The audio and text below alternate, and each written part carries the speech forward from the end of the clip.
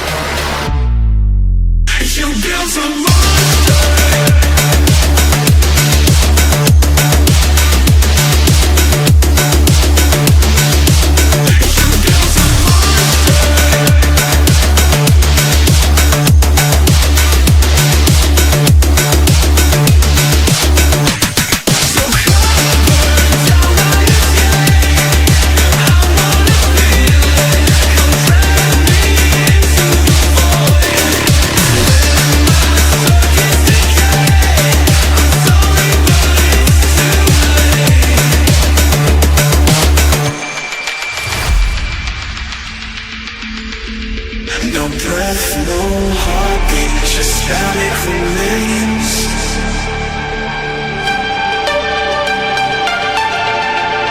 Hollow reflections, ghosts in the cold.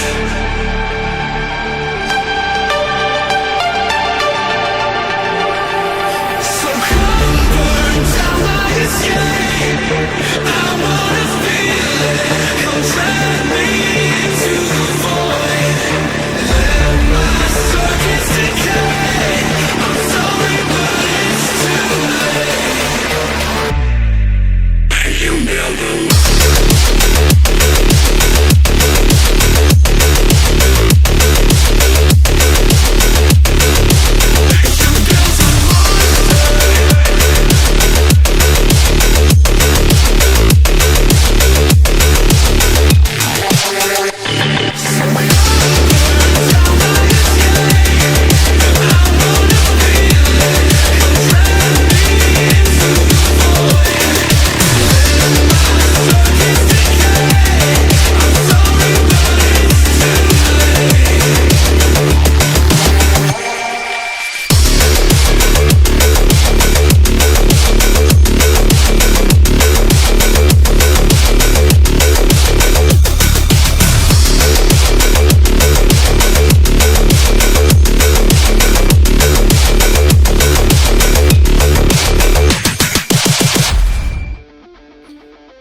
Alrighty, here we go.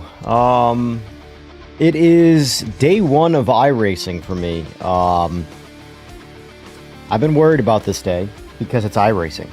For any of you who know iRacing, you know how addicting and time-consuming it can actually be. As well, with that comes expensive. That being said, I'm excited. Very much so. So I have about an hour left of the free test session, or the demo drive as they call it, where you get to basically do and drive whatever you want. So I'm going to jump into that without wasting any time, because I do want to see if there's going to be anything that I want to purchase. I have purchased a couple things already, admittedly. It's not... Once you start to get bit by it, you just want to sort of... You really have to practice not being a little kid with a credit card, or with your mother's credit card, and just buying all of the things. But, that being said, Demo Drive, pop it up on screen for you, is essentially everything available in iRacing. You get to experience it and figure out what you want to do. So, we're going to do that.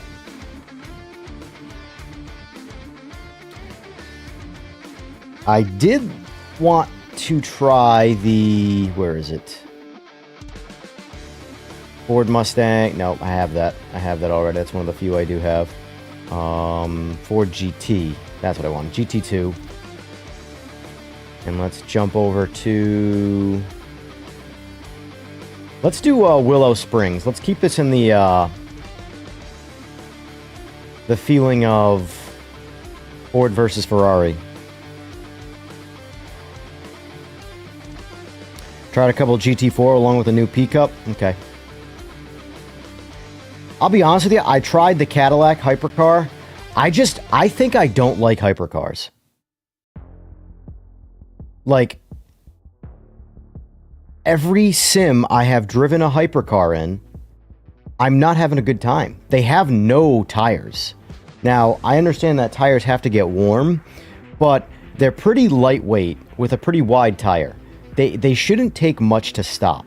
And yet, turn one of just about every track, it feels like you need 10 times the stopping distance of a regular car. And I don't understand why it's like that.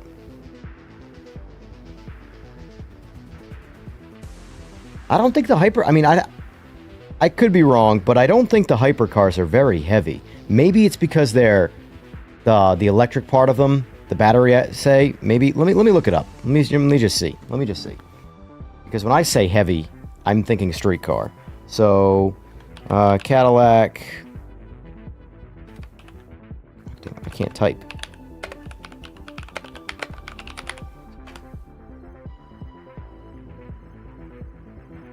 Yeah, so the Cadillac, the V Series that I drove is 2,200 pounds. Now, when I say they're light, I mean in practical sense, not compared to like an F1 car. I mean, well, like a GT3 car is heavier than that, with smaller tires and by a smaller footprint, and yet they stop better initially. So I don't really understand why they're so hard to stop right off the rip. But that being said, though, I do want to take this for a ride. I got all my haptics on so I can experience this in full effect. But I got bit by the iRacing bug. It is what it is. Alright, I also, since this is your thing, Clippy, is there a way to pre-save per car FOV? Because I feel like it's very hard for me to keep the same FOV per car. Like right now, my driving FOV is 80. And in other cars, I want to be much closer than that, or much narrower FOV, because I feel like I see the exact same amount. Where at 80, I feel like I'm way too far back in the car. This feels pretty good, though, based off of everything. Of course, my live feed on my screen is delayed. Also, Clippy, I tried LM. I was up till all hours of the night going back and forth. I wasn't sure if I was going to stream this or LMU. I'm glad I'm not, because what's his name is live right now, James Baldwin. But regardless of that, I don't like the new tire model in LMU.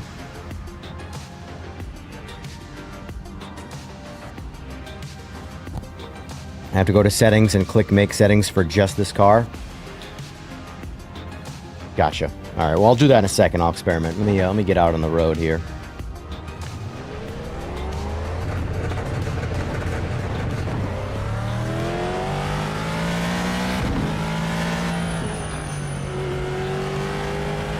And I mapped a bunch of things like volume on one of my dials for the game. Oh, that was a cold tire downshift, not paying attention. We're just gonna start over.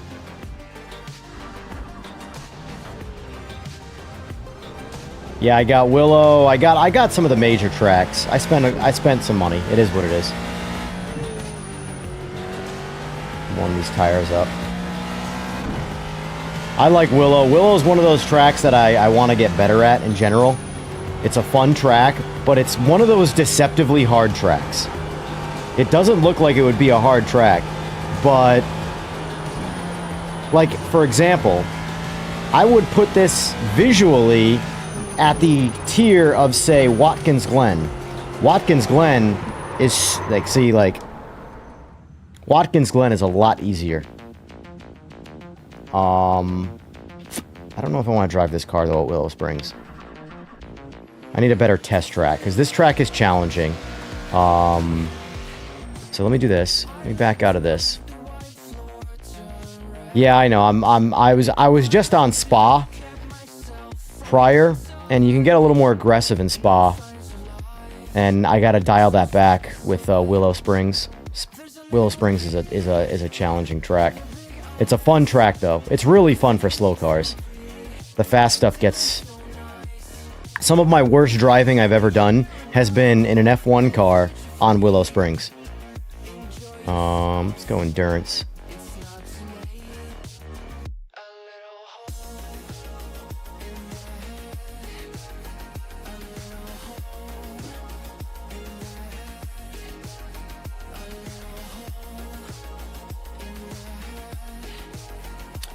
But you know what car I found that I really, really like? In my opinion, it crosses the, or it bridges the gap between the Miata, or the MX-5, and the GT3 stuff, and that is the Toyota 86. Or the BRZ, or the FRS, or one of many names that car is called. That car drives fantastic in this. I can push it, I can get a little more aggressive, whereas the MX-5, I feel like it could go, I feel like I've got control, and then I don't. Alright, let's actually do a cautious lap first. And yes, I'm running the line right now. I turned it off for a bit, but there are just too many tracks that I don't know. So, a lot of tracks, I shouldn't say it. The major tracks I have a better footprint on. Like this track, I don't need the line nearly as much. But like, there's a lot of tracks where I need the line because I don't know where I'm going.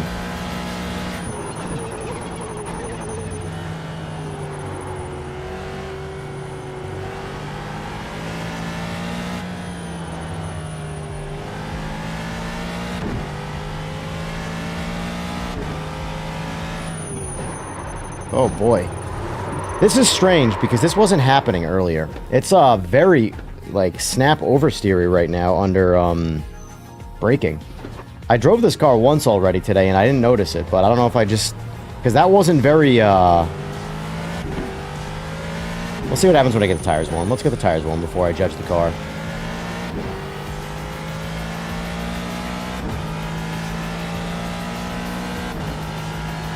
Did I try what after the rework, Flippy?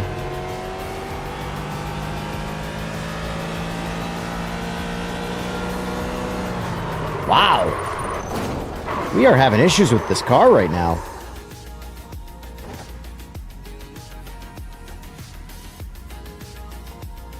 I don't know what I'm doing wrong here. Because I was not having... mind you, I spent no real time in this car this morning. But I did test drive it quick, and I knew I wanted to spend a little more time with it. But I was not struggling to keep this thing going straight like I am so far today. I'm just going to blame the fact that the stream's up and it's robbing me of, yeah, see, like that. That's just hitting the brakes. Gently, not even like, I'm not matting it. I'm just touching the ABS. And it's interesting.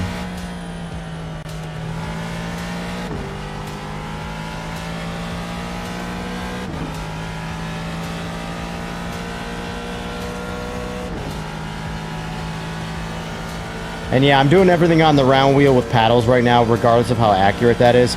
I just want a more comfortable experience right now. I don't feel like getting the track wheel out and you know. Plus, I'm pretty sure this car has a round wheel. Yeah, this car is interesting under braking.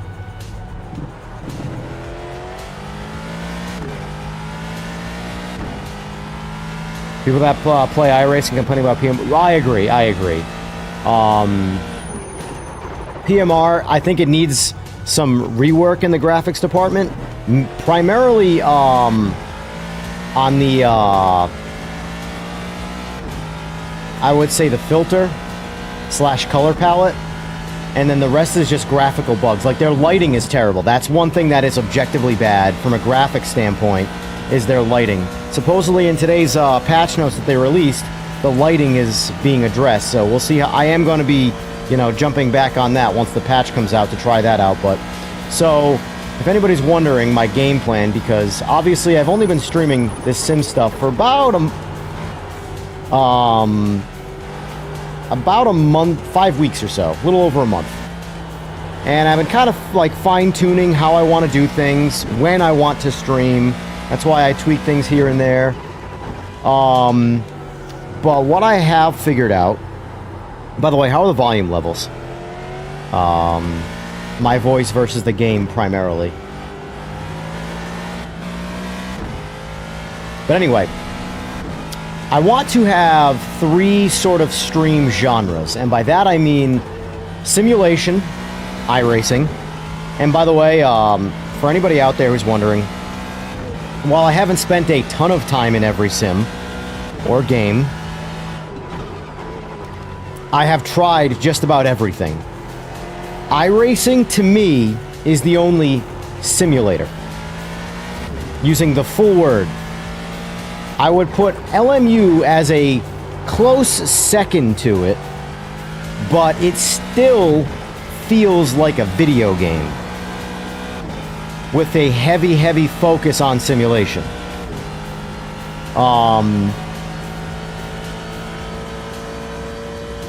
But this is the only one that truly feels like a simulation, because now I haven't played any kind of flight simulator in a very long time, but I can tell you, simulators when I was young, or younger, simulators were very niche feeling. The UI was very numbers and letters and not a whole lot of graphics and just a spreadsheet.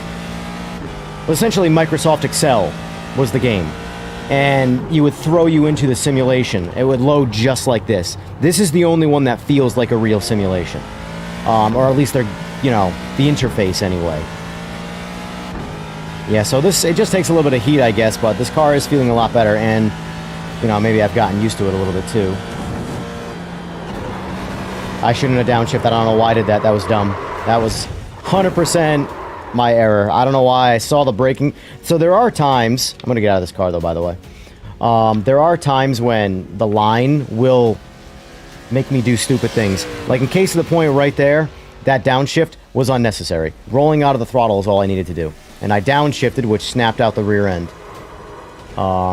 It's a very bad, I will say there are a lot of cars it's good, where cars are, they like engine braking, they thrive with engine braking, and then there are a lot of cars, case in point like this one, where engine braking causes them to do that, you know?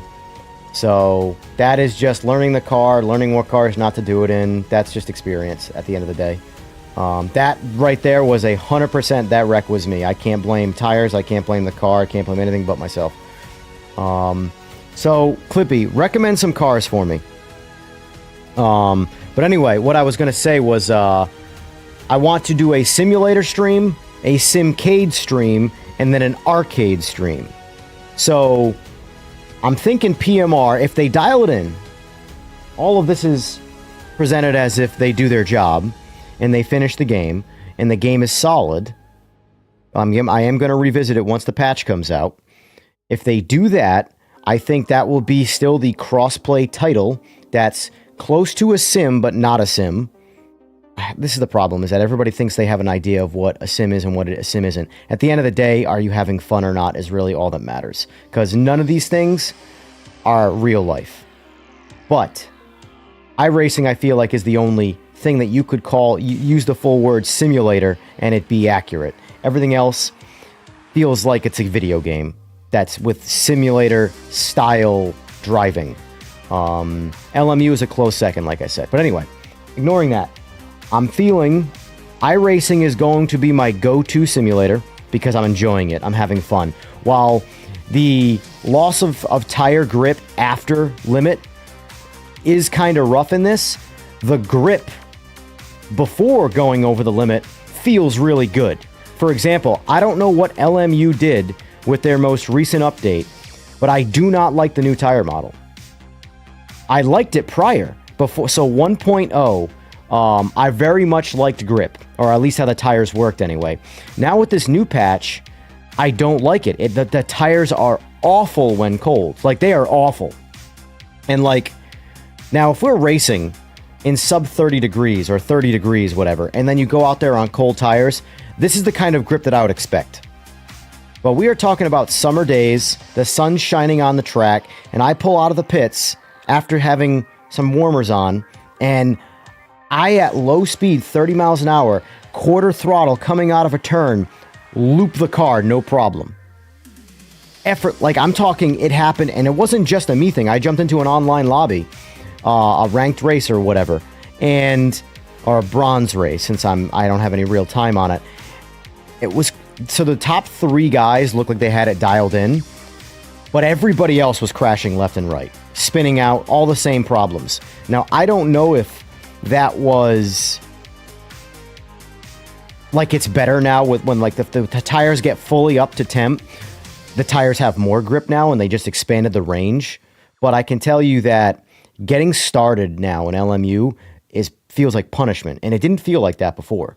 So I was making the decision, like I was likely gonna stream LMU today, and then I spent hours last night jumping back and forth between iRacing and LMU. I'm like, which one's gonna be my go-to simulator?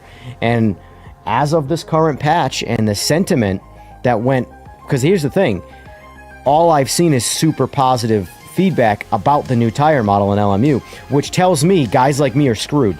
Guys who don't like it, that's the path, because obviously they're going to go by the majority of feedback.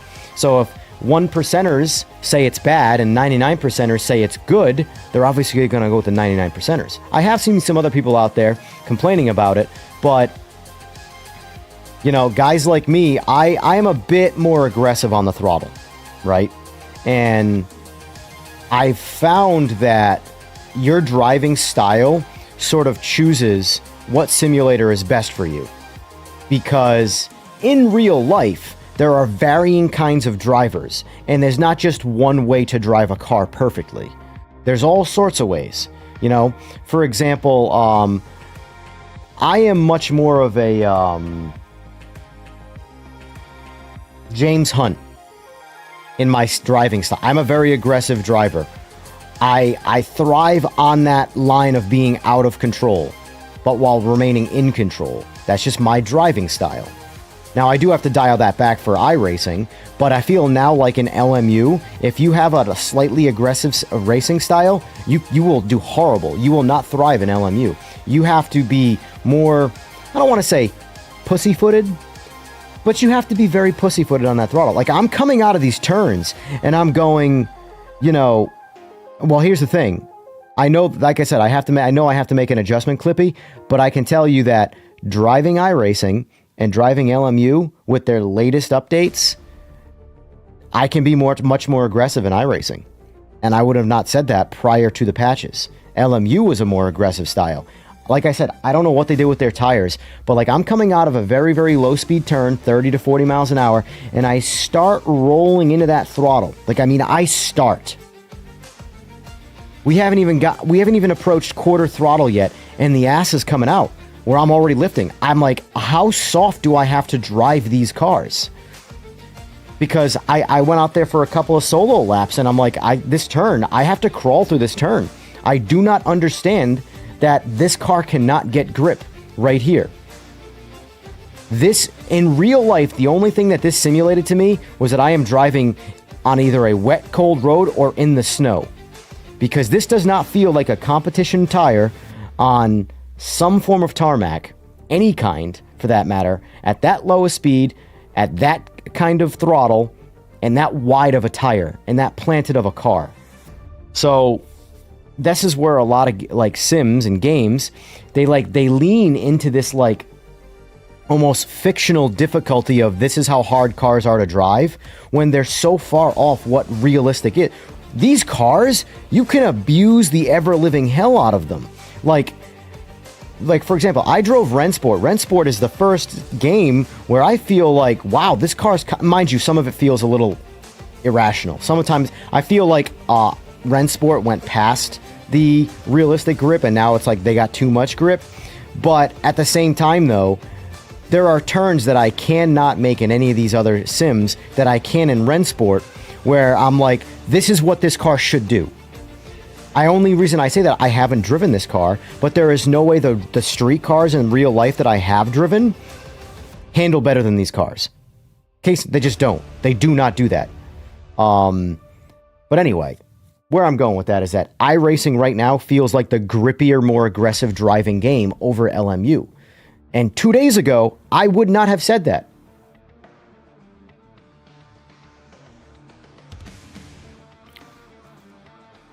And Clippy, yes, I am having fun. It kind of turned on for me last night when I really spent some time in this and really jumped around in different cars. And that's why I made some purchases.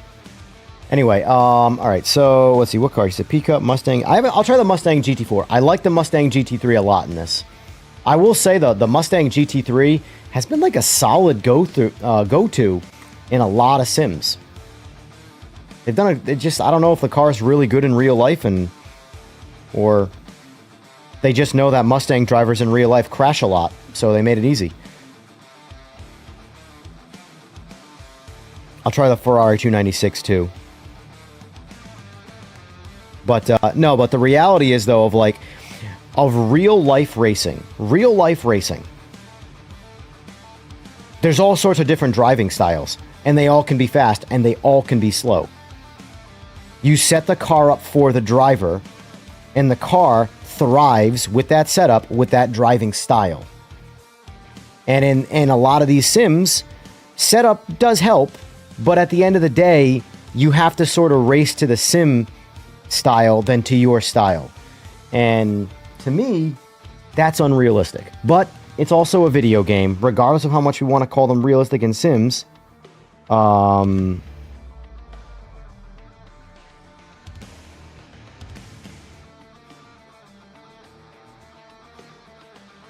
Sorry, my FedEx just showed up here.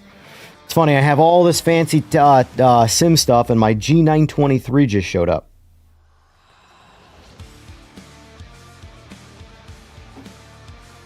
That's my second foldable travel rig if I ever wanted to race on the road, or if play with, say, my girl, for example.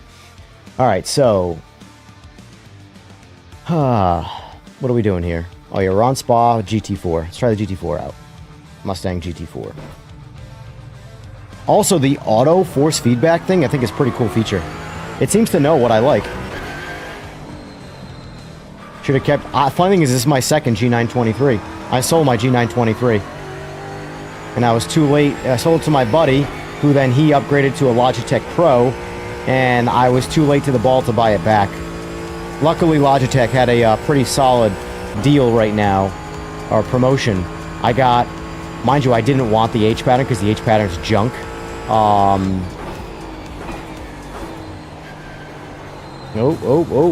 We are... Alright, so we have some... So this car is an understeer car. That was very, very low speed, and we pushed right off the road, but let's warm the tires up. We gotta remember that. One thing I've noticed in iRacing, one lap is not enough to really saturate your tires. They really, after a couple laps, really come alive.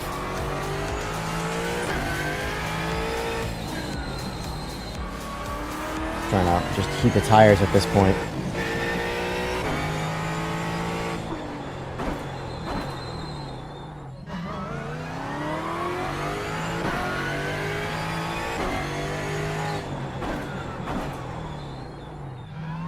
I don't know how accurate this game is for braking, for heating the front tires, but that's what I'm trying to do essentially here. Because that's what I was worried about. I knew that turning the car on cold tires to heat them... We got big problems with that engine. I think you lost a lot of power. Yeah. We got damage on the front end.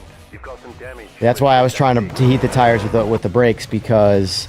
Yeah, technically, some lateral grip is going to heat them better than braking, but on cold tires, you chance having no grip and crashing.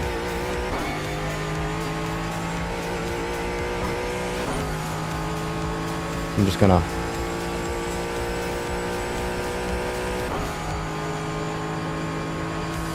Still have the H pattern. So yeah, anyway, the promotion was, like $120 off of the wheel itself, the main kit, wheel and pedals, and then free shifter, free. They always give you free gloves. That's why I have like 4 pairs of Logitech gloves. That's why I wear them. I have a set right here for when my hands start to get sweaty. A free Astro A40, not A40, that's a headset. C40, Astro, whatever the controller is. I'm never going to use the controller unless it's like a really nice piece, but like for any controller use on PC, I use my Xbox Elite controller because it has like 20 hours of battery life. And the magnetic charger that I just put it back down on makes life easy. I will say, like, the controller does have some of its flaws, but when it comes to the test of time, that Elite controller is a solid controller. I like the PlayStation controller, but the battery life is a joke. Obviously, that'll never be a thing for sim racing, but I play a lot of things that would require a controller. But anyway, the point of that was it was $280 for... Because normally... So it retails, mind you, no one really ever buys it at retail. But it retails, if you walk into Best Buy without a promotion, it retails for $400 for just the wheel and the pedals. Yeah, I will say this is this car definitely requires some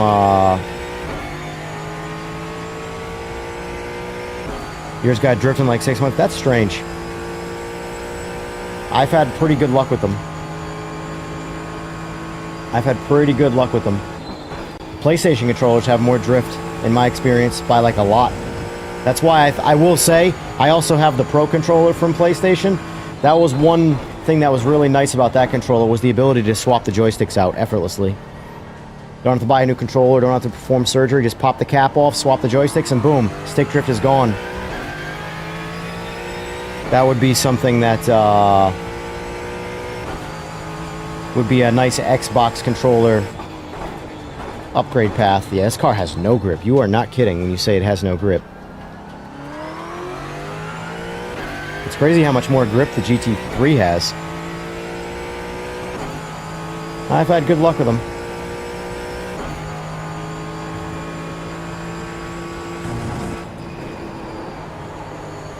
Yeah, man, this thing just... This is definitely a car where you have to learn how to drive it. This is not a car you just get in and drive around.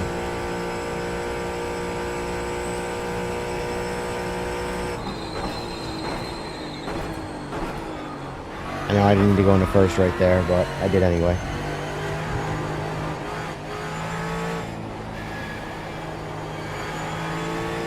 I'm actually curious. I want to see what auto force feedback sets this to.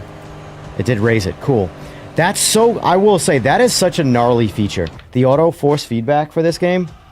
Like, it just knows where to put my force feedback. Because right there, I'm like, I would expect it's going to raise it.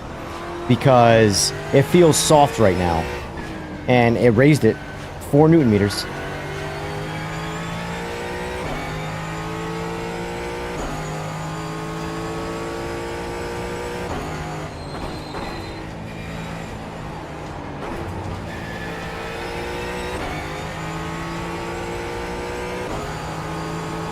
Here's the thing, you can't compare PMR in this game. You just can't do it. That's not a doable thing. It's not. And anybody who's an iRacing fan is going to say PMR doesn't hold a candle to it. And anybody who's a PMR fan is going to say this doesn't look nearly as good as PMR. They're not comparable. One more time that PMR's marketing was ridiculous. It's not a competitor for this. This game's been out for 17 years.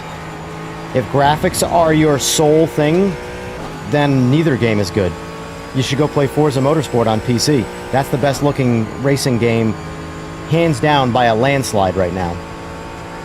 And it's arguably one of the worst, period, games. But I'm not playing this game for its incredible graphics. I'm playing this game for its driving. Its driving is really good. It's hard. It's a very... Here's the thing. iRacing, you're spending more time racing yourself than caring about racing other people. Because there's a bit of like a... It's the best way I could explain it is it's like PMR is Picasso, and this is Leonardo da Vinci. Picasso essentially throws shit at the wall and sees what sticks. It's reckless. It's fun. It's, you know, it, yes, is considered art, but it's a very different kind of art. This is precise. This is detailed. Like I said, I was in the Toyota 86 on Olton Park. I couldn't get off. It was like 3 a.m. last night, and I was just doing solo lap after solo lap, trying to break my own time, just driving the car. Arguably a car I would never want to drive in anything else. On a track that's not bad. Olton Park's not bad. It's not the worst track I've ever driven. This car is definitely getting a bit grippier now. I'm also learning it a little bit too. But Yeah, so this is what, my third or fourth lap? You really got to be gentle with it. But that being said, though, iRacing and PMR do not belong being compared, because you wouldn't compare Gran Turismo to either one of them either, in my opinion. Now, PMR, let's pretend PMR doesn't have problems. Like, I'm not talking like driving force feedback. I'm talking about like all the glitchy, weird, stupid problems that, you know, should be relatively quick to patch out. The troubleshooting stuff. Obviously, they'll dial in their force. This is all assuming that they stay in business in the long term. But obviously, they'll dial in their force feedback. They'll dial in their physics. Everything's going to get fine-tuned over time. That's every sim. This game is still making updates, and it's 17 years old. So, point is, ignoring all of the bug problems, these games are not built to be, even though PMR has said they clearly took shots at iRacing, you're not targeting the same thing. For example, PMR thrives in multiplayer. Thrives. I have had more fun in PMR racing friends casually than I have had in anything else. And I can guarantee you that I will have not as much fun in this, trying to do the casual, open lobby stuff that I would in PMR. I can guarantee that. However, I am going to try a lot harder in iRacing. And that's where iRacing thrives.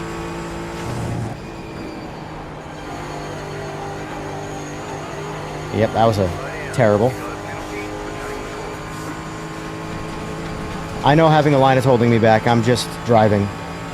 I'm not trying to do anything special here. I'm just testing out cars. Like I said, there are tracks where I need the line. I'm just driving the car right now.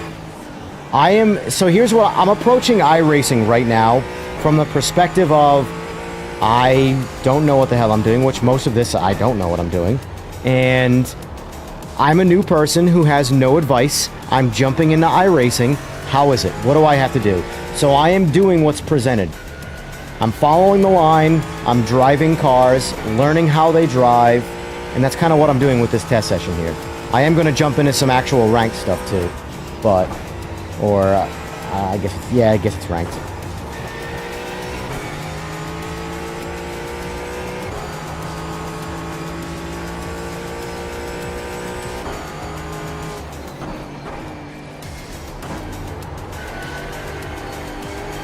Alright, I want to get out of this now because I do want to drive some more cars that I have not. I'm running out of time. So I'm on borrowed time here for what I can drive. Alright, so quit. I wish there was a way, maybe there isn't, I just don't know, but I wish there was a way to switch cars in a test session. What GTE? I want to try the C8R GTE too, and the GT3R. Oh, the Ford GTE? Oh, Porsche GTE. Okay.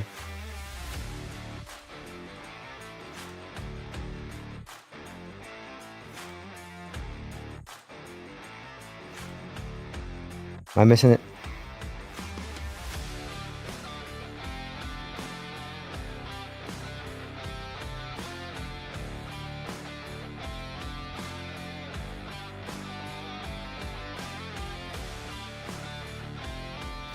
Did I miss it, Clippy? Am I just blind here? RSR?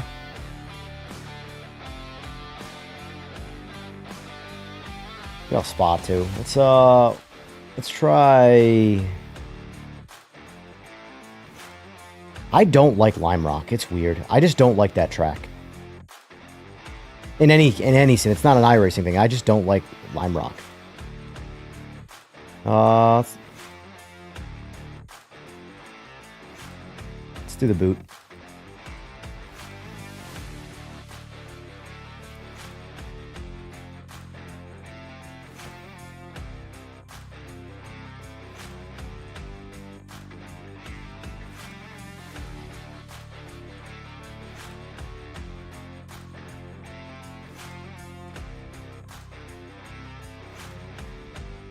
I know it's hard to watch right now, Clippy, but give me a little bit of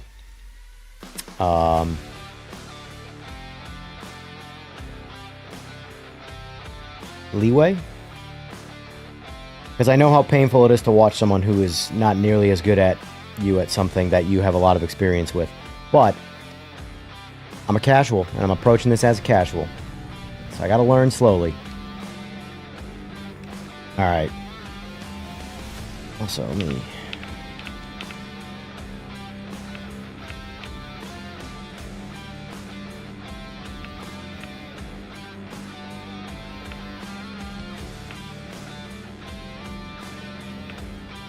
Guess I'll leave it where I was at. So it's at 11 still, which I think in this car might be too much. We'll see.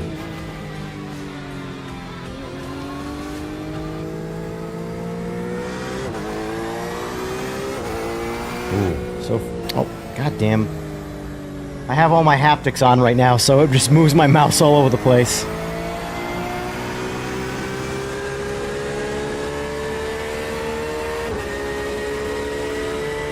I have, all but one 992 Porsche. I have the 992.1 and I have the new 992.2. I did buy that one.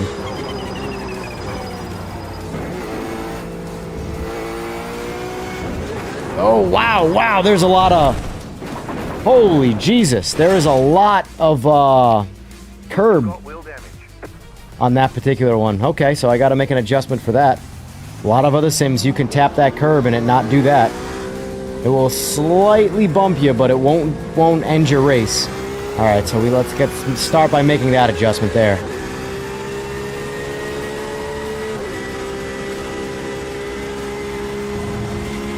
I'm just testing some of these curves out here, see how they feel in this.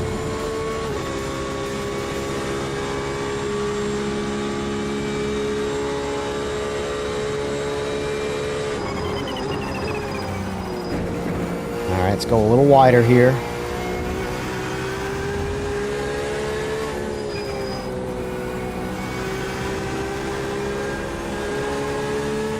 It feels quite nice. It feels quite nice. I already know that feeling quite nice is going to lead to me getting punished. Because it means I'm going to push it.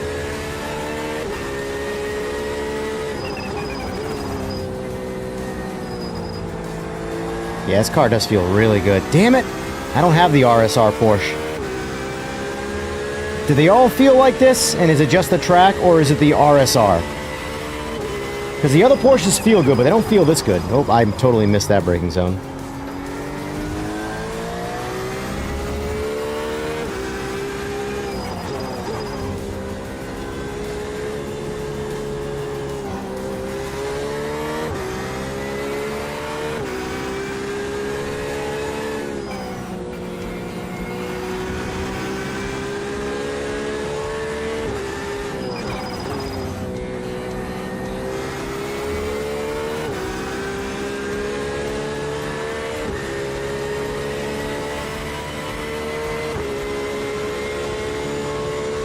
You know how I paused the game? I mapped it to a button.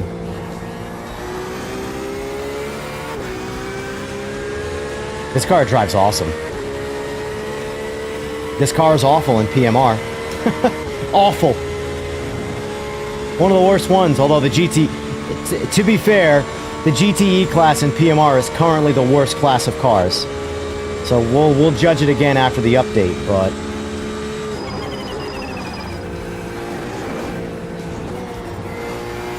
Yeah, this car feels beautiful. But I also have to keep in mind, too, this is Watkins Glen. Watkins Glen is built, and it's an easy track. So I have to...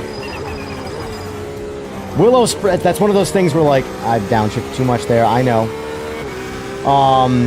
For example, like I said, the layout of Willow Springs and the layout of Watkins Glen seem almost comparable, not in shape, but in, like, effort. But the problem is Willow Springs has just no embankment.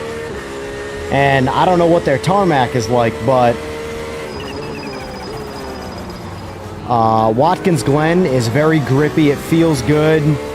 It seems like it's pretty across the board. Watkins Glen is a fun track where you can really push it and not lose grip like a son of a bitch. I totally messed that up. But yeah, this RSR feels really good in this.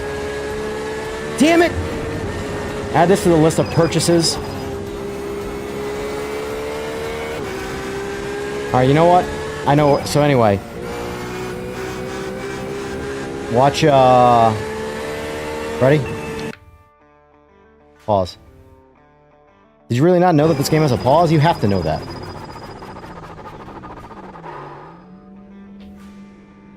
It literally, in the I'll show you. Where's my mouse? Settings. Keybinds. I gotta find pause simulation.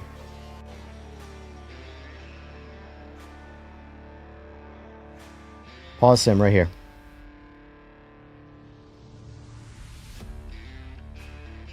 Because you have to function in real life. It's a simulator, it's not real life. The only thing you can't pause is real life. Right here, pause sim, interface, under keybinds. Like for example, if I'm in the middle of a single player race and I gotta take a piss, that button is my friend.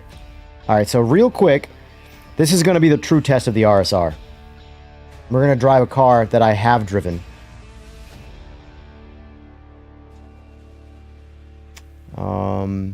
Is this going to give me a choice of... I don't think it is. Which particular Porsche I drive of the 992s, because there's 3 of them. Anyway, I've driven all 3 of them, so...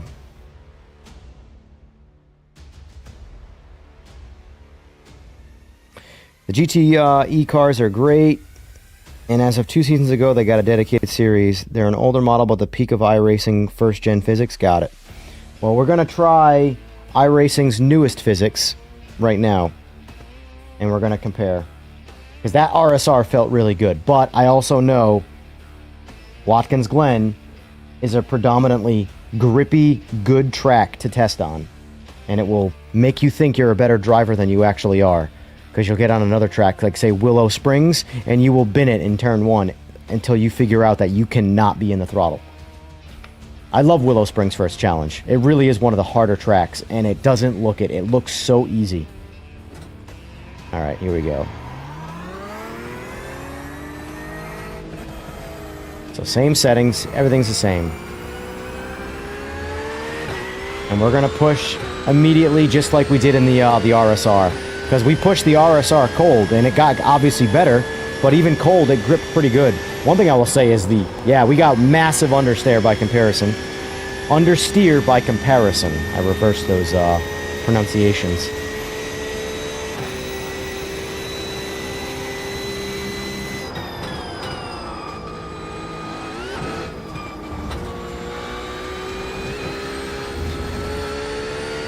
So the RSR feels a lot better in the front end.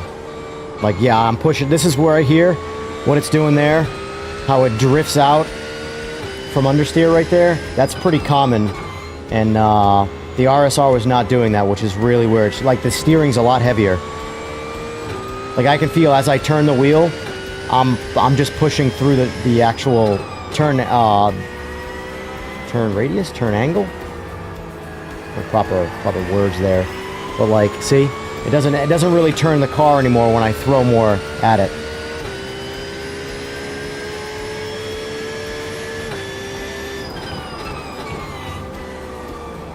Yeah, the RSR car drives real nice.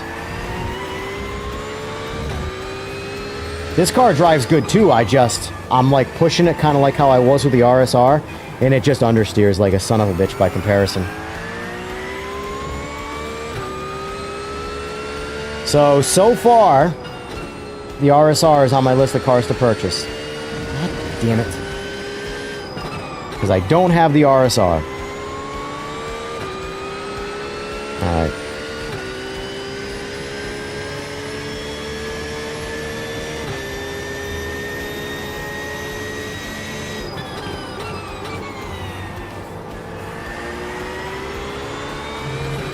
I feel like the RSR is wider though. Which could absolutely aid in negating understeer.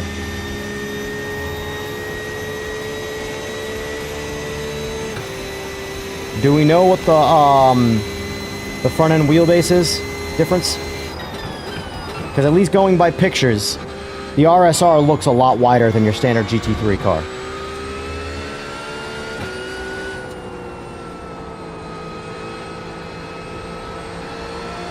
I have to be so much softer with that turn.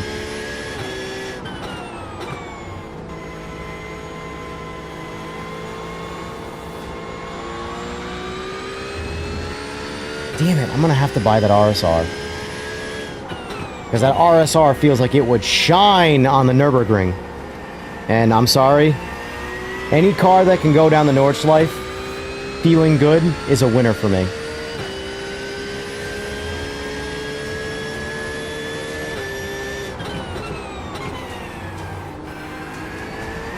Oh, and that's another big killer for LMU for me. I know a lot of people don't care, but like, not having the Nord... I understand why they don't have it. I'm not pretending like they're being stupid.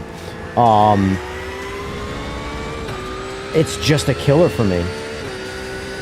And like, the one thing I liked about LMU was the driving, and they took that away as far as I'm concerned with the new tire model. For me. I know most people like it better, and that's fine. But I was on the fence which driving experience I like better, iRacing or LMU.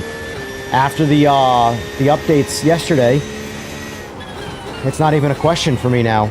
So, because iRacing obviously has the variety. The downside to the variety is more money to spend. But I'm coming to terms with the money spent on iRacing because the game's been around for 17 years, and it's not going away. Once I have the content, I have the content. I just got to pay for the subscription model. So it'll be a slow purchase. I'm a crazy person. I'll eventually have 100% of the content in iRacing. I'll have every car and every track. And I'll have spent a few grand on a video game. Just a game. But if it isn't going anywhere, ever, how many Call of Duties have I bought? How much money have I wasted with Activision just for the game to get replaced a year later and have to do it all over again? At the end of the day, they all kind of cost very similar. And also, too, I have a $3,000 graphics card that I don't use to 100% completion. So I can make I can make peace with spending money on this over time, casually.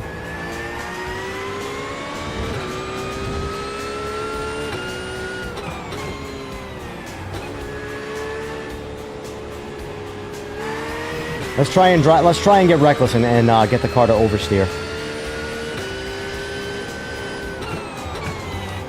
Nah, it understeers too much. I don't think I'm gonna be able to. Yeah. I'm not gonna be able to get this car to oversteer, which is the crazy thing. Has anybody in real life ever driven any real Porsche? Because ask yourself, what are they notoriously known for? Porsches. I'll give you a hint. It killed Paul Walker. I mean, he did it to himself, but the car heavily assisted in the scenario.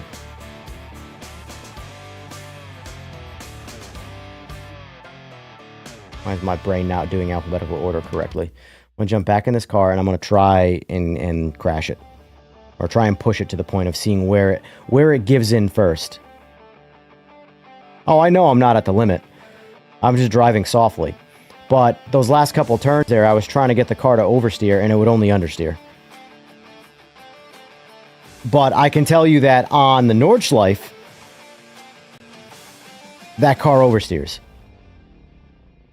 But I also drive the Nordschleife a lot more aggressively than every other track, because I've put most of my driving hours across all sims have been in the Nordschleife, because it's so much fun. So let's push this car a little harder and see how it wants to. We already know it understeers less.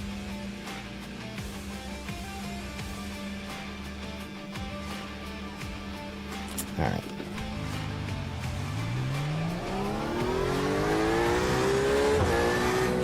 Black flag, don't care. This car immediately, Immediately out the gate. Like, you can feel it in the force feedback. I've changed nothing. It's still at 11 Newton meters. The instant center grip, you can feel it in the wheel. This car is so much nicer. Damn it!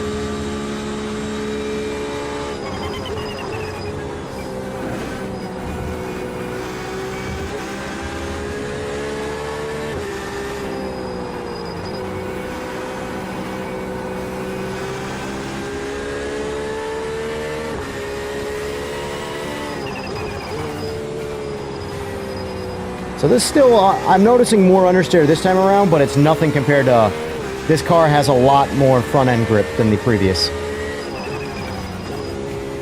Yeah, right there. You can feel it in the wheel. Oh, oh, oh.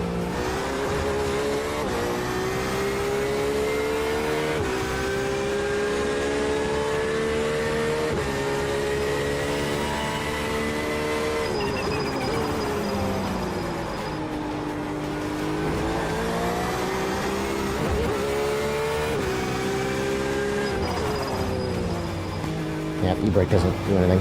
I was just wondering.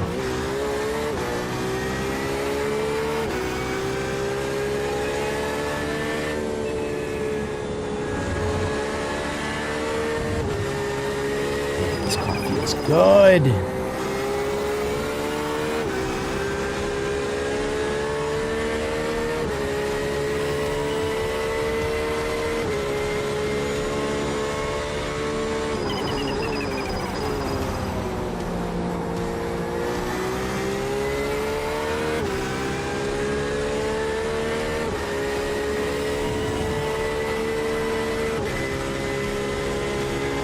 Yeah, this, like, there's a reason I'm touching the curbs right there, or the rumble strips, because it immediately turns in. My brain is used to the other Porsche already, where I have to really, like, turn it in to get it to actually want to turn in, whereas in this here, it just does it. It just goes. There's so much more front end grip in this car. Can we look up the wheelbase differences? I really want to know that.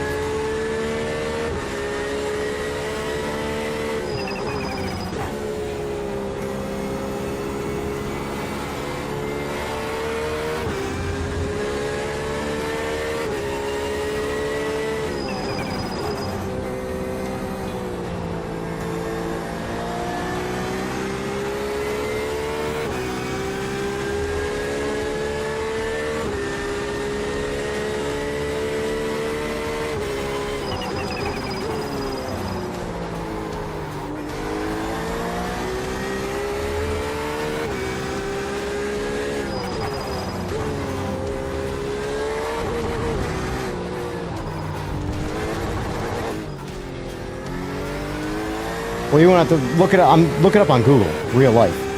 I don't care what it is in iRacing. I want to know what the actual cars are.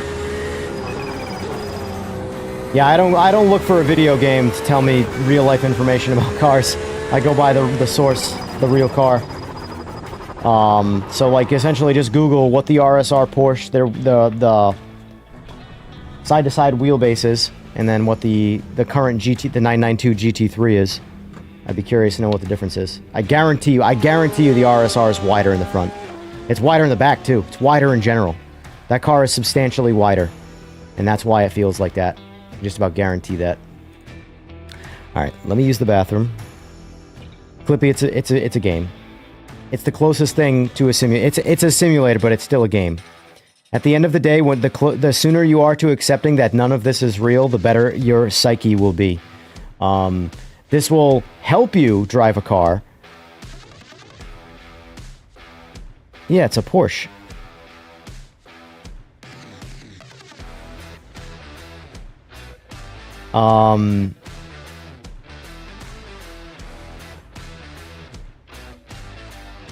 But that... Fuck, I'm gonna have to buy that car. Alright, I gotta pee. Damn it! I'm blaming you, Clippy. You just cost me $15.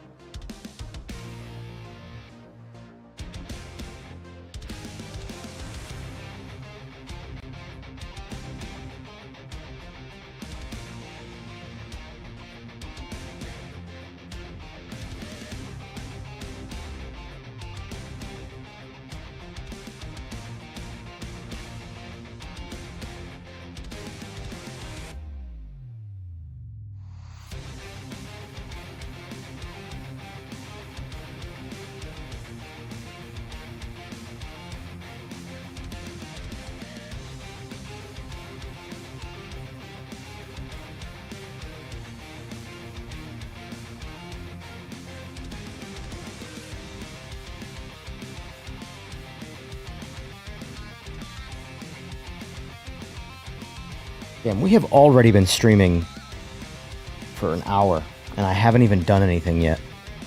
Time flies when you're streaming. It truly does. Last updated December 10th, 1 a.m.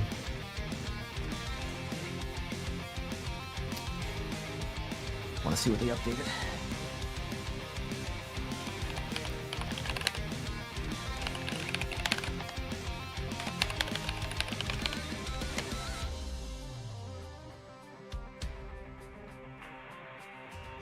What do we think they updated today?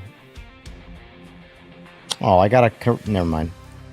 It's more work than I want to do. So besides Clippy, since he's like the guy talking right now, is there anybody here watching that actually... I'm just gonna say iRaces. Because saying play iRacing or use iRacing just sounds weird. So I'm gonna call it iRaces. Does anybody here iRace? Besides Clippy. We know Clippy does. This is his thing.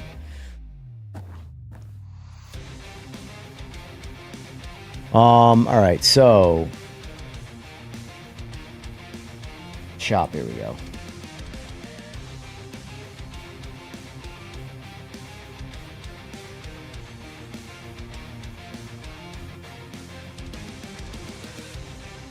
So True Nighthawk iRaces. Got it. And are you also waiting for... I will say this. Has anybody driven this car yet? This car is a blast in Project Motor Racing. And it's the only GTO in this game. Sorry, Sim, Clippy. I didn't mean to offend you. It's the only GTO class car in here. And GTO classes are fun. So that one was sort of on my radar.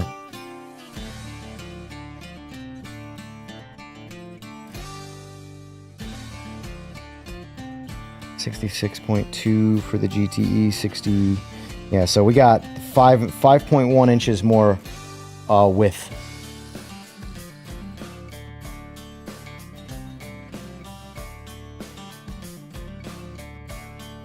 So you don't understand what the inch, like the 66 versus 61 is?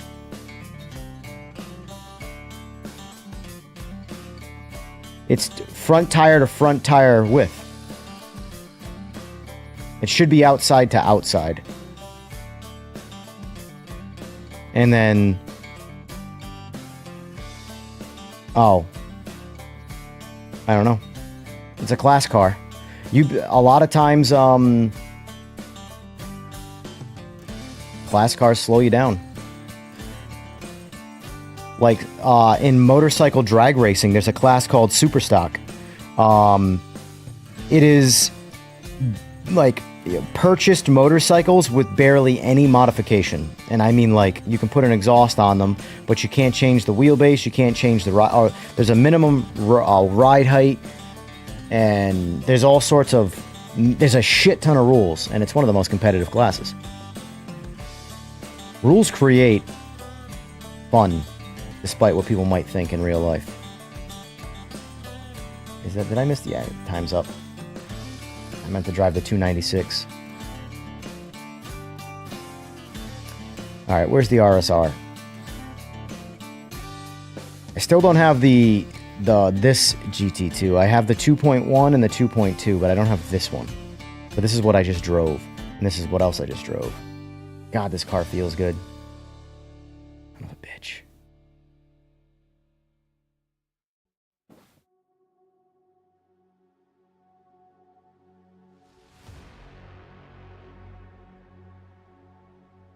You like oval racing? Gotcha.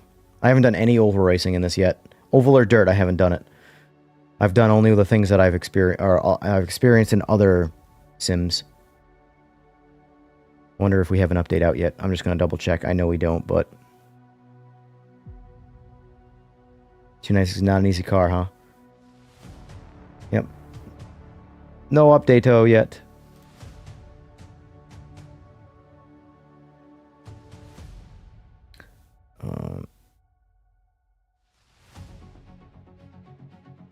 Do you think they would do subscription model and include all content, but then what about people that spent all that money? I don't know. Are you asking if they would change? They're never going to change. They've been doing this for 17 years. There's one thing I've learned about any industry ever. If you do something long enough and people continue to give you money, they're not going to change the model.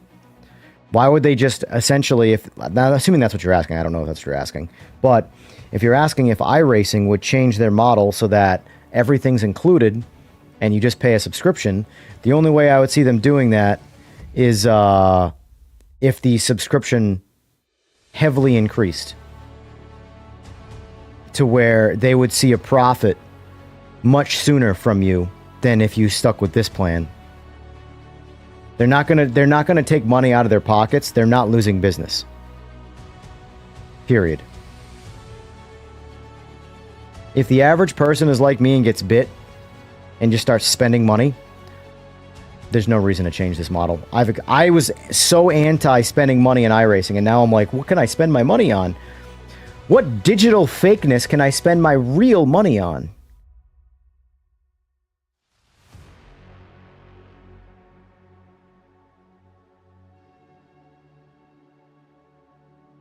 Try the cross car? The hell's that?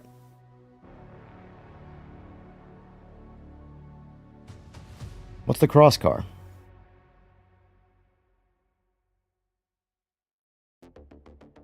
All right, we gotta get away from this.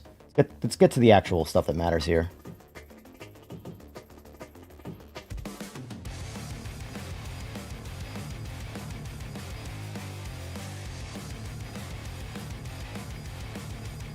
I'm not gonna lie, the Toyota GR86, man, that is a fun car. Let's see. I'm just curious to see if there's any hosted that we can do. Oh, we got Daytona, but it's locked behind a password. You loser. Same with this guy. What a bunch of buffoons. See, this kills me. This kills me. I can drive a car in this, but because I don't have the fact that this to me is predatory on iRacing's part. Separating the Nürburgring tracks to 3 different $15 purchases. I have the Nordschleife. I don't have the combined or the GP track.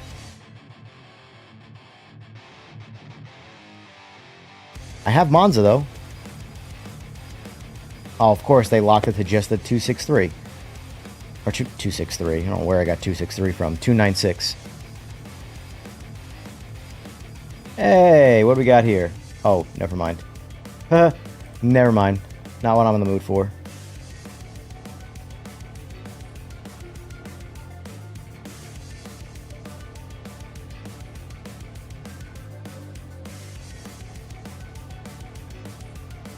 Good thing I bought that Mustang, huh? Oh, heavy rain though. I'm good. Not trying to torture myself. I'm trying to start easy.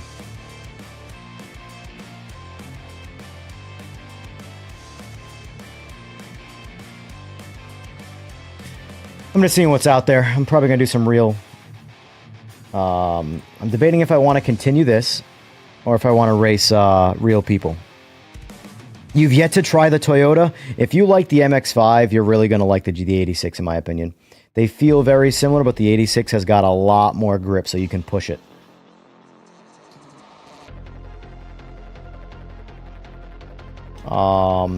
It's essentially the MX-5 without the oversteer.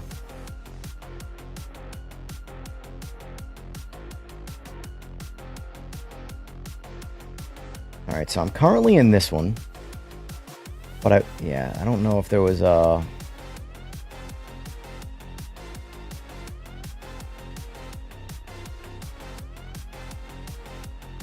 Let's warm up. Let's warm up where it doesn't count. I'm currently in first place in this one. I DNF for the first one. I rage quit. This one here, I think I came in second. This one I came in first. Lime Rock. The adaptive AI is so strange in this game. It's so strange. Because in the beginning of this Lime Rock race, I'm like, there's no way I'm going to win. No way. I qualified last, and they drove away from me in the first lap. And over the course of 20 laps, I slowly picked them off.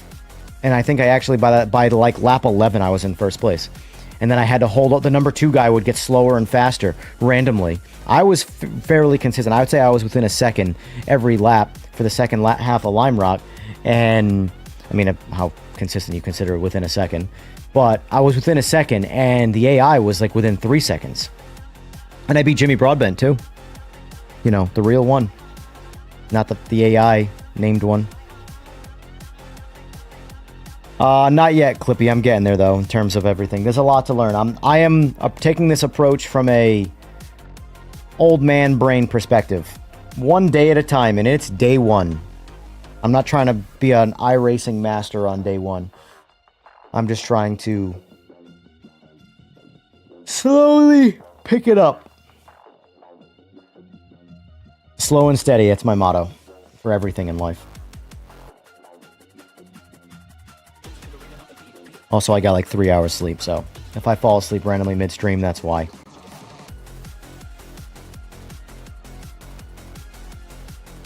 Alright, let's do some practice.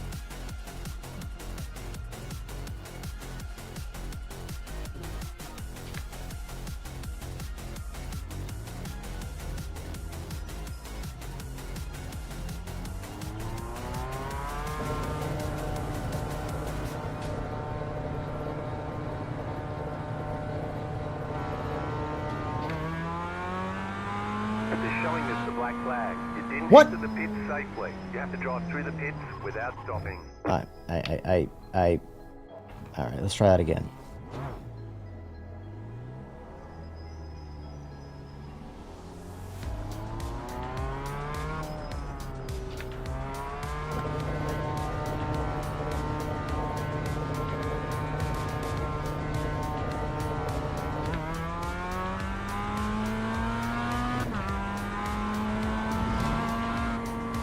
God, the haptics make this just so much better of an experience. They really do. I've been playing... Oh, what? What? Okay. I guess the blue line is not the track. Legal. Anyway.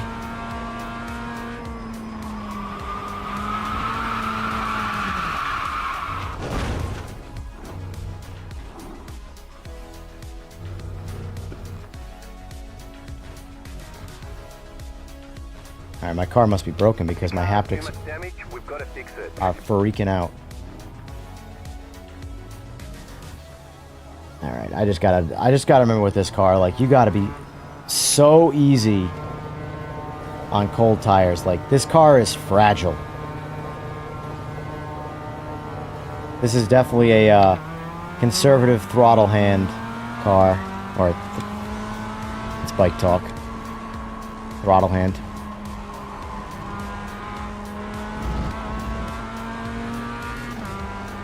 Like that. I'm telling you, this car has a good amount of oversteer.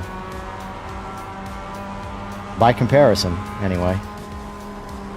Like that, I barely, like, look at that. The ass wants to come out on this car. Now, mind you, I have not touched the settings on this car. And I feel like I need to make some adjustments. Suspension-wise.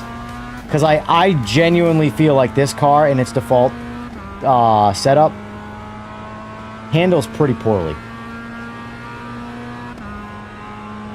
And I'm sure, Clippy, that yours is not set up in default.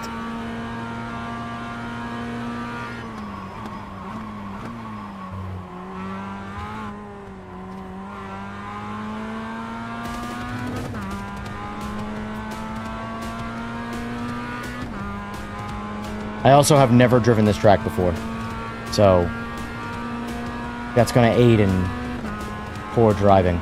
Literally never driven this track before.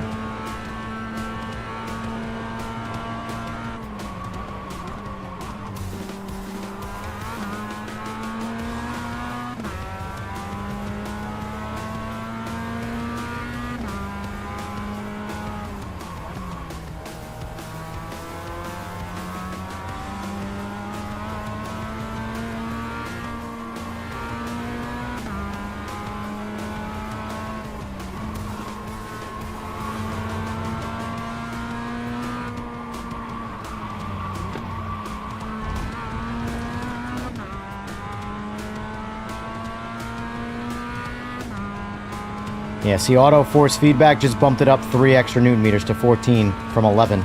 This car, I will say, needs a lot of force feedback to drive it better.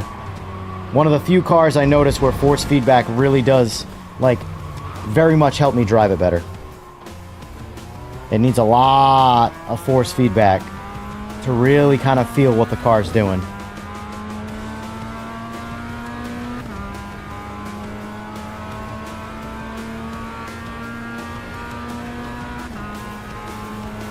That auto is such a cool feature. I thought it was kind of a gimmick at first. Like, how is it going to know what I like? Oh. You know what that tells me? I'm just part of another hive mind. Another person that thinks like everybody else who thinks they think differently. That's all that means.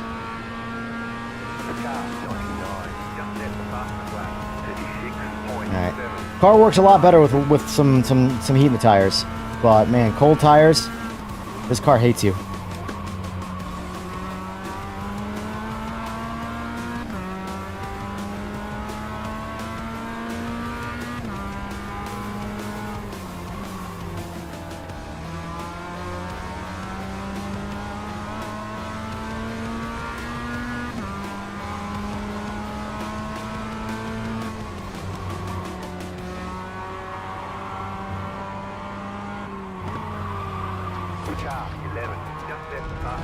I gotta figure that turn out.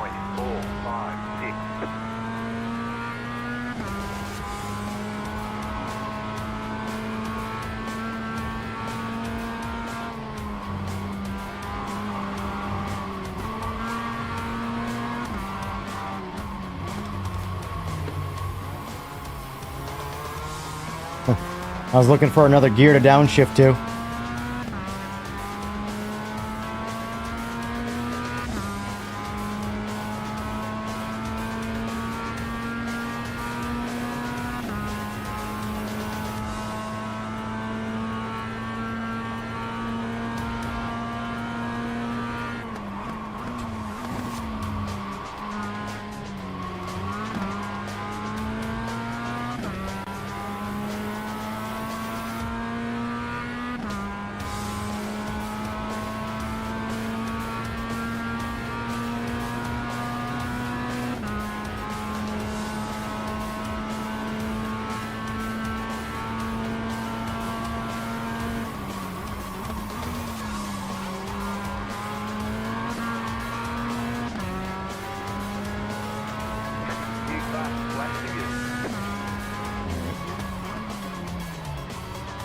Oh, sorry, buddy.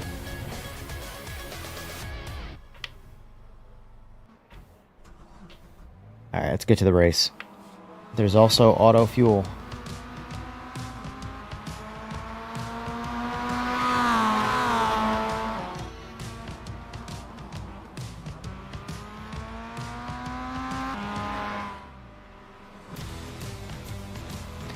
Appreciate it, John. And yeah, no, I know about the line. I'm just using the line because a lot of tracks I just don't know. I'm a creature of habit. I find tracks that I like and I just race those and I never veer outside that. So for me to get into this like league level stuff, I just have to learn tracks. And in the very beginning, I like to have the line on. Not because I know it's not an optimal line. They never are. No line in any game is ever an optimal line. It's a generic line to just assist you with getting down the track. And that's exactly what I'm using it for. Is to just sort of figure out general areas where I should slow down and speed up. And not to mention, there are some tracks out there that are very flat in their landscape, and it's all concrete, and I have no idea where I'm going, and I'll just drive off the track thinking that I'm on the track. So...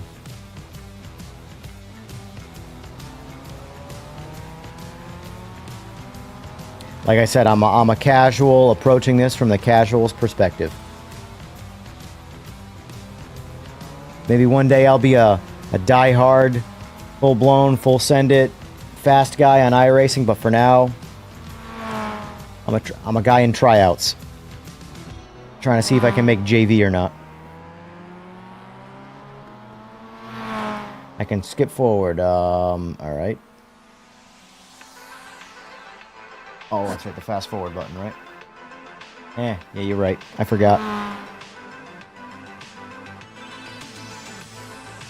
Yeah, I did last night. I did one AI race like this, and then one online race. The online race, believe it or not, I mean, I know it's obviously putting me in rookie because I'm a rookie, but the online stuff, even though I only placed 5th, it was actually easier because I qualified 9th, but 1st through 9th were within half a second. So even though I was 9th, I wasn't like way off the pace.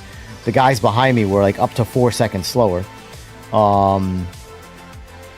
But as soon as we got going, there was somehow like a pile up in front of me. I don't know what happened, but I thought I was clearing it, and I was gonna jump up to like 3rd place right off the rip into turn 1, and someone moved out of that pile up and spun me out, and I fell back to 10th place, and I worked my way back to 5th place. But overall, it was relatively easy to outdrive people. So there's definitely as much of a noob as I am, there are bigger noobs. I'm gonna turn off my haptics for now. As cool as they are, they're distracting. Especially the pedal haptics.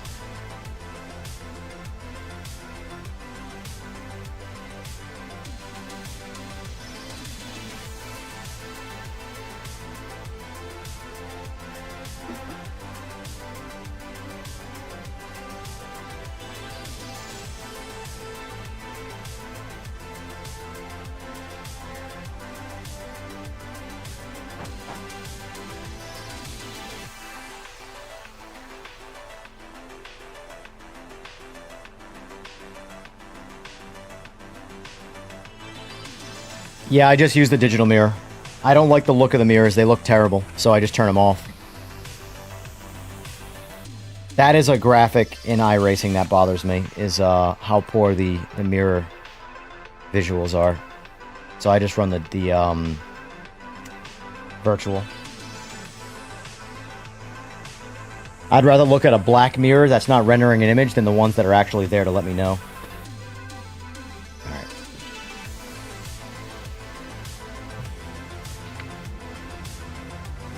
Oh my god, everything feels so naked now. I got used to the haptics real quick.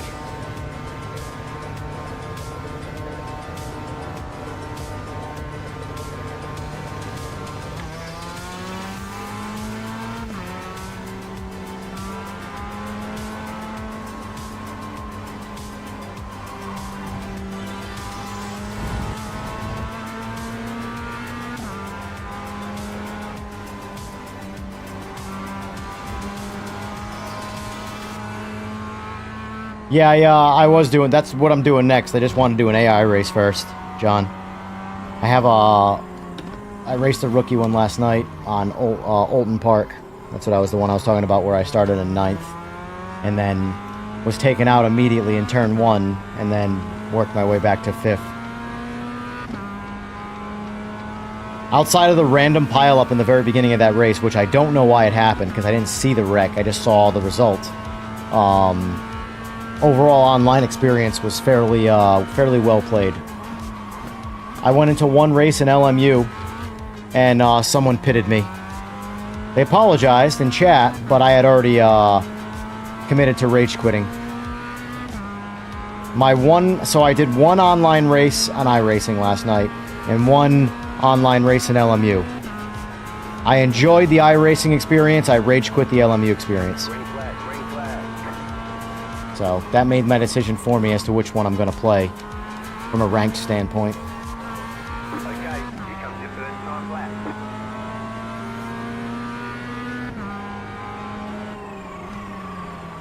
Of course. Oh, of course. Already screwed up turn 1 on the quali lap. Alright, we get another one after this, so...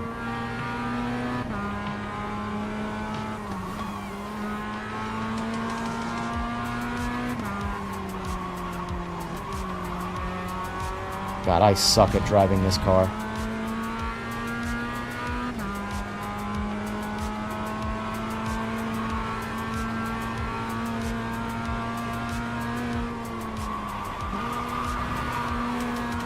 Little drifty action with the downshift. God. I am rough on this track. That's why I have the line on for these. I do not know that this is my first time ever racing on this track in any game. So, like, for me, I'm like a fish out of water. When I think I can push, I really can't push. You know?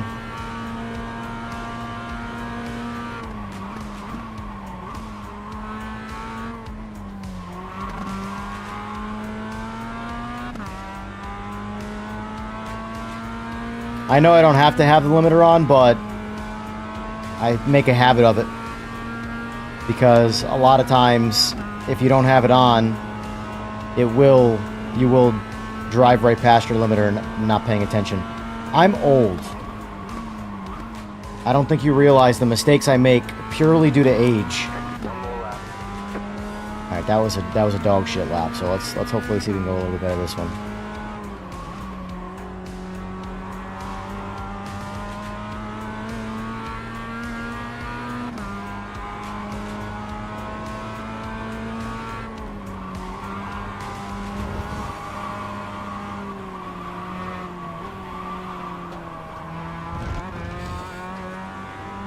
Awful.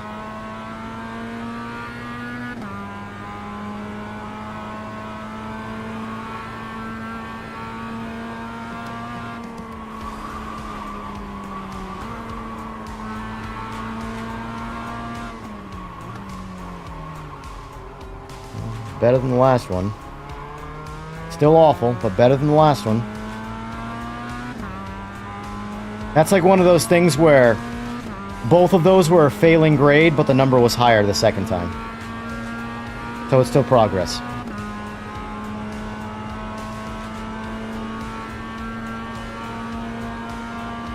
Do they still do that in school now?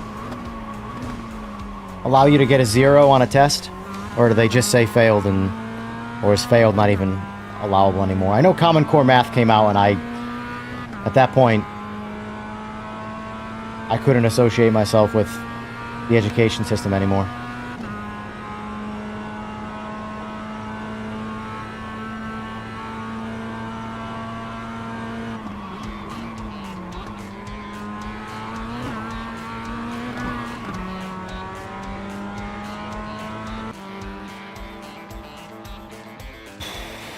All right.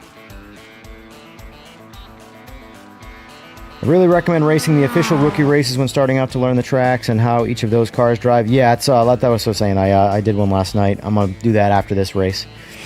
GT picked up Rensport.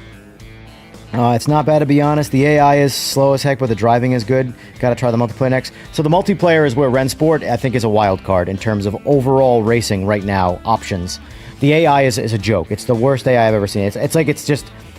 At the end of the day, the AI in Rensport is just unfinished. Completely unfinished.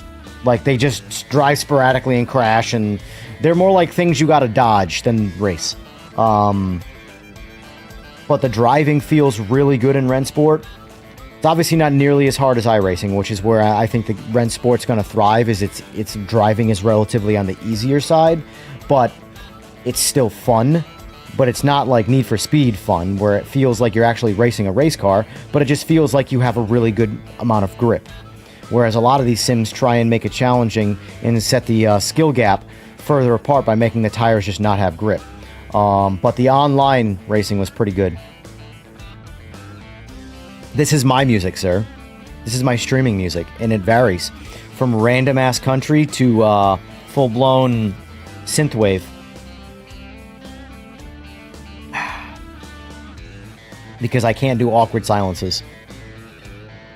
When I race a tracker car, I don't know. I will not qualify for a few races to start in the back and observe how other races... Gotcha. Alright, anyway. Let's grid up. What did I come in here? Pretty far back. Let's get the...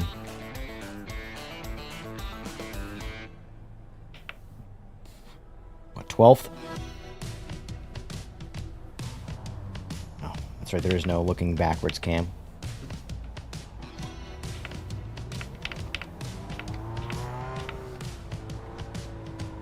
One left to green.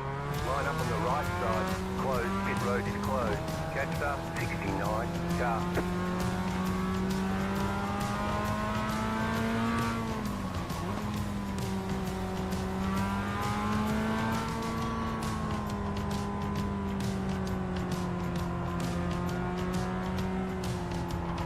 Does this do anything in this? Does this help warm tires up?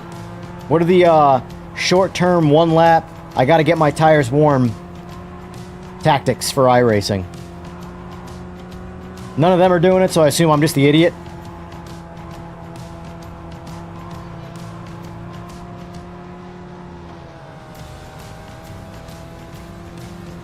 But not at 40 miles an hour. Gotcha. Well then, you know what? I'll just do gas brake, gas brake.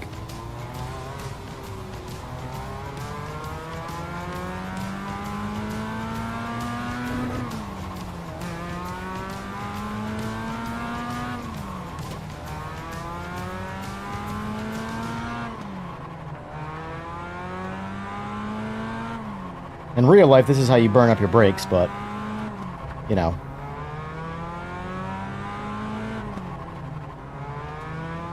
I don't know how much brake fade plays a part in this. It hasn't yet for me, but...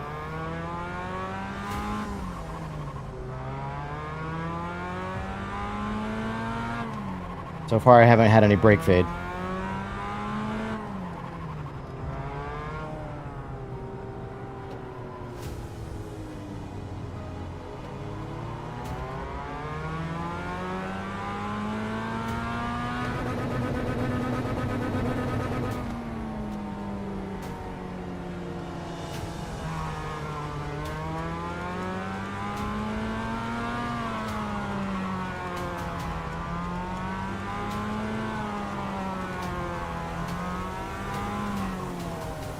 Get ready, going green.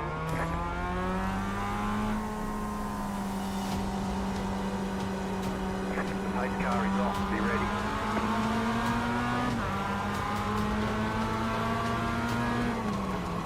Green flag, green flag. What a place for a green flag, right there. Alright, that's how we're playing it. Left side, clear. Left side, clear.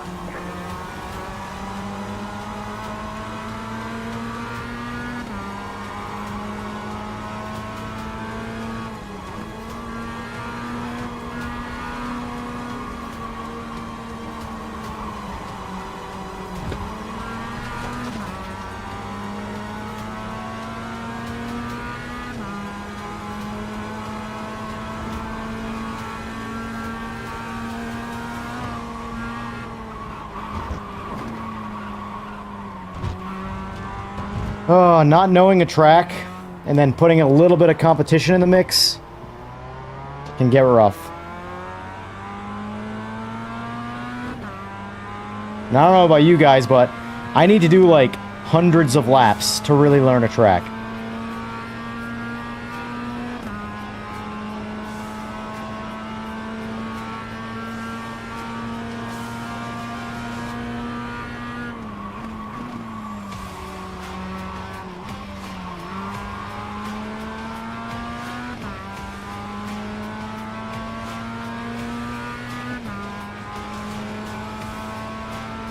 They are just distancing me. This is going to be a bad race for me. I can already feel it. No track experience.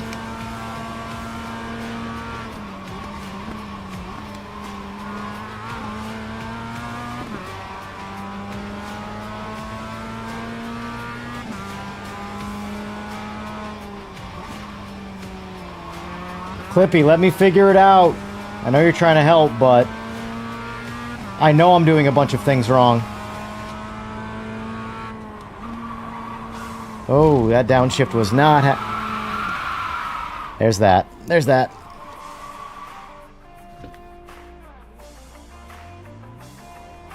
This is where I rage quit and go race online, because this race is now over.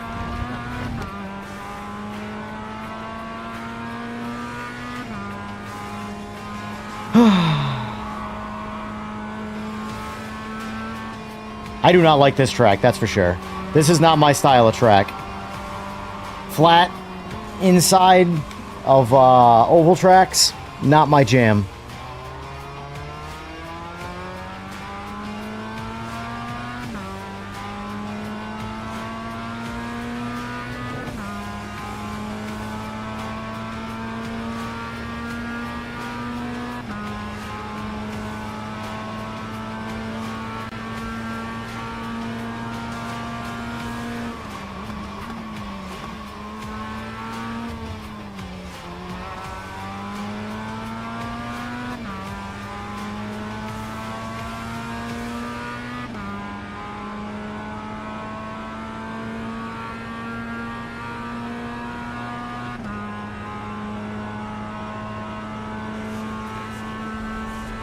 See, what I want to know, though, right, is in this scenario, where I essentially know I've screwed the pooch, is there any benefit to continuing? They're not going to make mistakes. Not catastrophic mistakes. They might come off the pace and slow down, but, like, I have 10 laps, and I have 7 to go. I'm in dead last place, and I'm many seconds outside of the next guy. What's to separate me from just DNFing versus continuing this race? What's the advantage? Now, I know online there's ranking, so quitting is always bad, but in this case here, what's the point?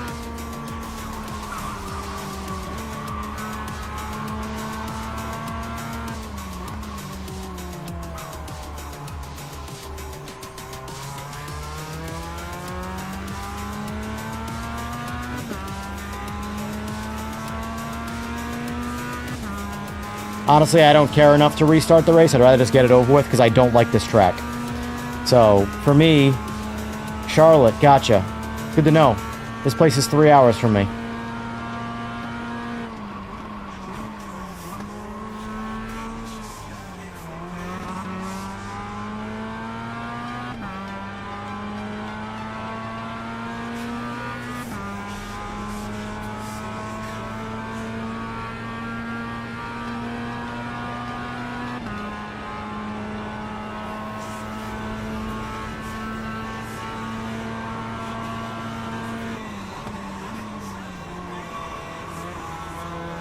I've yet to figure out if that's better in first or second. Second felt pretty good there.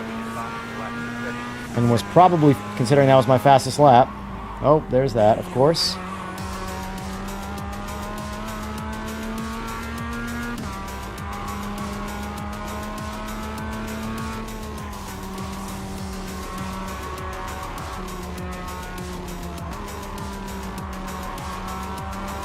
Alright, back to where I was 4 laps ago.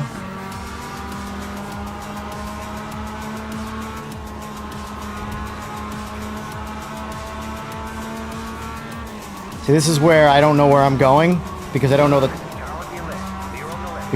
track. So when the AI or the person in front of me is completely blocking my path, I don't know how to navigate it outside of just slowing down and getting off his ass, or in that particular case, hitting him.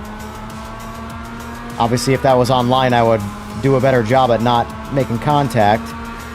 But same scenario applies. If I don't know where I'm going and I no longer can see the road because I'm on someone's ass.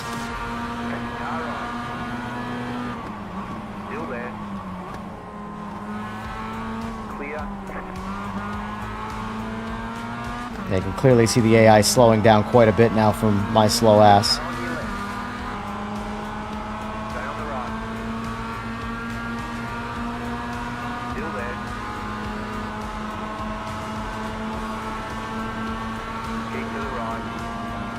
I wish I had more motivation to learn tracks that I don't like. But like, I'm the type of person that if I don't like a track, I won't use it, or I won't race on it, and I'll never learn it. Like, this is one of those tracks that unless I'm forced to race on it, I'll never ever pick this track up. I get zero enjoyment out of it. Whereas I could make hundreds of laps on Watkins Glen and every lap feels like the first lap. Or I shouldn't say the first lap because the first lap's always bad. But, you know, I enjoy Watkins Glen, Canada Motorsports Park. I'm butchering that name, I know. Nordschleife, don't even get me started how amazing the Nordschleife is, even when I do bad on it. Like right now, I don't know, I'm going right. Okay, got it.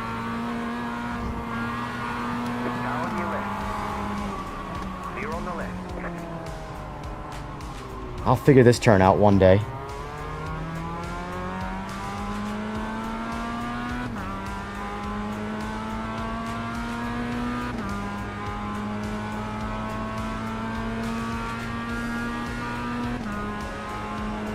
Is anybody in here from the PMR crowd that's interested to see what the new patch brings?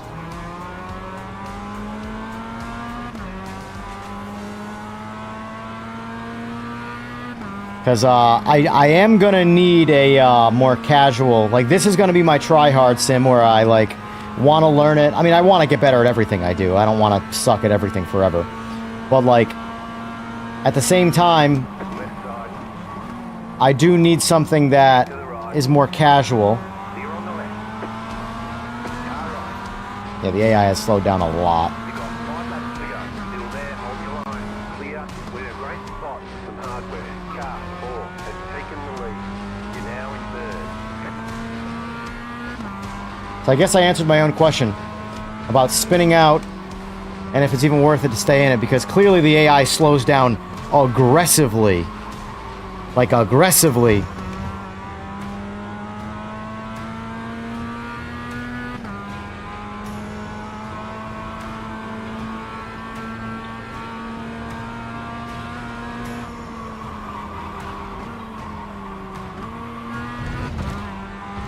Gotta get off the rumble.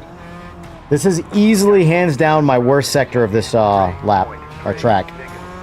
That sweeper there, followed by the hairpin. Like, I have zero idea how to properly navigate that in the current moment. We're getting an optimization patch. There's 1502 is coming out at some point this week, and I will be playing it and streaming it as soon as it does to test it out. Because I do believe, even in its current state, that game does have a future. As long as they finish it. Because once upon a time, I mean, we are... The current way we like games now is we like games to be supported, right? But I grew up in a time where a game came out, and that was the game forever. There was no updates. There was nothing like that. That didn't exist. So realistically, if Project Motor Racing dials their game in and gets it so that all the bugs are worked out, everybody can have a good experience, the game has a place, even without any more features. And it will be played, especially by console players. PC people, not as many people will play it. I'll play it because I'm all about fun. But console guys, you know, there's a lot of potential. So if let's just say hypothetically that Straight 4 supports the game for a year and then abandons it. That a year is a lot of time to make a game better. A lot of time. Well, that was my best one so far right there. Maybe it's because I was talking and not thinking about racing. I tend to sometimes do better when I talk and I'm not focused on the actual race. But, I think if they do a good job with the remaining staff that they have, and we're at all the bad is behind us, right? Meaning the layoffs, the bugs. There will be future bugs that are not existing right now that will get made by accident. That's programming in general. But the fact that I'm in first place right now is ridiculous. The fact thank you for the sub. That reminded me, I forgot to check and make sure that was still working, so I guess it's still working. It doesn't do it all the time. I don't know why. Old Timer 671, thank you. Appreciate it. But I think Project Motor Racing still has a very good chance at being successful. Especially for the console player base. But time will tell at the end of the day. And I am still pulling for Straight 4.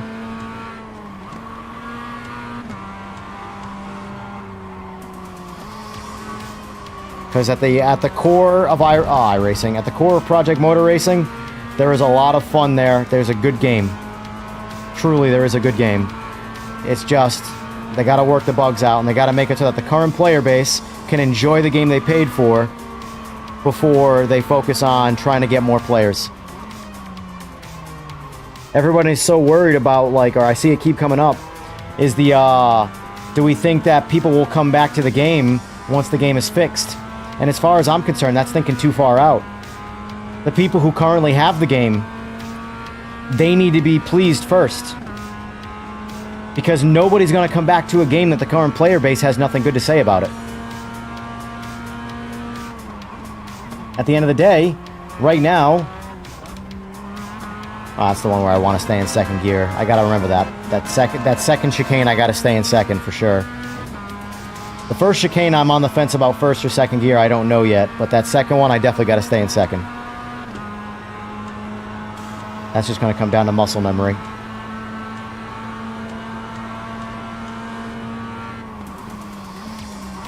This is the one I go in first, but might be better in second. I don't know yet. I haven't had enough laps to figure that out.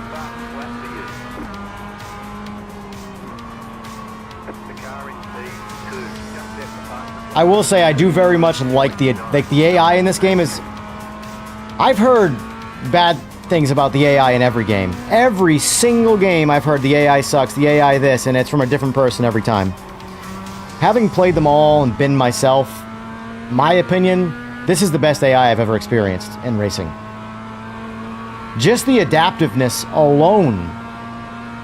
Because like every other game, when I spun out right there, and like it was already in last place, that's an immediate restart. There's no point in continuing. You're not going to recover. And now I'm in second place now because the AI picked up. Oh, nope. He abandoned the pass. But the point is that for the rest of this race now, I'm going to do battle with this guy. Because the AI picked up the pace to match my speed now.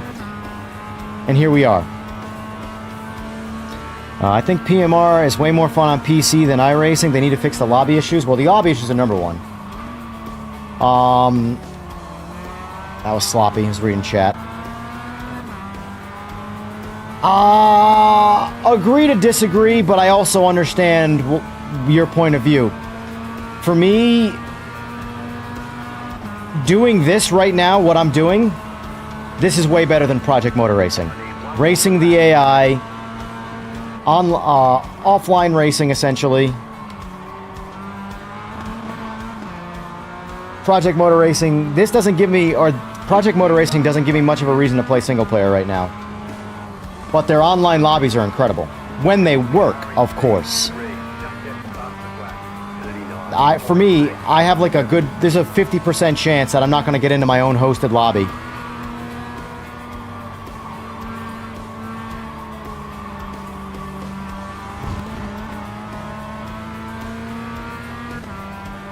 But I think neither one is going to cannibalize the other one. Like, iRacing is not going to put PMR out of business, and PMR is not going to put iRacing out of business. However, PMR will absolutely put PMR out of business if they don't... damn it. It's John West.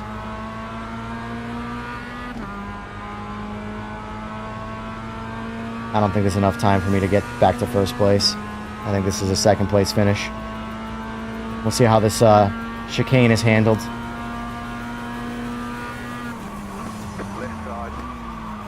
Went deep. Try and aggressively overtake. Oh!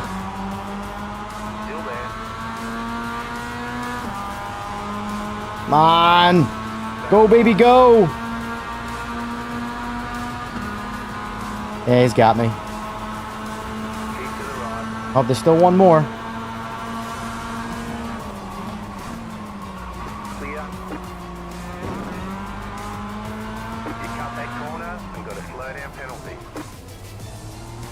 Did I win? Did I make my penalty and then win? That there was the stupid AI. I knew I cut the corner. I knew I was going to get that penalty. But then when I hit the brakes to slow down, they slowed down too. So it certified me winning in first place. Whereas if that was a real race, they just would have passed me at the finish line. Oh, that's funny. I'll take it though. I did not deserve that first place win. At any point.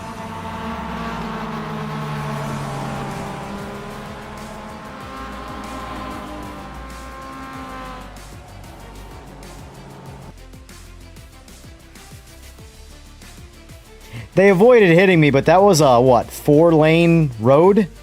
There was plenty... If those were real people, they would have passed me. 100%.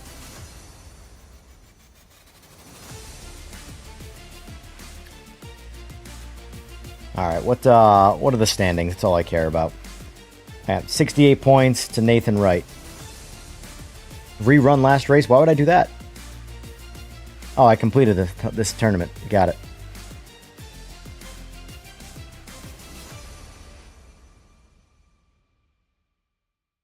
All right, so Charlotte Motor Speedway.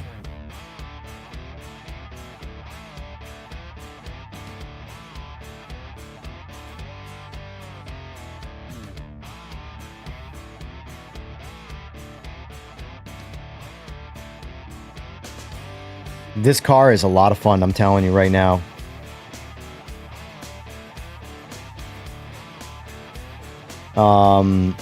This car is incredible to drive.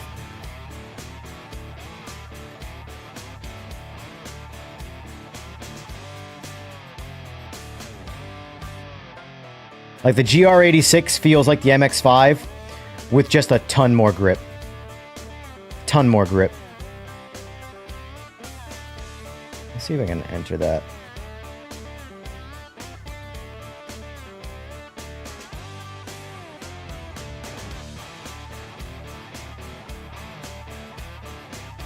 Appreciate that, John. Thank you.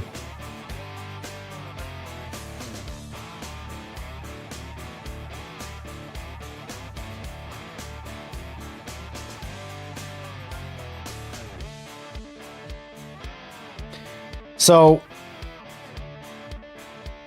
like I said, they're not. These games do not compare. PMR and iRacing. There's a reason why I'm going to be streaming both of them simultaneously. One is not replacing either one. Like for me, like I jumped to iRacing. The good thing about PMR being in its state that it's in right now, it gives me an opportunity to like jump into iRacing, which was ultimately I was going to get into iRacing regardless of PMR. The reality is that my plan is to different days stream different things. So like I said, I want to have a straight up simulator, a Simcade, and an arcade game. PMR is going to fill the Simcade hole, and then I got to figure out the arcade game. Here's the thing.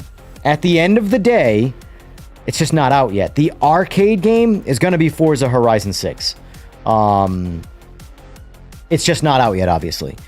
So I'm thinking Mondays, either Monday or Wednesday is going to be the Die Hard day. Thank you for the sub. I appreciate that. John Gordon, thank you.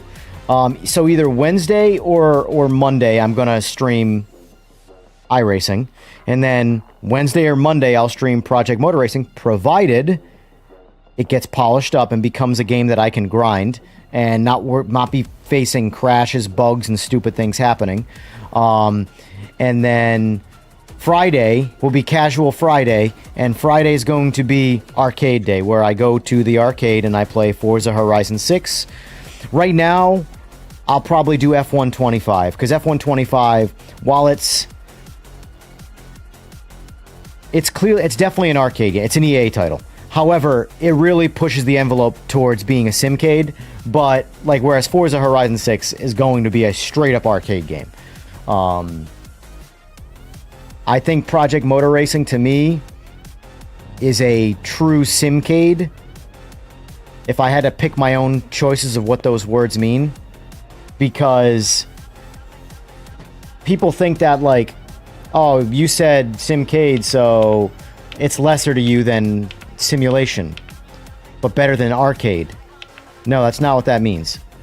It just means its effort into its presentation, its effort, all of that into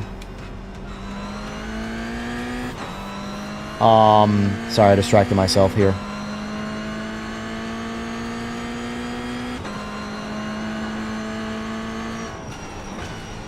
I want to see what I should put. I'm waiting for the auto Newton meter, but although 14 feels pretty good on this car right now. Flippy, if you really haven't driven this car, you owe it to yourself.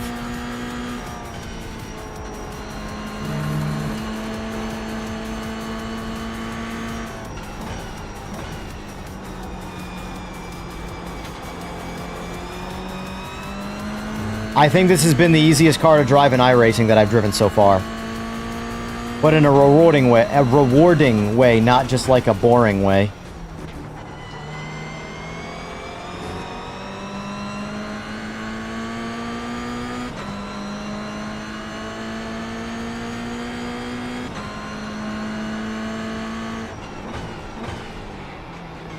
Oh.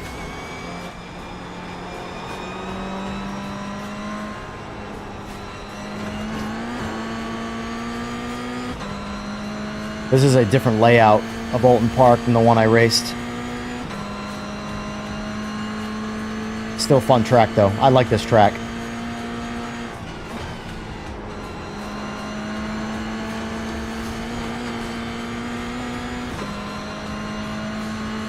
I don't know if it's... I have no experience with it in the past. I've never driven it before. But all I know is what I'm driving right now feels amazing. The right amount of grip, the right amount of acceleration. It feels like a very well-balanced, well-tuned car. Like the MX-5 feels like for how fast it is, it needs more grip. Or at least a better suspension setup with some tuning. But its default state, the MX-5, for me, is a bit too hard to drive for what kind of car it is. Now, I'm guessing it's like that by default to sort of train you to understand the physics of iRacing a little bit better. But like this car, to me, feels like a Project Motor Racing or something where you can be a lot more sloppy with the driving, and it only really punishes your time a little bit. It doesn't really punish your experience. It's just a really fun car to drive. Which makes me want to buy the GTO, the Audi, because those cars are fun. So hopefully this iRacing did a good job with it. Oh. Excuse me, AI.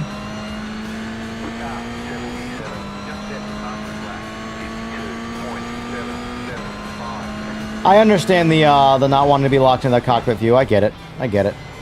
I like cockpit view, but there are times where, like, I also like... So my two go-to views are cockpit and either hood or bumper cam, depending on where they fall on the car. Because some cars, bumper cam is, in my opinion, an optimal viewing point. And then other times, bumper cam is, like, literally on the ground and you can't see anything. And that's where hood cam usually does a better job. But sometimes hood cam feels like I'm on the roof. I essentially like this view with just no car. But I also like cockpit view too, so I'm indifferent to the view of iRacing because it's one of my two preferred views. I hate third person. That's first of all, I don't know how anybody drives that on a wheel. I can do it on a controller, but I don't know how anybody drives third person on a wheel. It's just weird. In F1, I like broadcast cam. That's one of my preferred.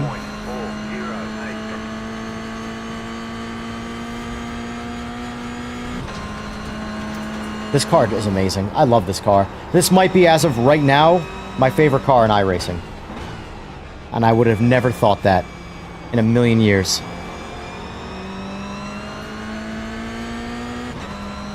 Now let me see, I'm just curious where auto... I'm going to mess this up because I'm trying to do two things at once. Drive and click auto. Where's the mouse? So it reduced it. Got it. Got it.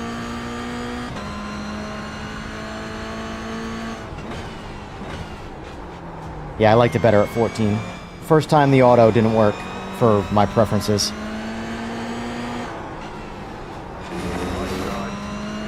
Like a lot of the GT3 cars, I like better down at like 7, which is crazy.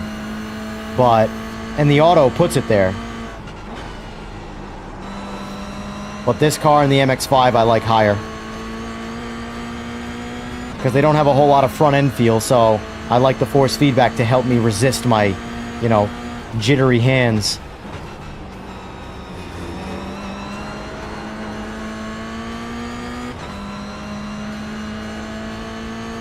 This car drives so... Like, that's what I'm talking about. I was doing this last night for hours. Wasting time just doing pointless laps on this track, different layout, with this car. Just having fun. A good driving car really does... Doesn't even matter about the rest of the sim. If the car drives good, it's all you want to do. And that's what PMR, I think, did really well with a lot of their older cars that nobody uses. And that's the part that sucks. That's the biggest reason I want that game to flourish, are the older cars, the classics. No other game has those. iRacing has a good selection of cars, but even still, they're lacking. They have no Group C cars, which are my favorite race cars of all time. If they add Group C cars to iRacing, I'll never play another sim. Ever again. Where do I make a request?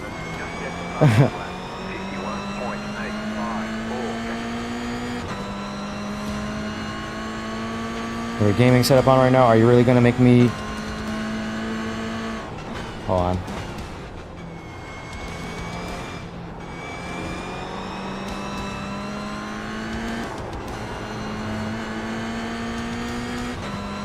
Are you really gonna make me move everything just to try this car? It sounds that way. It sounds that way. If you like, all I'm saying is if you like the MX-5, but you wish it had more grip, this is the car. This feels like if you took the MX-5, you put some good suspension in it, and then put it on some real good tires, now you've got this car.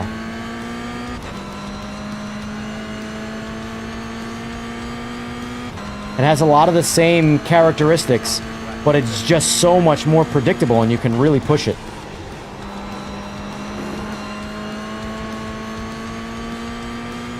I mean, you know me, I'm a more aggressive driver, and I'm definitely sloppier in iRacing. And this car doesn't care.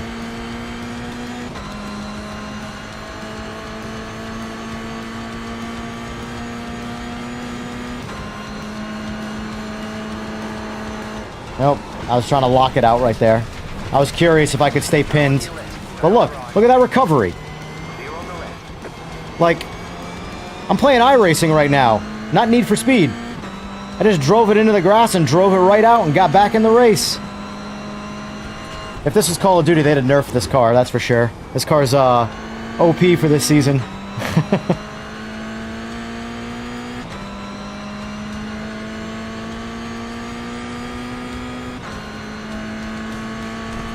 Oh. Looking at chat. This car recovers so well from not paying attention and crashing. Just drive it up on curbs. Look at the watch.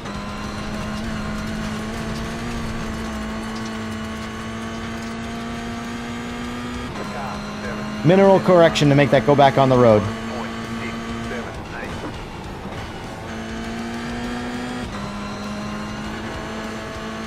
Alright, let's get to the race.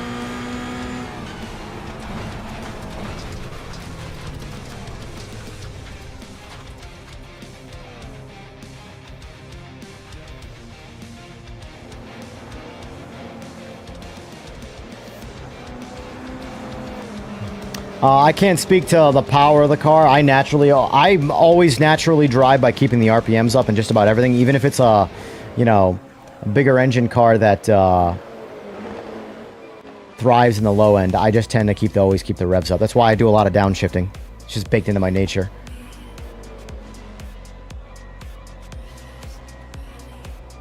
I should say I do a lot of unnecessary downshifting.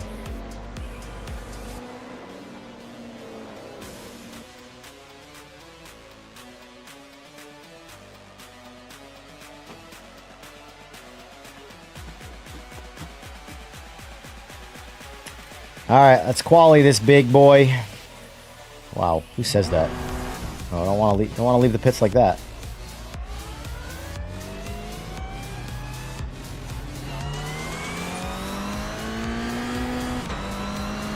No hesitation, no warming the tires up, just full throttle out of the pits. Send it. This, realistically, I know why the MX-5 is the entry car for this, because it's to teach you the physics. But from an ease of use standpoint, this car should be the entry car, because it would get a lot more people into iRacing, because it just drives so good.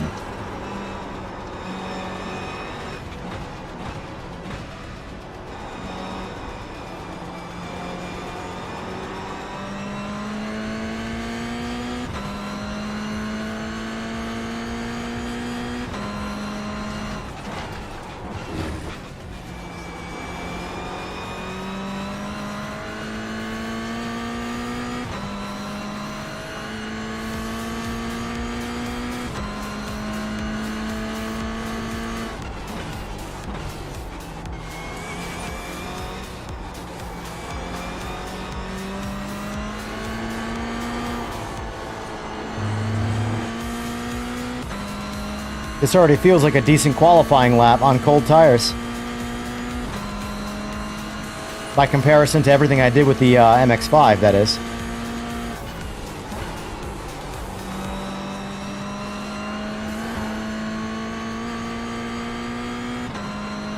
I keep thinking I can cut that corner, and then every time I hit the curb, I realize I can't. Green flag, green flag.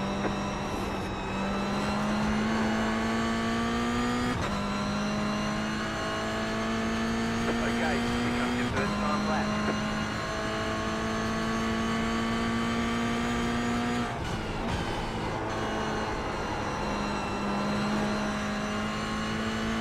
Like, I really want to get into online racing with this car, but I'm currently in the MX-5 rookie class.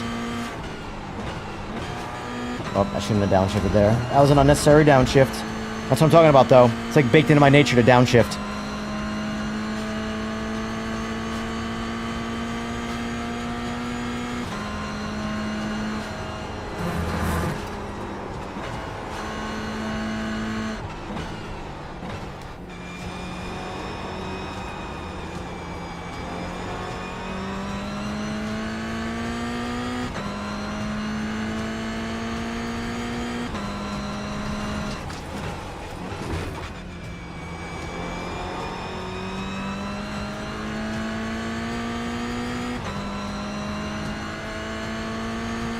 Who knew?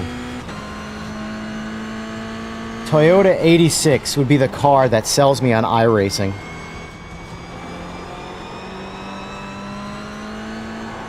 Because that is, ultimately. Last night, this car got me hooked. This car cost me about $150 worth of cars in the store. Unbelievable. Well, cars and tracks, I should say.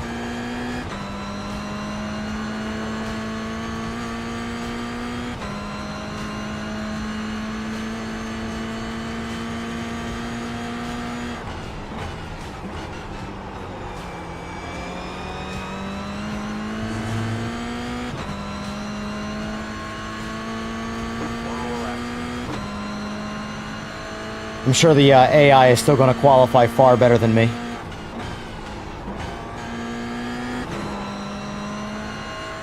Alright, so one downshift right there in a third. Don't go in a second. Right here last time, one downshift. Third. So the first two decels, I only go to third. Front, don't go to second. See if I can remember that. This just coast. And then go in a second.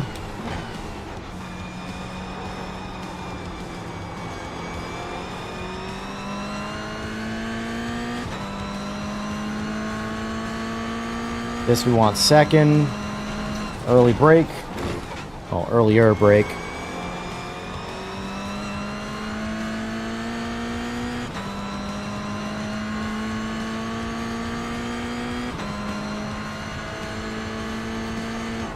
Second again. Oh, too much throttle.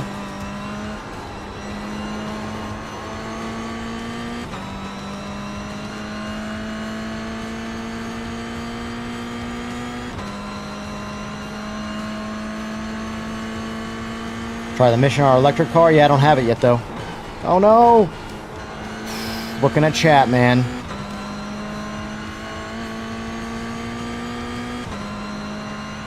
As of right now, the next car I gotta buy is the RSR. Debating if I want to buy a Super Formula, too.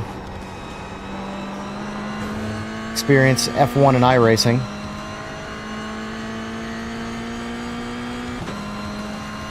Alright, how'd we do? How'd we do? What do we think we got? I'm gonna go ahead and say it gave me last place, right?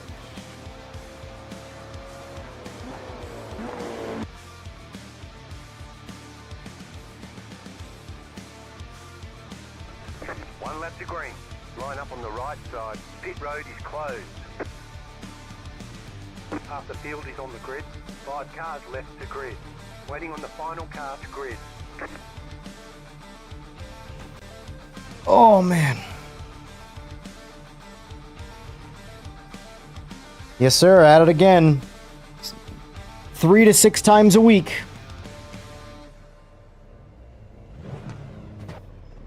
This time we're in iRacing. No regrets.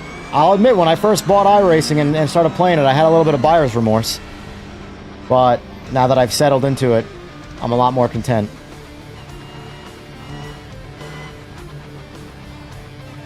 But this is not, don't get me wrong, this is not for the faint of heart. I'm getting some frame drops right now. That's interesting. Must be because I'm streaming too. One thing about a lot of these sim games, man, they use a lot of CPU. And well, they don't use a lot of CPU. They use a lot of one core on a CPU. So it doesn't matter what CPU. Look at that, I just dropped to 90s, into the 90s in the frame rate.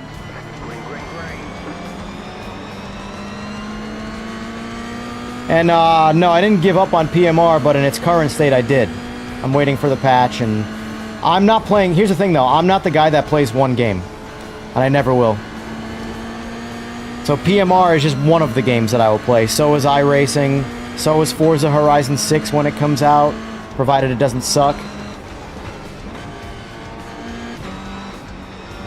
Man, this is gonna be a fun grid to try and get in front of here. Oh cool, my mouse on the screen. Get off there.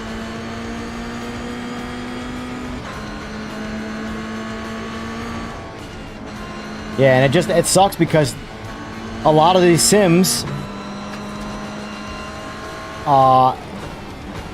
they're heavy on CPU usage, and it doesn't matter what you have for a CPU. You essentially want a one-core processor that's the fastest one-core money can buy. Obviously, you're not going to buy a one-core processor. They don't even make them anymore. But the point is that's how the games operate. They don't... Usually when games are CPU heavy, they're actually not just CPU heavy. They're just CPU inefficient. A lot of good games that people say are not CPU heavy, where they don't have a CPU bottleneck, they're spreading all of the load across all of the cores. So they're able to properly utilize the CPU better. You've got to be kidding me. Alright, first time the AI fully bricked me in a race. In iRacing. How many laps do we have, though?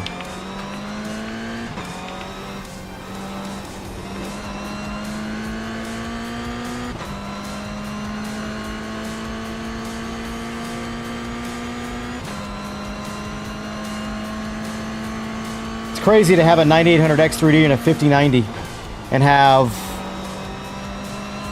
iRacing bog you down. Now I could obviously reduce settings, but I gotta make it look as visually appealing as possible. And realistically is the frame rate drop doesn't bother me. I just see it.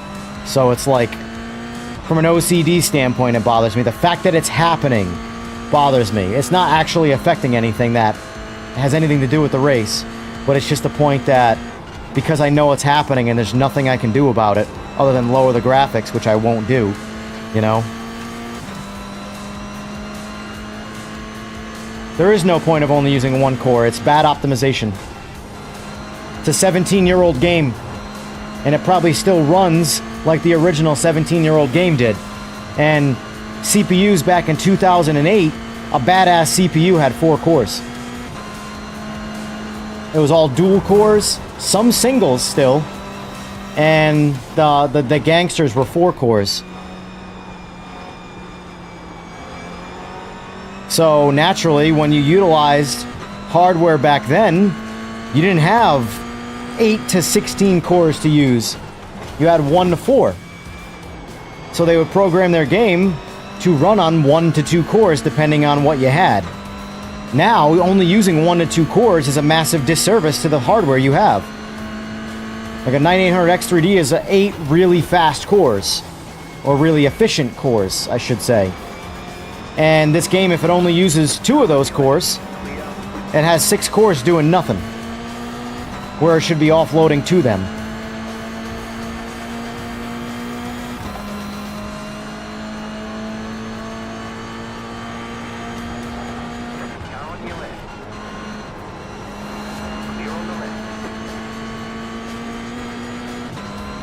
In this race, what, populated 25 cars?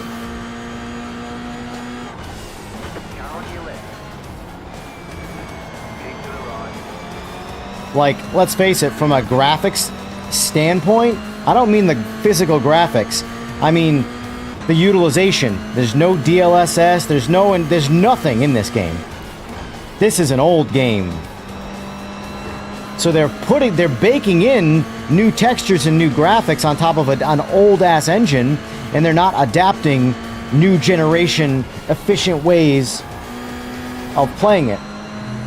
For example, like DLAA, like this game has MSAA, multi-sample anti-aliasing. Multi-sample anti-aliasing is old, and it's extremely inefficient. It does a bad job at stopping aliasing, and it uses a lot of horsepower to do it. DLAA, which is the newest NVIDIA one, which is deep learning anti-aliasing, will look substantially better. It does way better job at stopping aliasing, and you'll get frames out of it. Like if I could turn on anti-aliasing, DLAA right now and turn off MSAA, my frame rate would go up and the game would look better. But because it's using all old technology, oh, I don't know what I was thinking there. Clear. Sorry, buddy. Clear. You've got wheel damage. Oh, I definitely have wheel damage. That's okay, I'm gonna win this race with wheel damage. Clear. Car on your left. Stay on the right. Keep to the right. 4 corners. Clear on the left. Left right. Clear.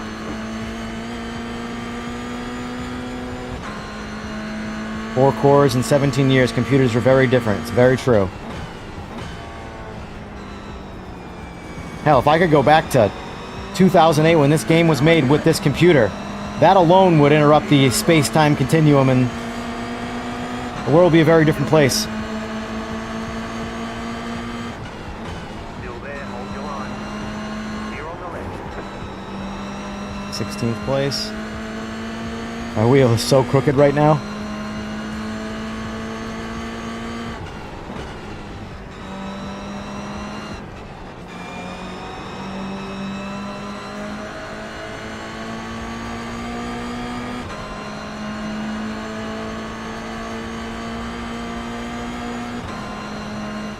Car right. Stay on the left. Keep to the left. Keep to the left.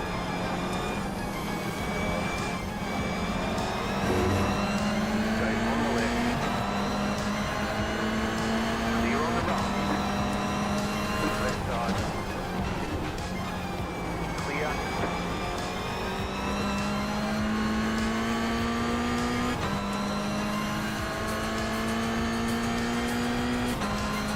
So the Miami Autodrome doesn't run too good on this. I haven't played it yet. I don't have it. I did not purchase. The next car's the leader. Clear on the right. Go left. Car on your left. Keep to the right. With a damaged front end and all, I'm still able to drive this car like this. It's kind of funny. This car really is something special. Still there. Hold your line. Clear on the left.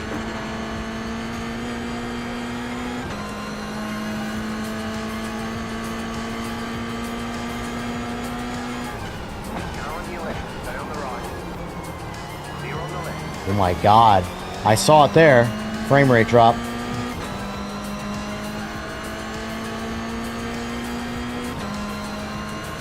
They're in the top 10. Car 77 has taken the lead. So I'm assuming the patch for Project Motor Racing is going to come out. Last time it was Friday morning, so I'm just planning on it being then. But I will say, the next stream I do, after the patch comes out, will be Project Motor Racing. And I'll be exploring that one live.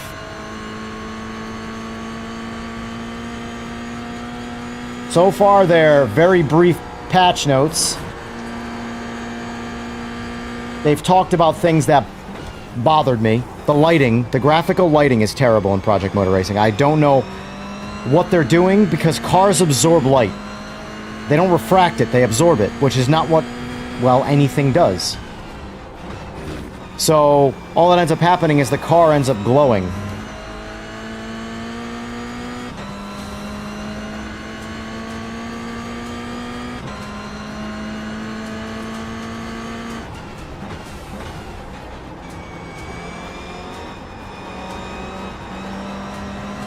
Left side. Clear on the left.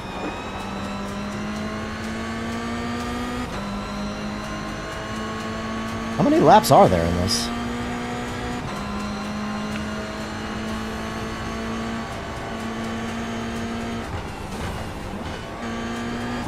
I only got a downshift once right there. Driving cautiously around the AI because I don't trust them. Still there, hold your line. Slow car ahead. All it takes is getting pitted once by the AI, and then I just don't trust them for a while. Stay on the right. Clear on the left. But I would still say that this iRacing's AI is the best AI I've driven against so far.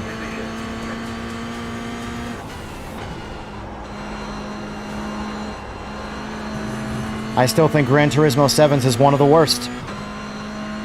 For like a polished AI, I'm saying, I think Gran Turismo 7's is the worst. Obviously, like Rensport, their AI right now is a total joke. But it's clearly not a finished product. I don't see the AI ever changing in Gran Turismo 7.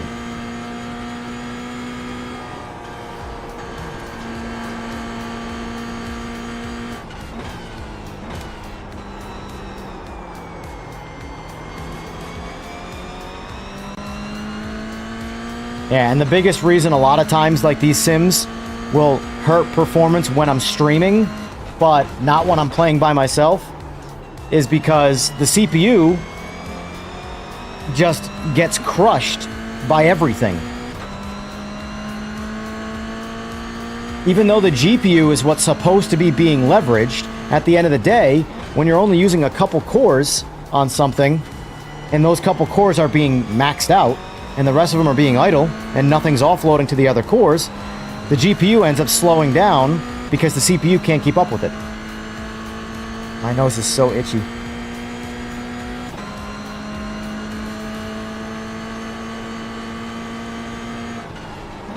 Alright.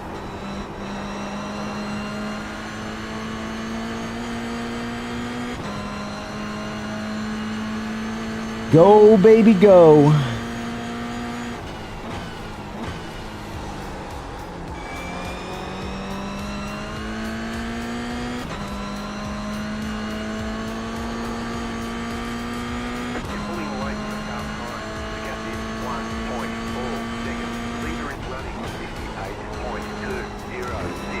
What update on Discord?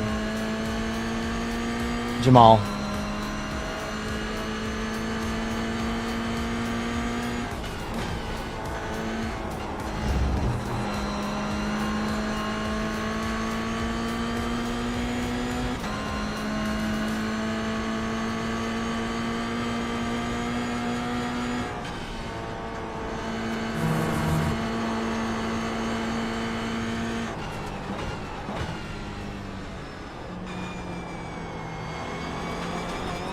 Oh, hello.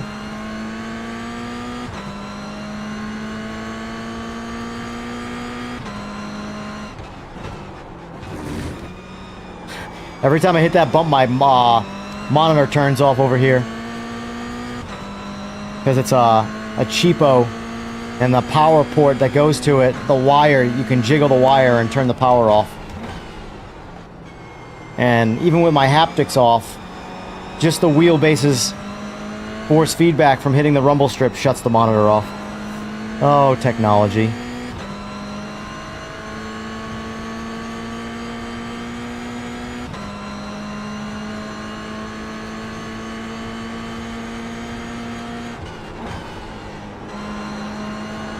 It'd be real nice if the PMR patch comes out today, so I can stream it, do open lobbies tonight and test it out. But,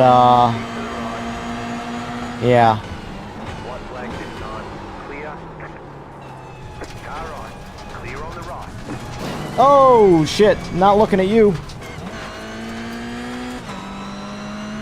Yeah. Clean them wipers. The car in C1. or windshield. Get the fastest lap. 54. Car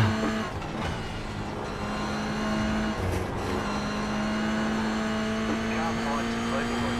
The gap is 1.1 seconds.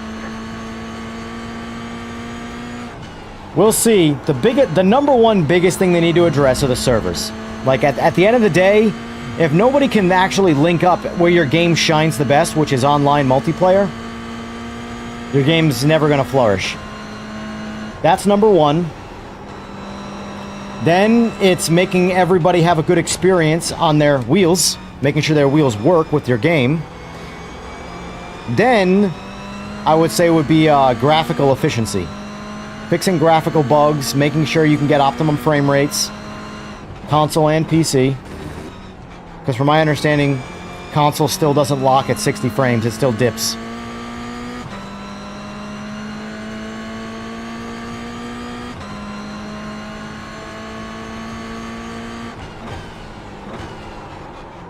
I gotta stop looking at chat, man. Cut the cord. You've got to slow down and give up that time. Yeah, let's go, let's go, let's go! 0.4 seconds.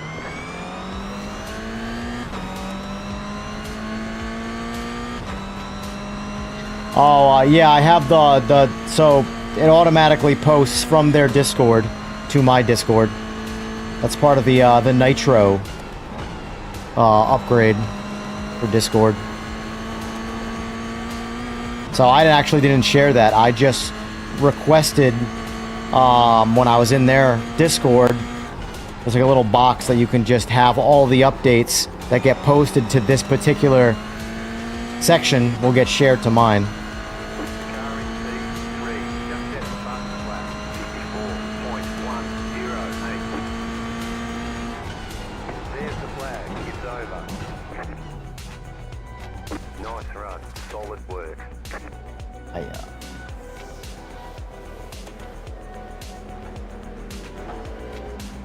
Alright, so 5th place. Definitely could have done better if I wasn't entertaining chat right there. I was distracted.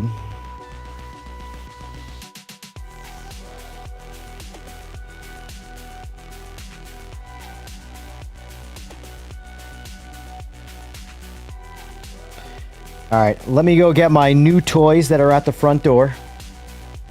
You're all going to be very confused by that. And then we'll jump into an actual real race. What we got?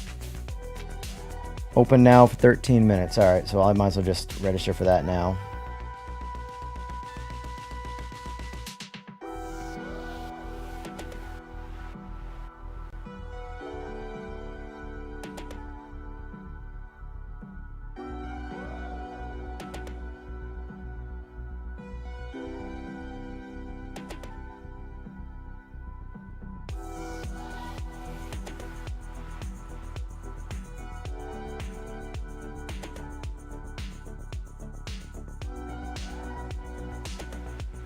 Alright.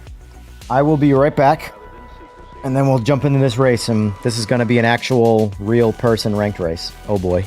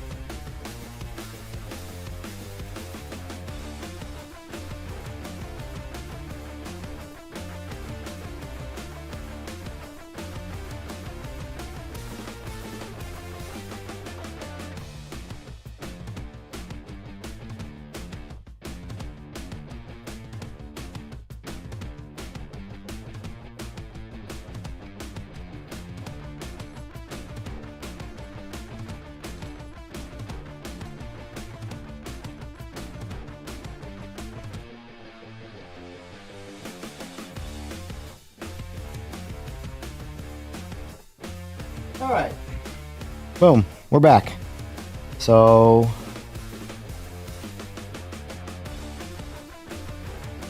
real quick.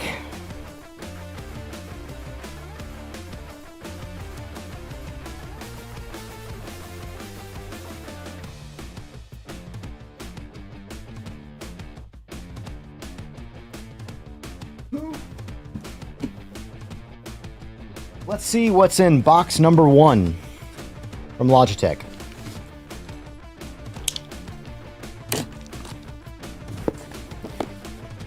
What's going on, Obi-John? We're just doing some unboxing while waiting for this lobby in iRacing. What are we going to have here? Is it going to be amazing?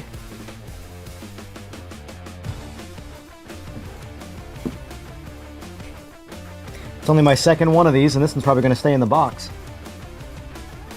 Alright. What do we got in this box? It's a bigger guy.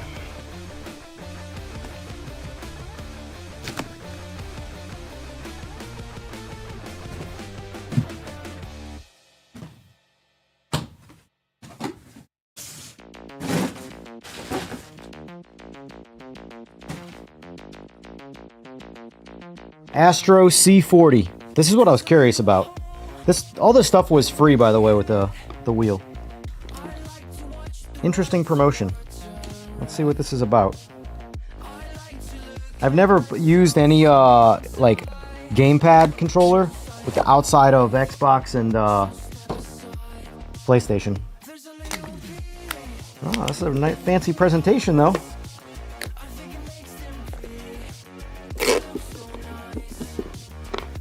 So weird.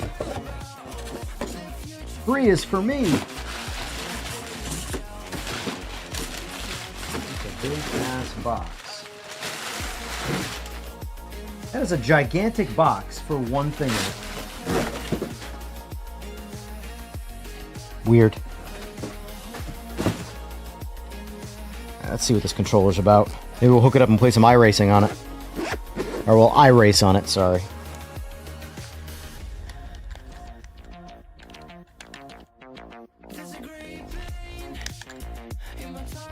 Not bad.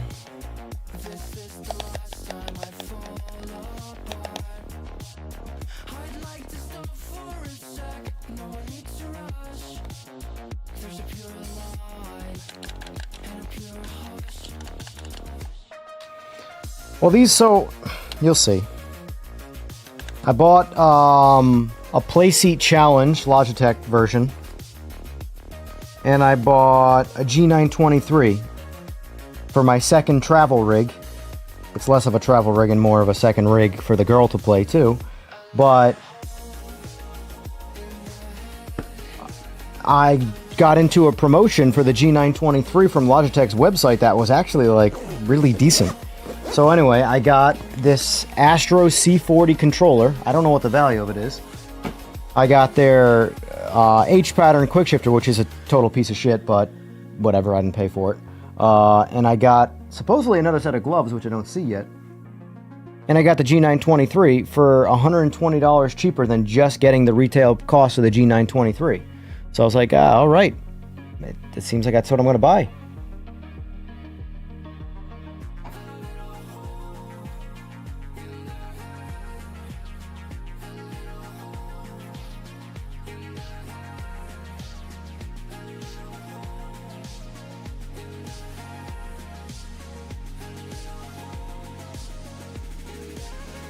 Here's the big box.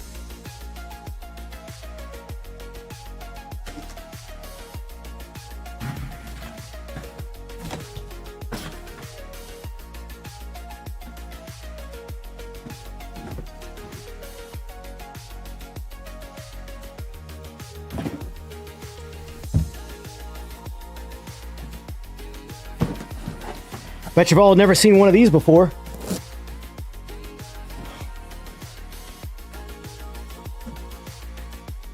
Low key, if you ever go from a G29 or a G923 or any of those and get into a direct drive wheel, do not sell your G923 or G29 or whatever it is that you have.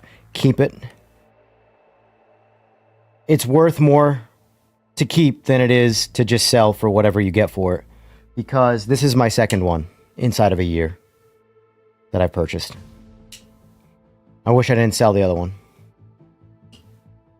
It's just a nice to have. Yeah, they're noisy, they're clunky, they're on the cheaper side compared to a direct drive, but again, they're worth more to keep for their convenience than they are to get rid of.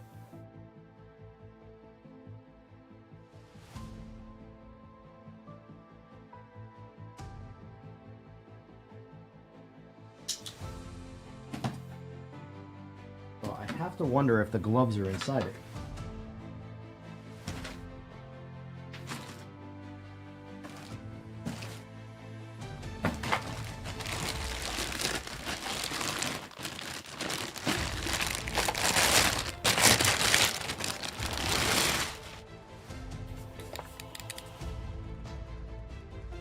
Yeah, I missed this thing. It's weird. It's, you know, by no means fancy. It's definitely on the cheaper made side, but like, I don't know, there's just something about it that's just like, it's almost got like a nostalgic-y type feeling, you know? Like, Super Nintendo, Atari, all the old game systems, they're all junk from a construction standpoint. But man, you know when you pick one up, there's a certain nostalgia. It's kind of like how that is. Anyway, I'll be right back. I got to use the bathroom one more time before this starts.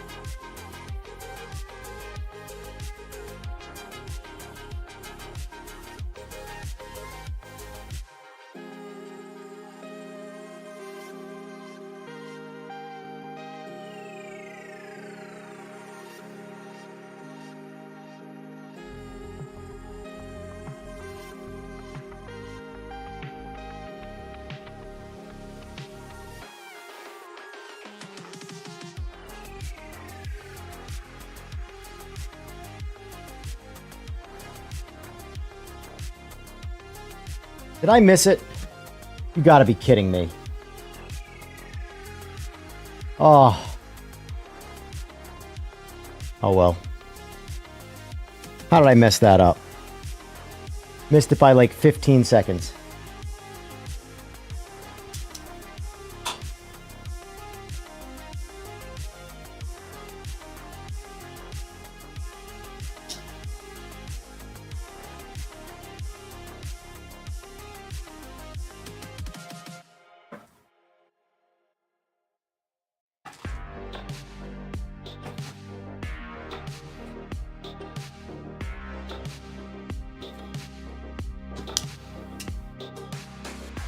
Oh. Yeah, go with the G923, Jamal, seriously. But just make sure you buy into it when it's under a promotion like I just got. It makes it that much more worth it.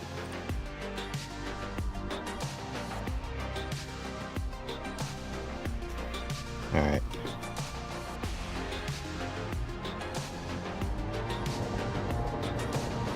Qualifying for your race session is about to begin. Click race on the replay.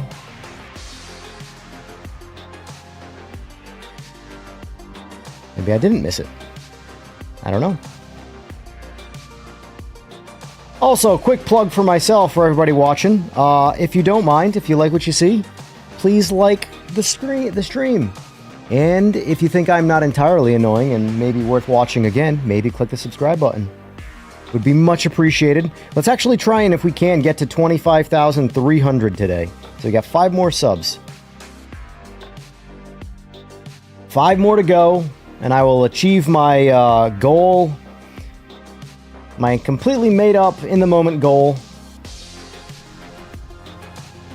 Alright, let's try this out.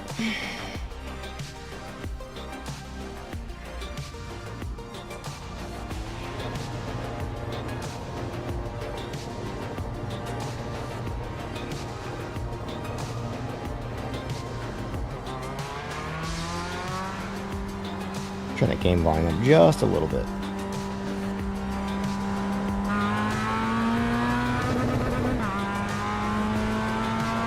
I'm not gonna lie, Clippy, if you're still in here, you telling me you could bind volume control to a button? Oh, that's such a convenient thing to have. The fact that I can just turn the volume down on the game on my wheel. Force feedback and volume are both on my wheel. Incredible.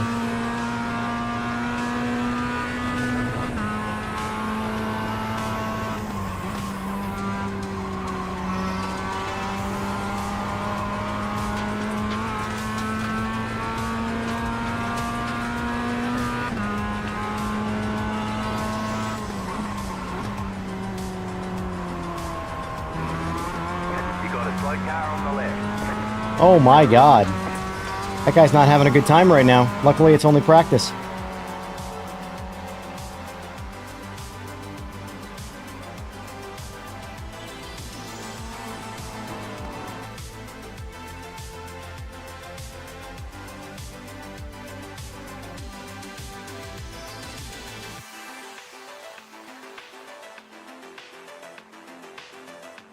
Alright, here we go.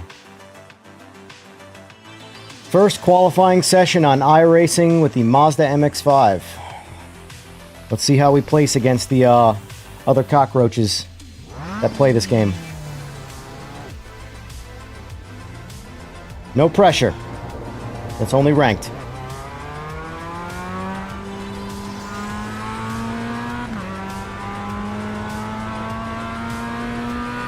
Let's get these tires warm.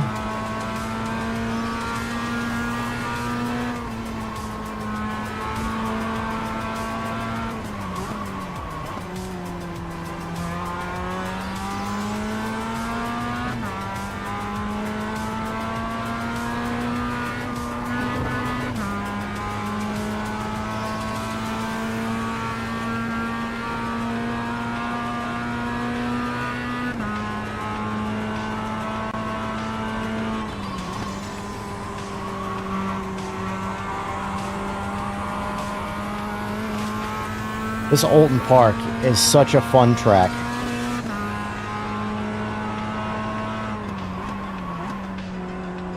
Green, green, green.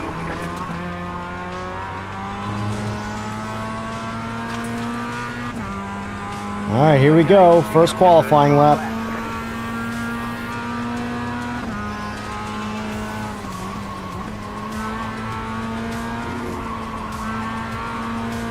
Sloppy.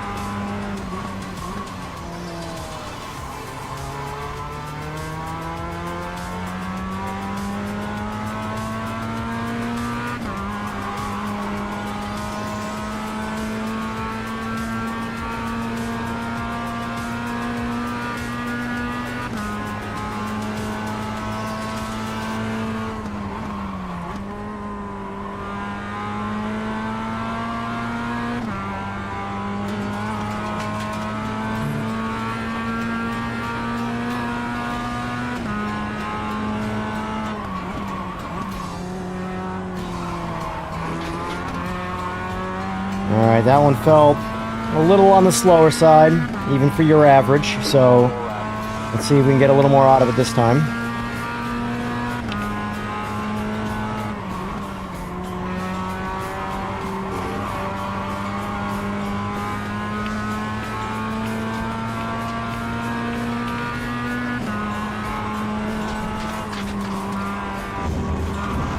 Oh.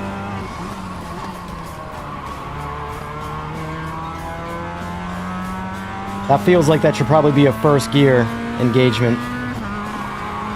Car's a little boggy out of second in that hairpin.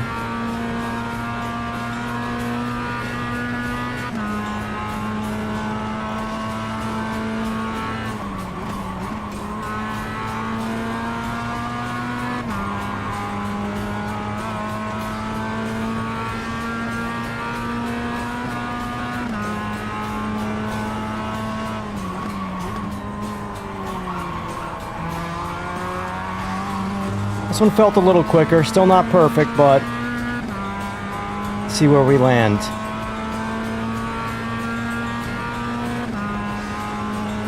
That seemed about the same, it looked like, hard to tell. Alright, so now we chopped the second off, so 108.2. Okay, got it.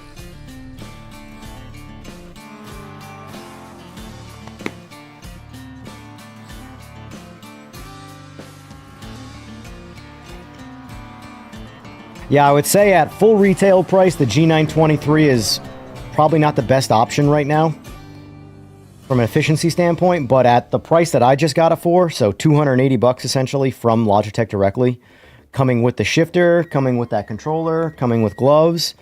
Mind you, I don't really care about the things it came with. Point is, if you do, those are bonuses, but it was still $120 cheaper than retail. So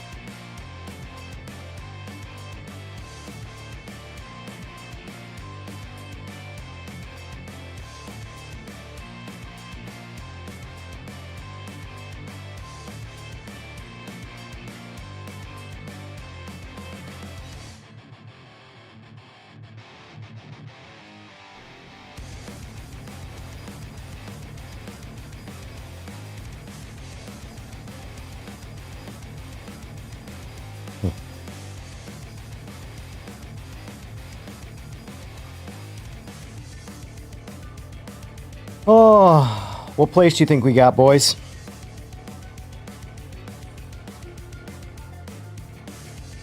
I did 108 on Fulton Park with the MX-5. I think it says right there, 7th. We're in 7th place. Out of how many? I don't know. Total grid's 20, but I don't know how many people are in here. If it's only 7, that sucks. Let's see. I was at least 14. Oh boy. Oh boy. Oh boy. Oh, oh, oh, oh, oh. Yeah, it's it's coming, words are hard. Same discount, yes, but it doesn't come with the gloves, the shifter, or the controller. You have to get that specifically from Logitech directly.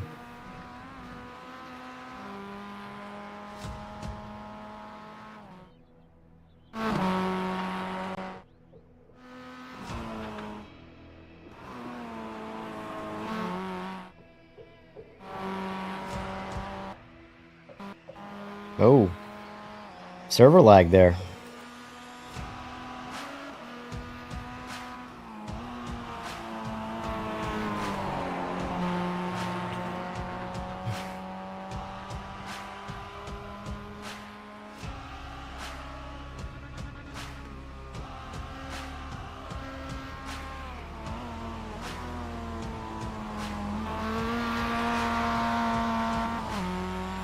So, how is the current sentiment for Project Motor Racing right now? Are we feeling good that it's going to be pretty polished in the next patch, or we think it's going to be one of those like one step forward, one step back things where they fix some things and break some other things?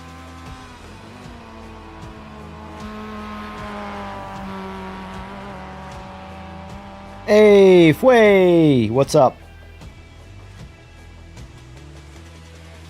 Alright, time to grid up. Race time. Alright. No pressure. The estimated SOS You know what? is 1,305. We're getting the gloves on. Taking this serious. Clean. The DNF Super today serial. would hurt our points a lot.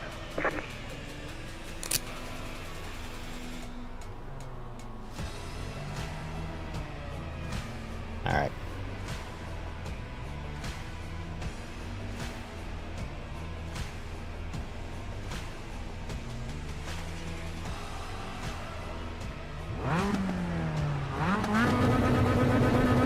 Can be that annoying dude who just sits in the limiter the whole time in the lobby. Like almost everybody in Project Motor Racing.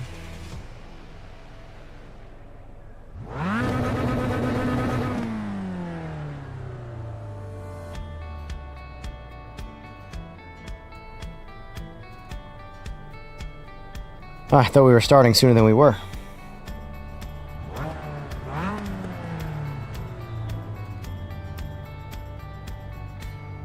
One thing I wish that, well, there's a good amount of people behind me, so I didn't do too bad. Let me see what the standings are. So I got 7th place out of 20, but 15 looks like they actually tried.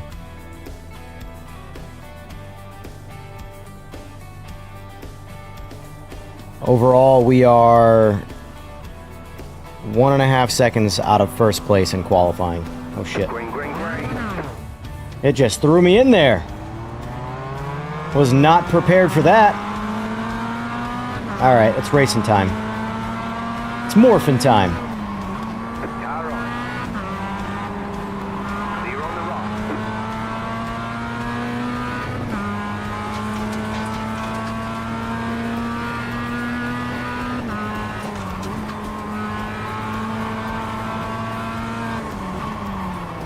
Left side.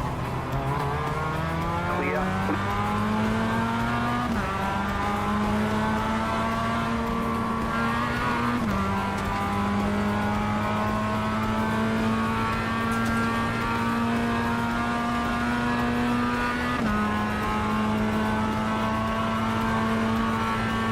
Oh, I don't know what I was doing right there. That was sloppy, though. That was sloppy.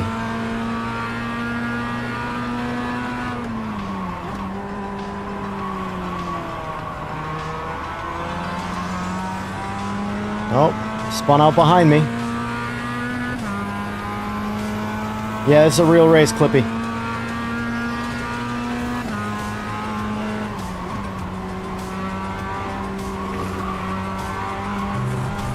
I already made one big mistake. I don't know what I was doing there, but...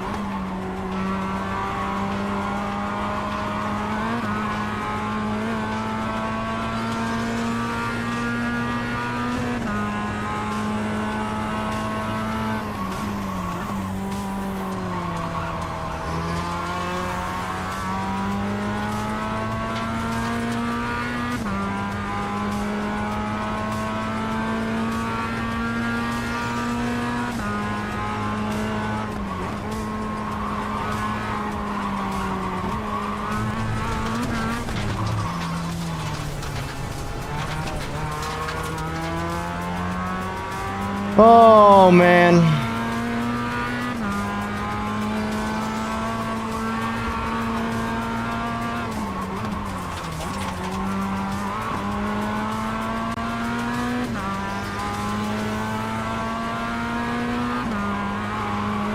There's nothing more painful than being slow at driving a slow car. Like, it really is just like a total attack on your dignity and your pride that this slow pile of shit gets the better of me. You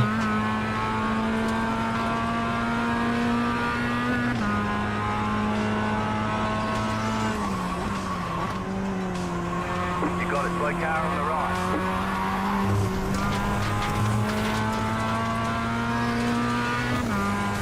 Alright, it's at least a race with the 7th place guy. The car in P6, just at the fastest lap. 7.554. Let's see if we can go get him. Taking the lead.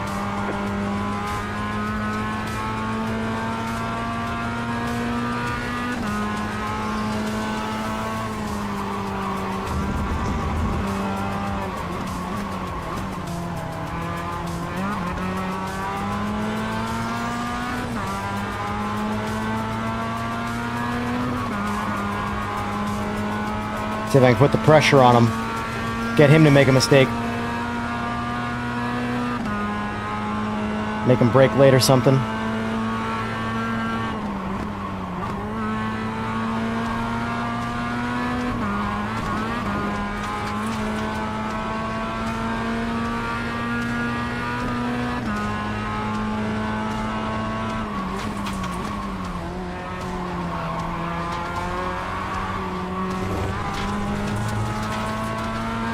It's a battle. I gotta figure that last turn out. I don't know if first gear is where I want to be or not. I feel like I'm right there in the middle. I need 1.5.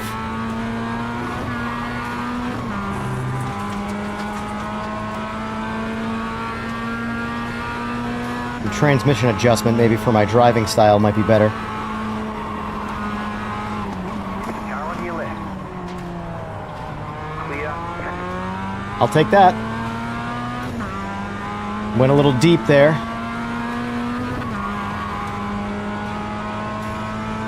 Thank you, sir, for bowing out and not just pitting me. I appreciate that. Feels nice to drive with people that aren't kamikazes. Slow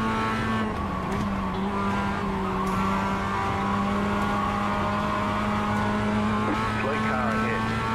You got a slow car on the right. Looks like we had an incident over here. See if I can make more ground. Slow car ahead. Oh, what's going on there? Let's just get in front of them, pretend that didn't happen.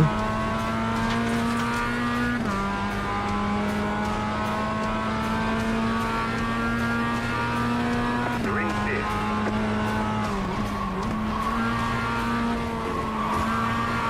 Stay in third right there. Stay in third and just find the better line. This right here, I think I can pretty much stay at wide open. Just cut it in a little bit. Ah, lift right there. Oh, butchered it though. Car right. Clear. All right, take it back. Take it back, that's fine. Just give me something to run for.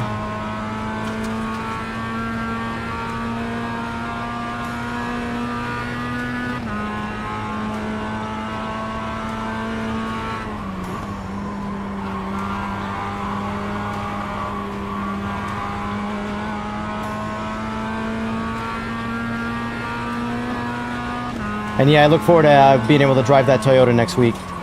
That car is gangster. It really is. 7.275.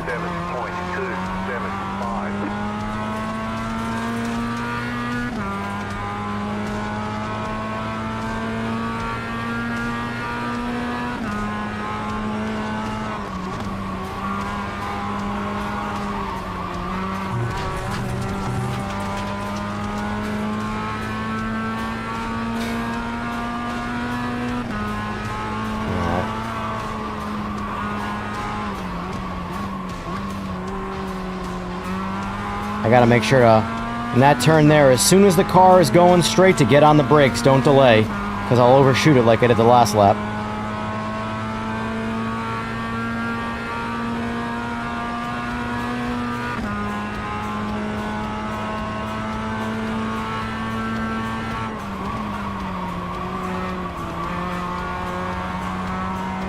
I really felt like break sooner but less, stay in third, or break the same and grab second.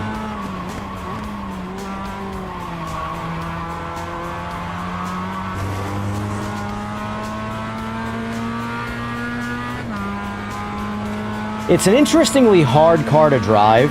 I can see where, like, people who have lots of hours in this like driving this car, because this is definitely a car to master. It's not an easy car to drive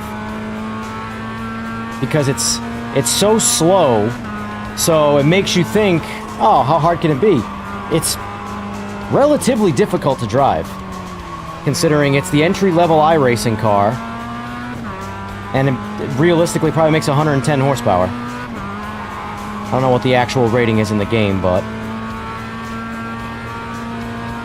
there's definitely an art to driving this car. An art that I don't have.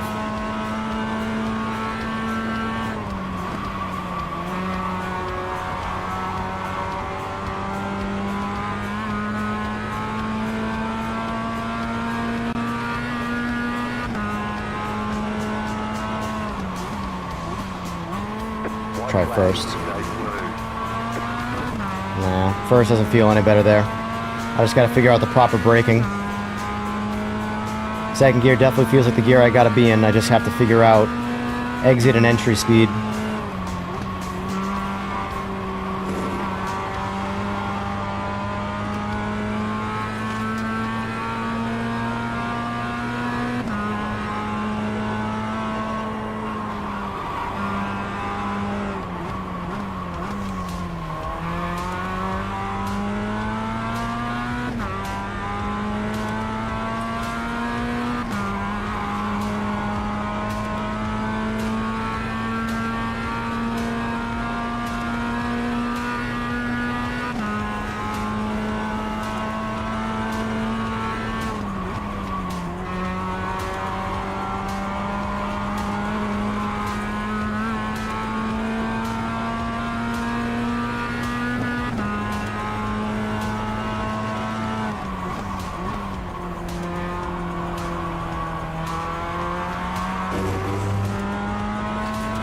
Not bad.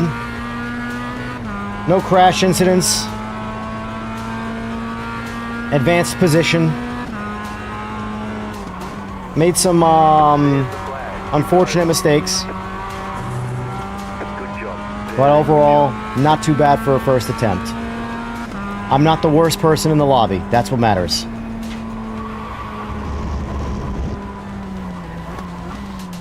Let's get off.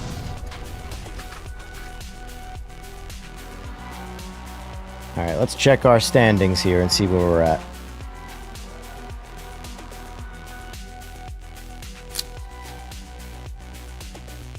What? Did that count as a forfeit because I backed out?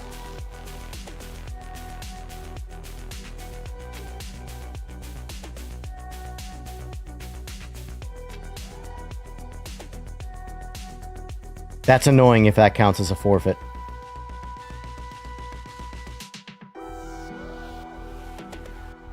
I thought that was supposed to quit right there. To get back to the standings. That's unfortunate if I just got... As long as I crossed the line? Okay. Oh, okay, here we go. It just popped up. Whew. Safety rating change! Yay! I'm better than I was prior!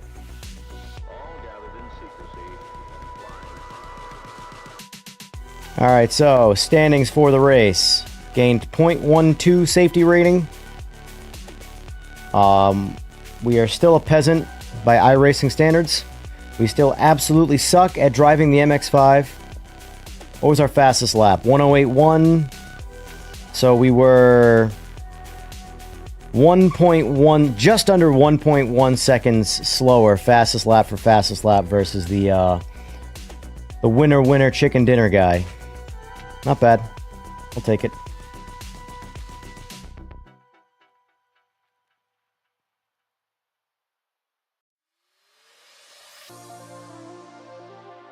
So, how do I get out of rookies?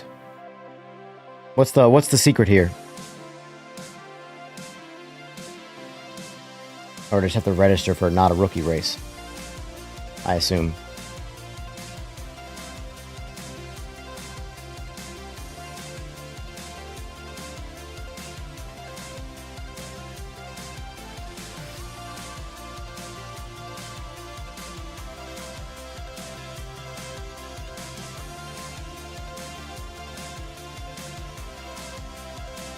Gotcha, above a 4.0. Got it. Don't crash and stay on the track. That's fine. My goal is really to only advance my position and obviously learn. Like, that car is... I don't want to say I dislike the MX-5. It's clearly like a master's car, meaning like... for example, Clippy was working me around in it yesterday like it was like daycare. And I'm, you know, doing a poor job at giving it all she's got, and he's like letting out of the throttle in the straights for me to catch up.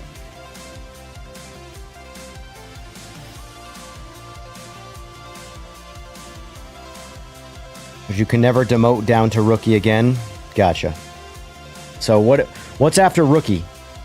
Where are the tiers? Can I see the tiers?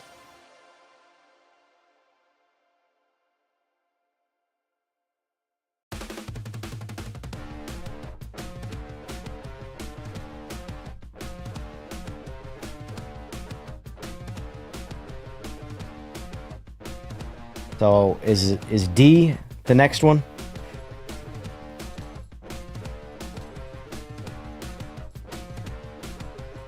Click your road racing on the right.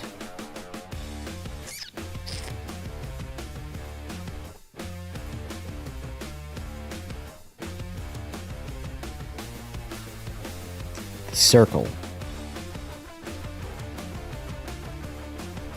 That's oval road. Why don't you click? All right, here.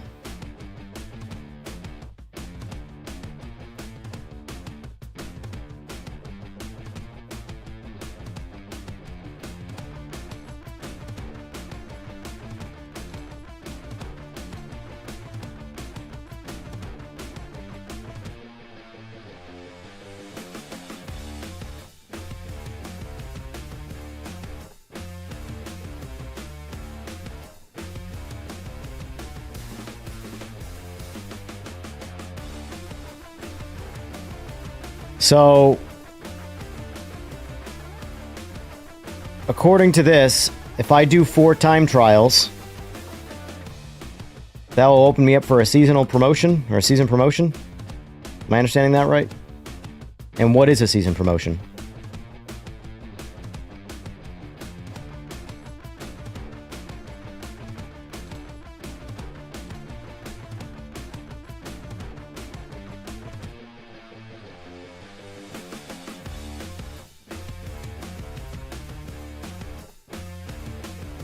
Course.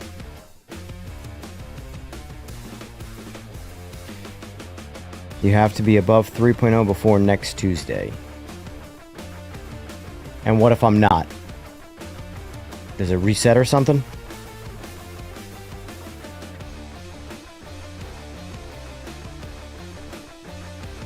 Participate in X number of rookie level races, maintain minimum safety requirement, and get promoted.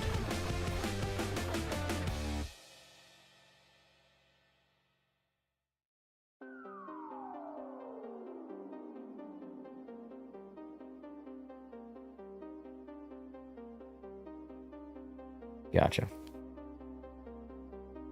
So, should I figure out how to do the time trials, or should I just keep racing this race? Which is, so far it looks like the only race I can do is this track. Am I correct in saying that, or do I have a choice?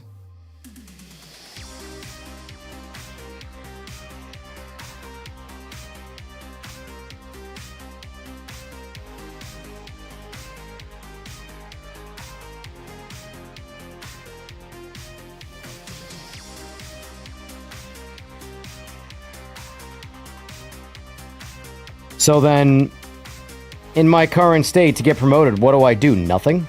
I just go do something else? And I wait till Tuesday to get a promotion? Am I understanding that correctly?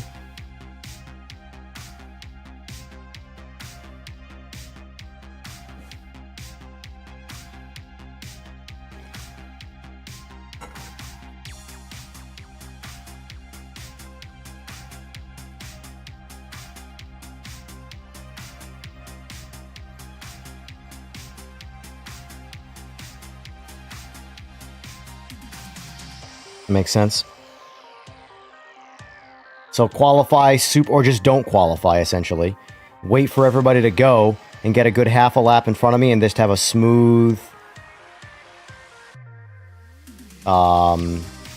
participation, essentially.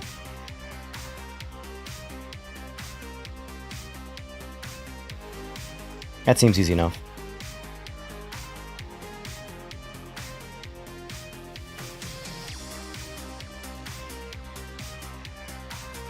Well, I can't affect my iRating right now anyway, so if all I have is SR, I might as well do it the easiest way possible.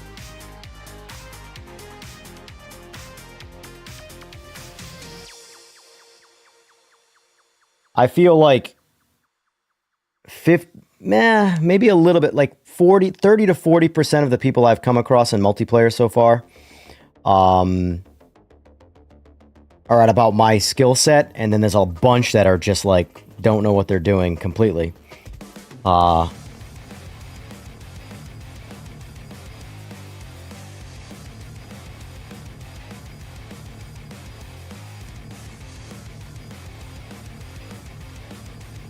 mean, I would rather make laps and take my chances not getting the maximum safety rating as possible, because I do want to learn how to drive these cars. But can I change the track, or am I stuck doing this car on this track until I'm license level D, or whatever you want to call it?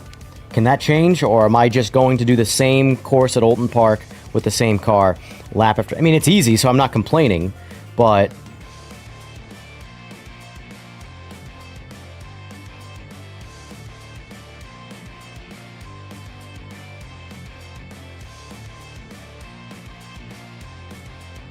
I'm not a Lime Rock. I like Alton Park better than Lime Rock for sure.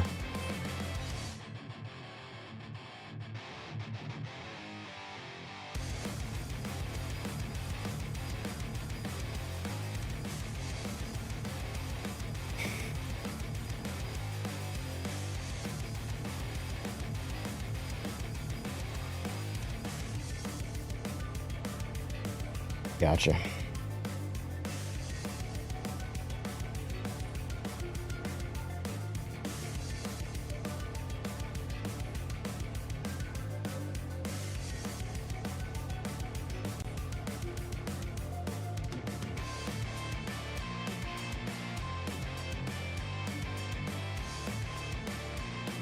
How would I switch over to Formula and... Oh, well...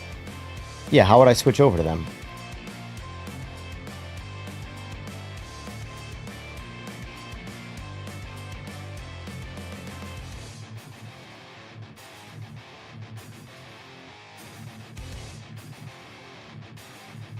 That's how.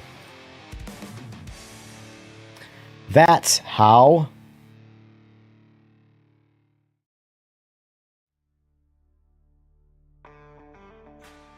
All right, let's see. I feel like, let me try some Formula. I need a quick break from the, that's oval, that's oval. This is Formula. What do we get for cars? I assume this is the only car I can use again, right? Unavailable. I gotta withdraw first.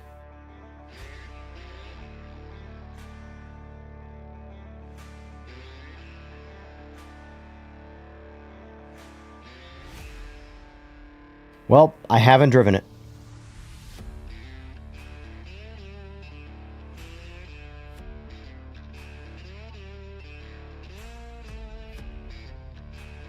If you lift in braking, the rear end will snap so fast, all the weight is in the rear. Good learning. Awesome. Can't wait to struggle.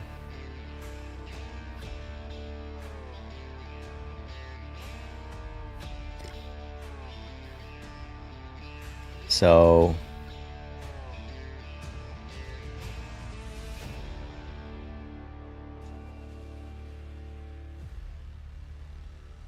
Well, if I'm going to hate this track, then I'm not going to do it. That's where I'm at.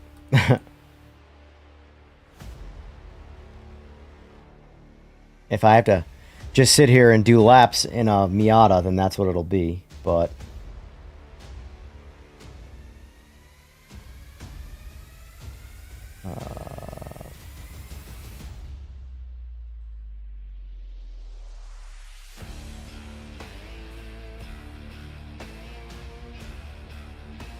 here we go.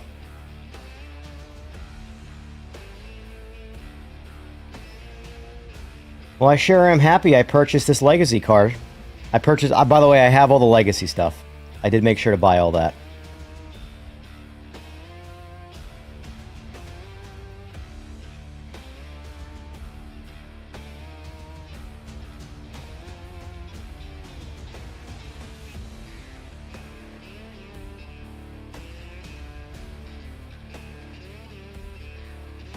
Let's just do a quick double check here and see if Steam updates Project Motor Racing.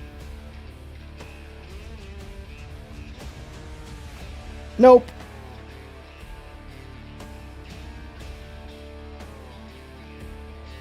All right, let's join up and do some practicing, because I'm gonna need. I've never driven this car before, so. Yeah, I bought all the Legacy GT3s, all the Legacy stuff. I want, since they're all cheap, so. Do we know it's going to land Friday, or are we just going based off of that was when the last patch came out?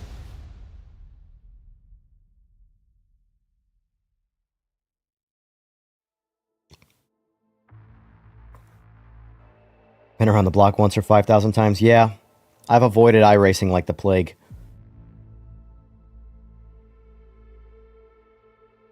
I've been out in them mean real streets doing the real thing, just with motorcycles. And some cars, actually, since '08, yeah, cars. You sent an email and Alex said Friday. Gotcha. It'll probably be like the same time as last time. Remember, last time the patch went live 5 minutes before I went live, so I had to change up my stream last minute. Alright, let's see how this car handles.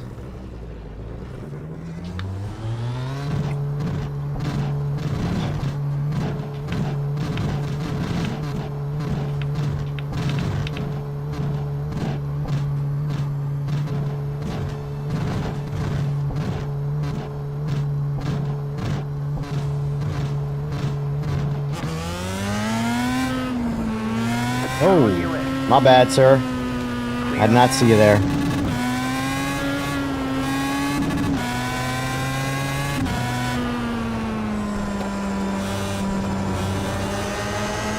Just testing out the grip. I don't know why I'm getting a bunch of stutters. Come on, iRacing. You're like a 72-year-old game. Oh, wow. There is a lot of... Woo! There was a lot of force feedback and braking. Holy Mary, Mother of God. Let's try this at wide open. See what? Nope, not gonna do wide open. She would not like that.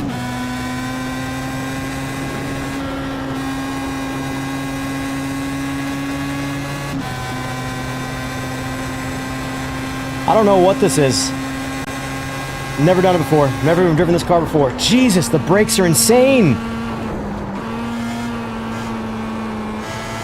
I don't know why I'm getting such heavy frame loss right now. Oh, there's that.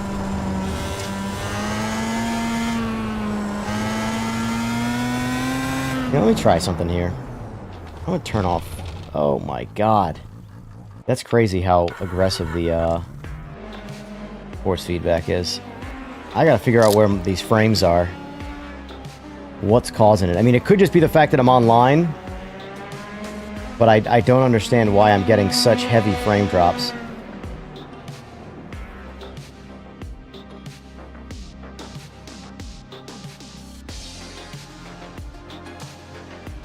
Turn off foliage. That will save some frames, I know that. Turn off SSAO. I don't need that on. That's just...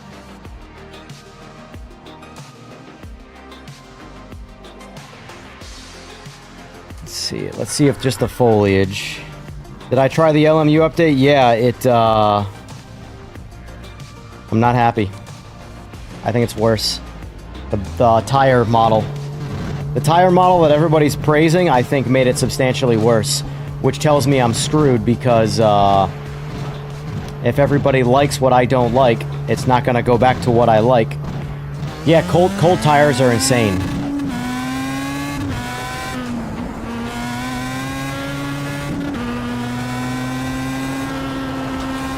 Yeah. Frame rate's locked now at 144 with turning off foliage. So I'm assuming foliage in this game is completely rendered by the CPU. That'd be my guess. God, the brakes are ridiculous. Slow down. Like, I gotta learn how to drive this car because of the brakes. It stops. It's not a stopping problem. It's a force feedback while stopping problem. Actually, what's the auto? I'm curious. Let's see what auto sets it to. It lowered it to 9 from 14, so maybe that'll help me. It literally was shaking my whole rig when I hit the brakes.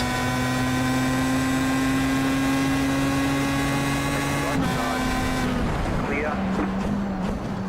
Car right. Clear on the Need to right. use Myra? I don't know what that is.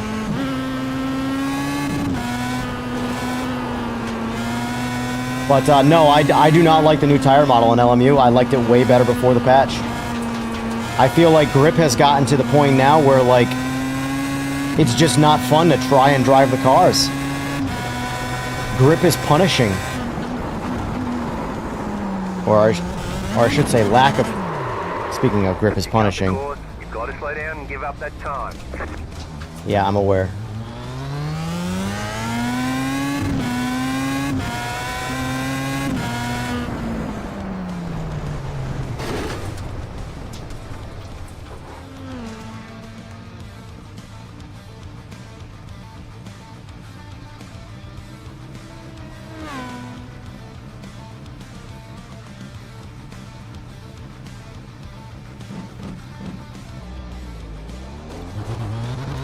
Pick up the course. You've got to slow down and give up that time.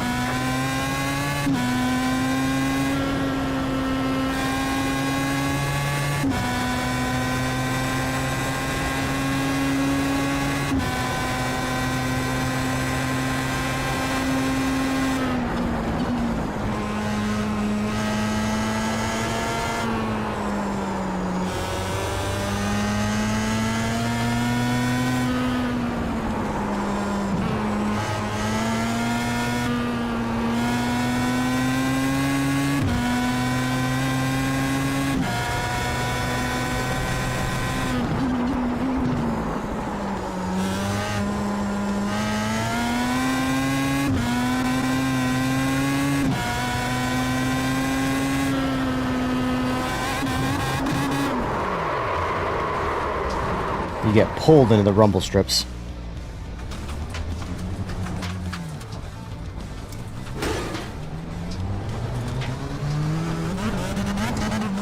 Oh! Oh, there's not enough mirror.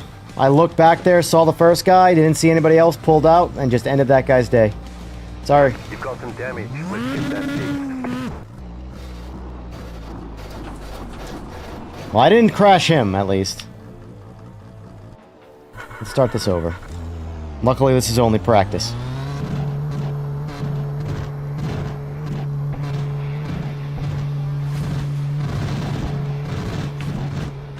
What's the relative black box? Gotcha. Yeah, because I looked in the mirror there and saw the first guy, waited for him to pass, looked clear, pulled out, and that guy was there in a fraction of a second. Left side. Clear on the left.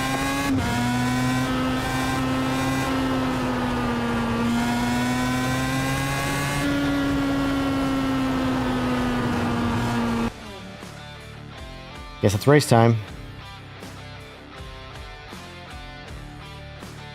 There's a lot of guys. This is my first time playing iRacing. There's a lot of things I can do.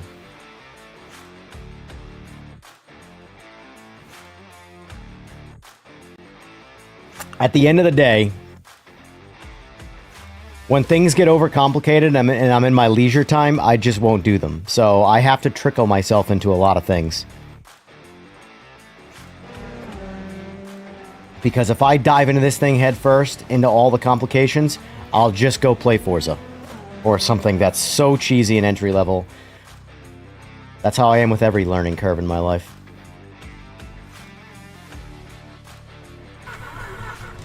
Alright, so what we found is foliage. I mean, I knew that already, but I didn't think it was gonna... It was fine, single player with AI, but online lobbies, I don't know if there's a server ping issue or what, but...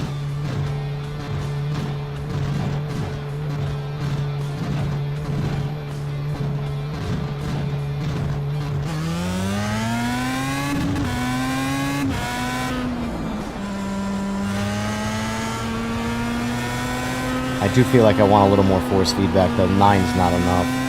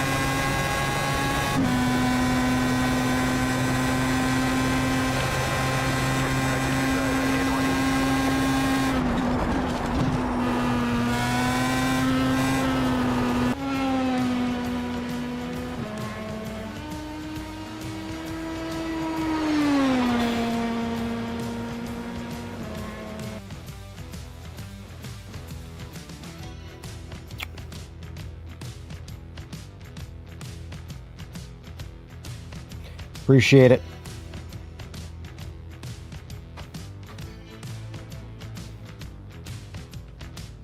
Yeah, there's a lot to learn. All right. So I'm just gonna take my time driving this thing around the track.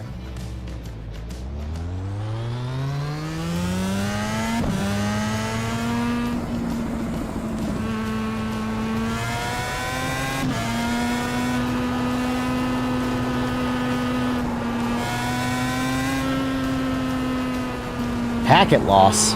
Please stay away from me. You guys can't see that because my face is in the way, but I'm getting packet loss right now.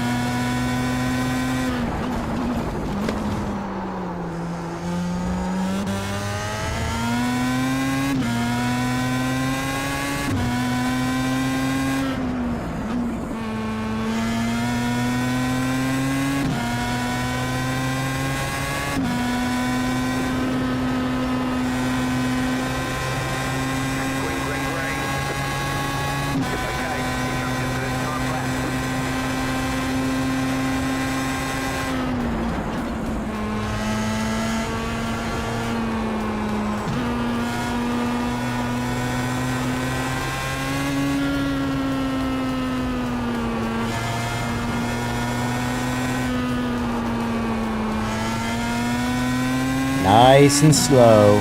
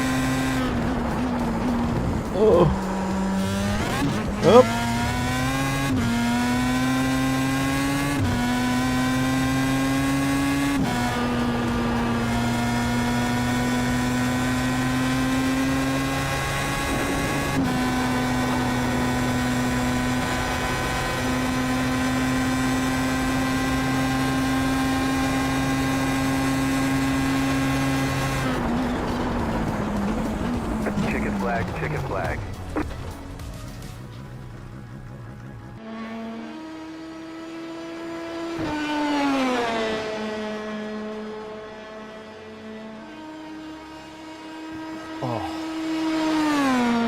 Oh, why I'm getting packet loss.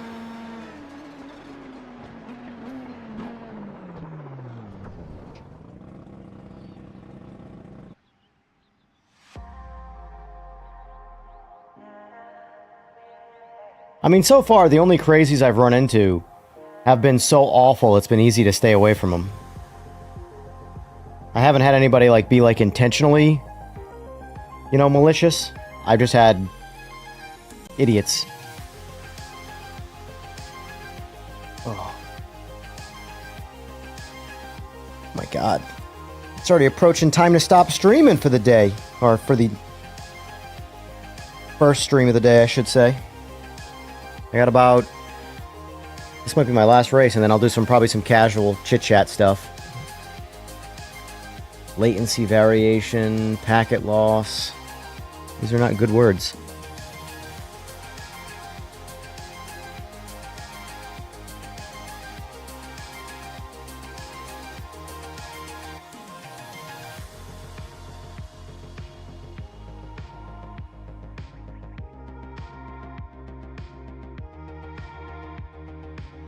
Guys trying to take lanes that aren't there, yeah.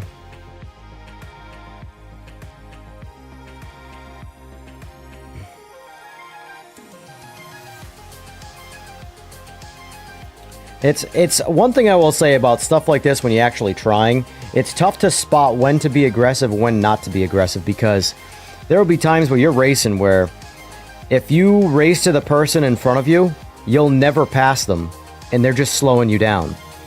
So every once in a while, you do have to sort of, you know, take a line that's not the best line and be aggressive and take a chance. Now, I'm not saying take a chance on hitting them, but if they're not paying attention to you, there's a good chance they could hit you when you're passing them. I did that once in the MX-5 race. I got lucky. I overtook someone on the inside on a hairpin turn, which normally you really can't do that, because that without contact, they're gonna repass you from having more exit speed. But in this case, this guy was too slow, so I was able to be aggressive without contact and take him on the inside and stay in front. And then he gave it up.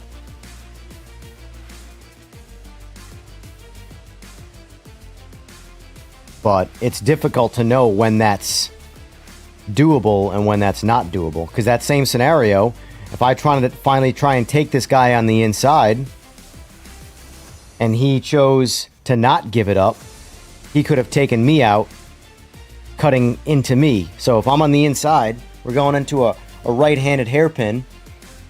If I finally say screw it, I'm going to do this, and he goes wide and he comes out with more exit speed, he could just pit me out of the way. But he chose in that scenario to just give it up, which is what I was hoping for, and I got lucky. Because he was being too cautious, and it kept slowing me down.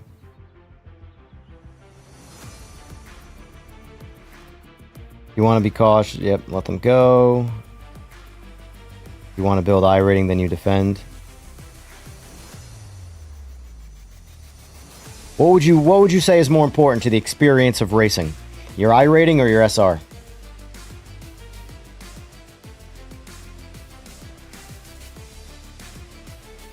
Like, what would get me into experiencing more in this game?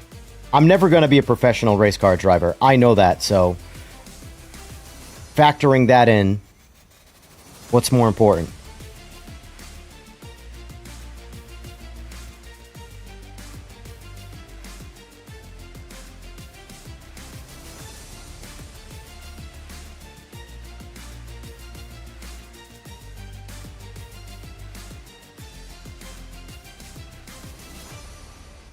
So the consensus is safety rating then. Got it. That's where casual, like, stuff is more fun. For example, Project Motor Racing, online lobbies not ranked. that's where that will always be more fun than, say, multiplayer online in this, because I get to be aggressive, and if an incident happens, oh well, that particular race is damaged, and that's the end of the negative side effects.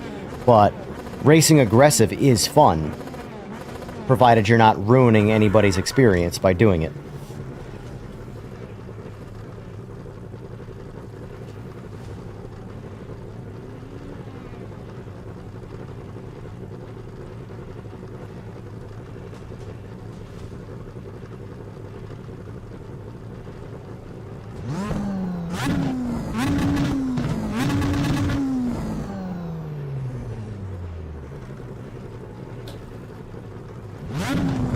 I'm scared.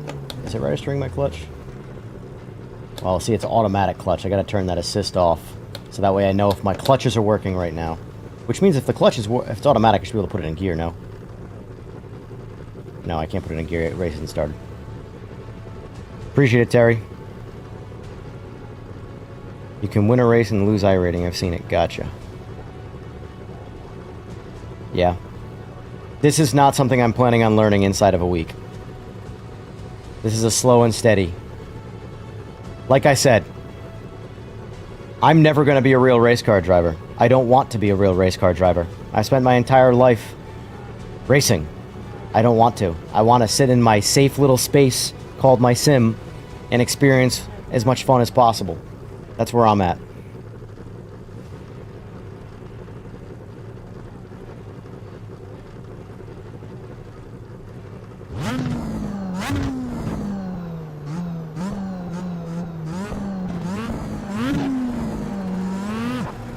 I knew it.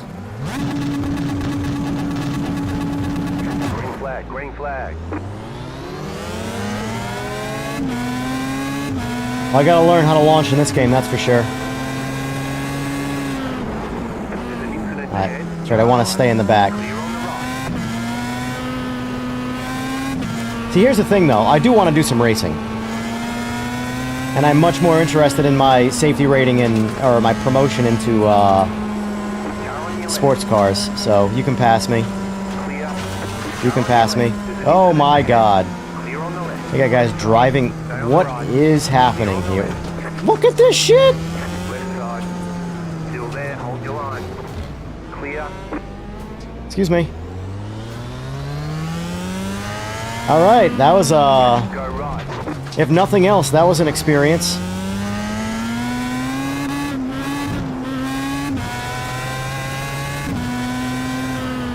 Someone manually disconnected. You don't say. The server... What is... Dude, this is bad. I thought I was, bad in this race.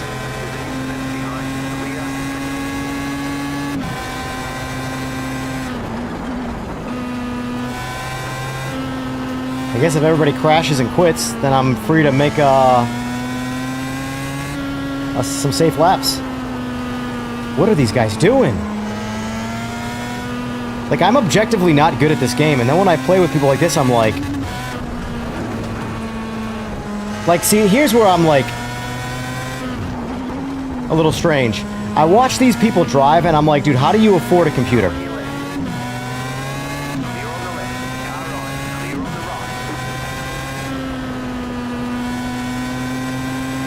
right. Like, because I automatically would assume that, like, someone playing iRacing, or iRacing in general, would be better than your standard Need for Speed driver.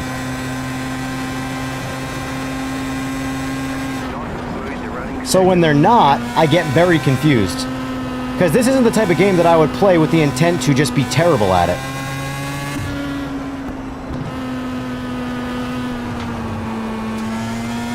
So what I'm trying to say is that I'm terrible at this game because I suck at this game.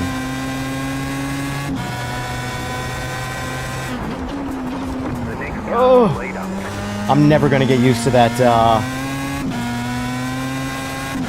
that force feedback on braking.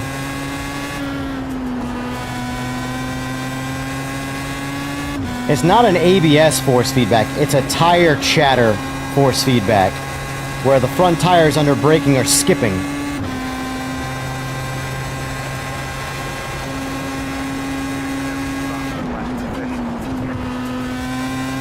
I want this guy behind me to pass. Just go. Just go. That's not it! Why? Why did you just accelerate into the back of me? You jackass.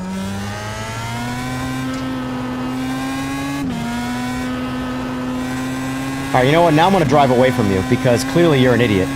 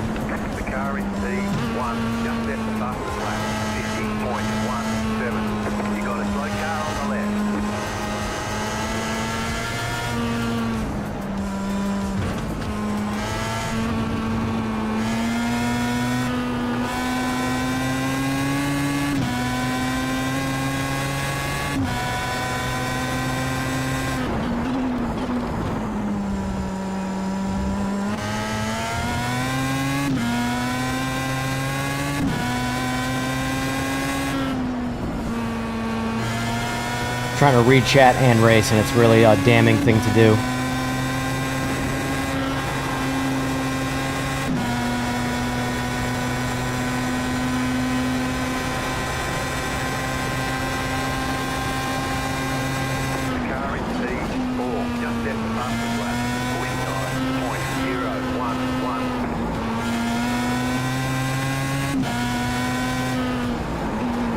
No! Don't you hit me! You're experiencing some network difficulties. If it continues, they may remove you from the session. Faster traffic approaching. I'm experiencing network difficulties. They might remove me from my session. You better not. There you go. Pass me. Oh, you too. Go, go, go.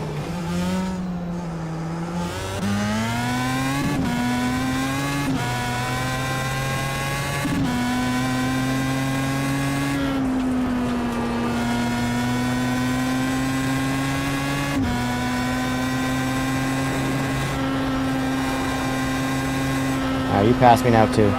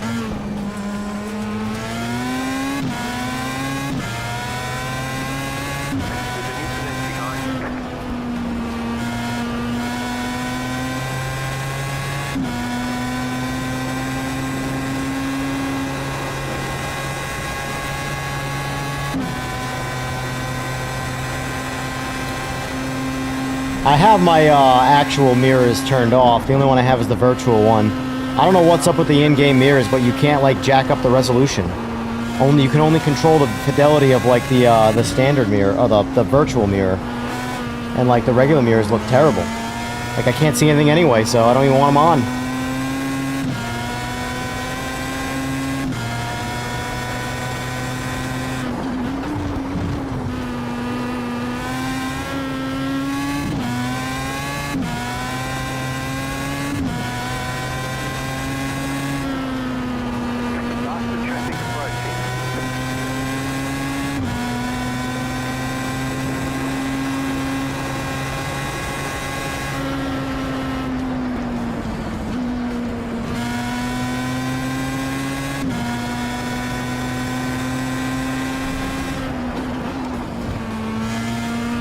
Yeah, mirrors in this game are hot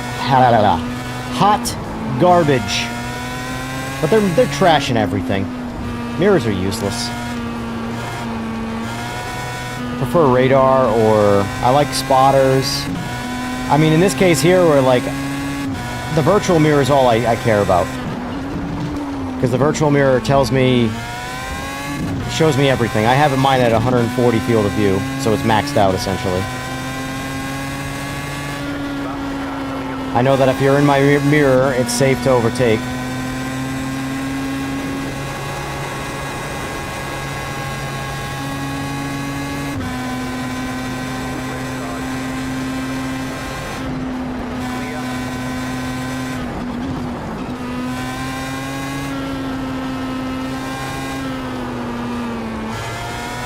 How many laps is this?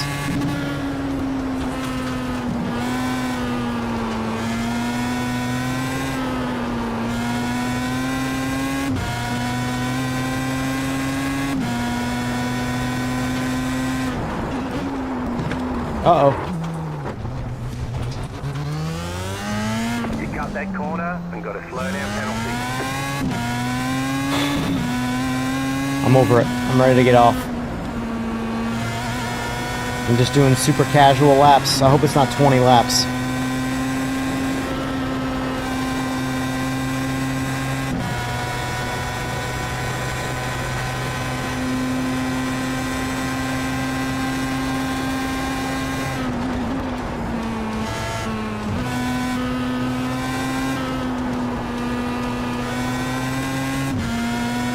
Well, my plan when it comes to, like, which games I play and stuff, I'm pretty much only going to do this on stream. Because obviously I'm hoping Project Motor Racing corrects course to make the Arsenal. That way I can have that to play as well. Because there is part of me that wants a serious game that I can focus on and actually take seriously, aka this.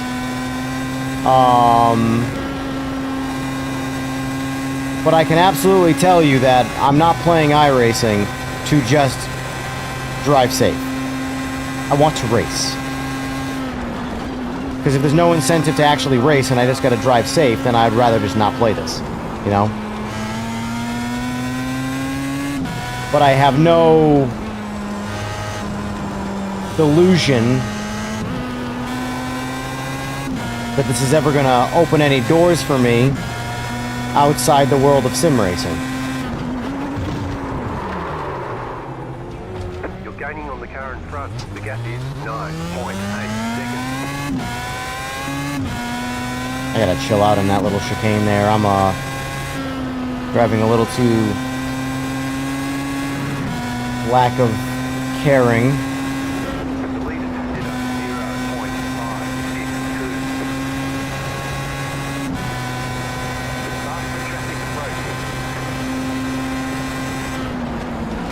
Wait, there's...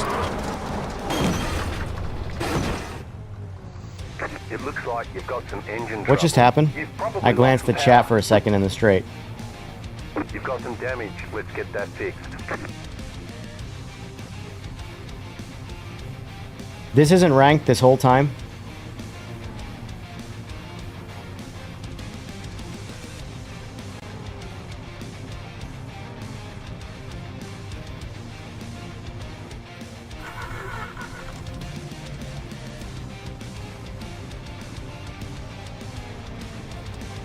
All the damage is repairable.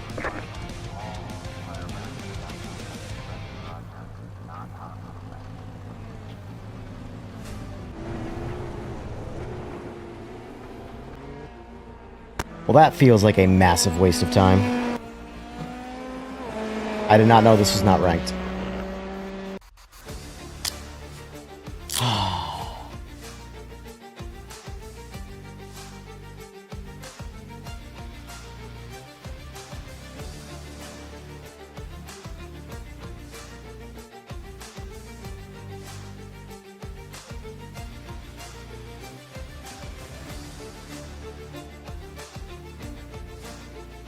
I'm gonna stay away from that for a while and go back to sports car.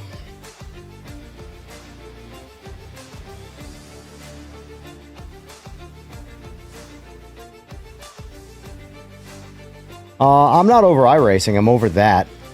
Wasting my time right there. I thought that was an official race. I did not know unranked. Did not know that. Did not know that.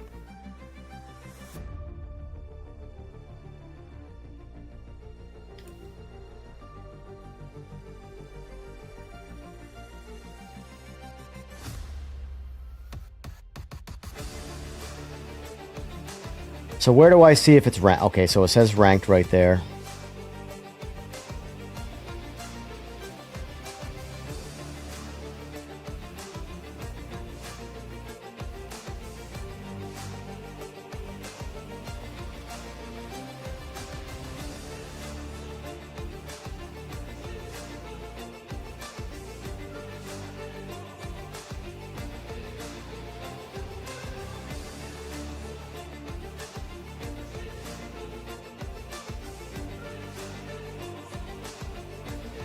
I'm really annoyed that I missed that unranked part.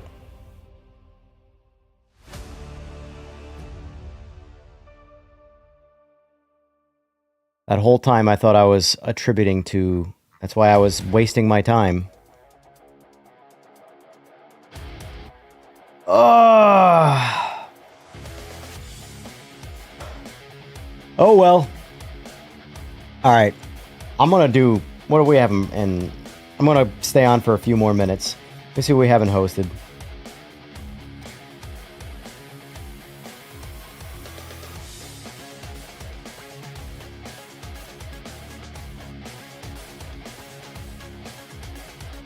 Yes, I like this car. Perfect. Perfect. Yeah, I know, Terry. I figured that out after the fact, unfortunately. Select a team. Yeah, sure. Cool.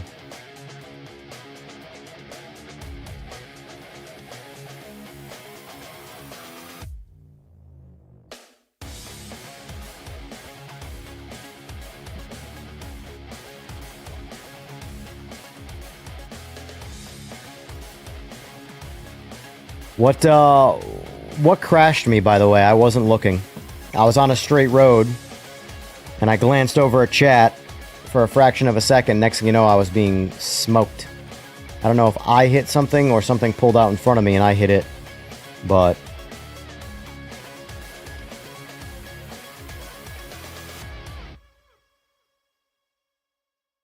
Oh, okay, so a faster car hit me. Got it. Got it. Good to know. Actually, I could look myself.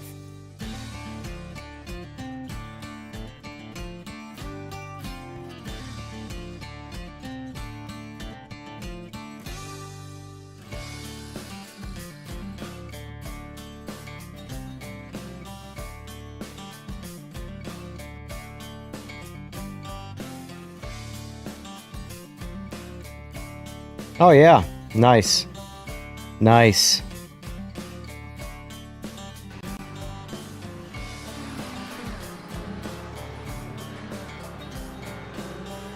Spotter warned you right before. Faster car coming up behind. Yeah, just watch the replay. I just rolled off the throttle when he hit me. I don't know what people do. Whatever. If I let every human being stop me from having fun, I would never have fun, unfortunately, so... Alright, hold on, let's, Oh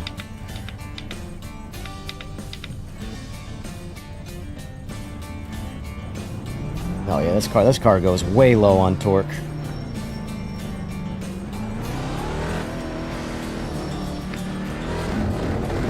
This car's a lot of fun.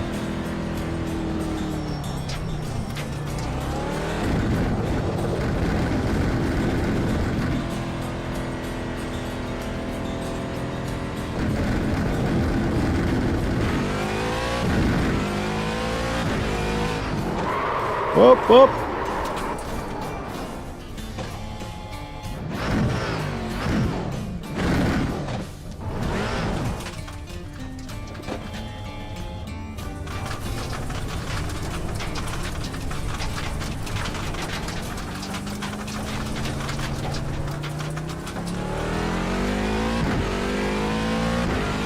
This is the vet prototype. One of the current legacies. Got my...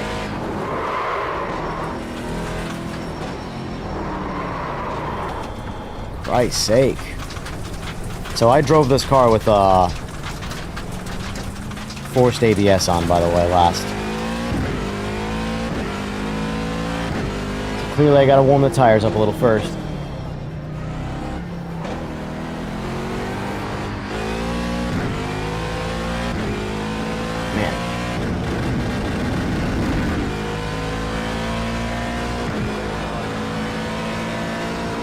That car right there.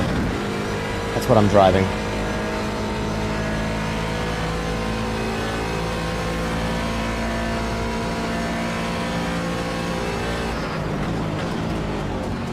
You got a slow car on the left. You got a slow car on the right.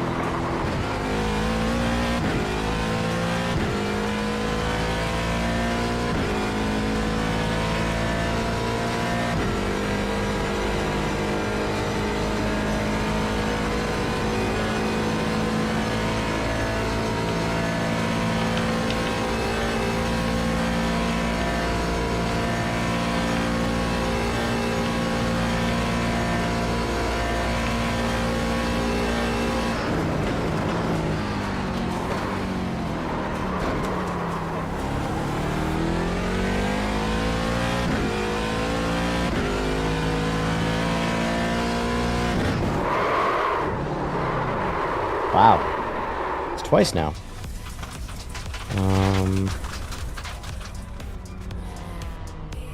Yeah.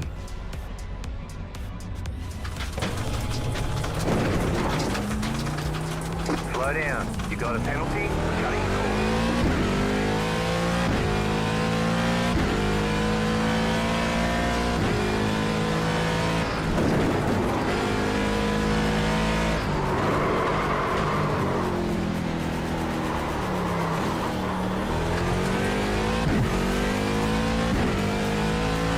I'm sure I am braking hard.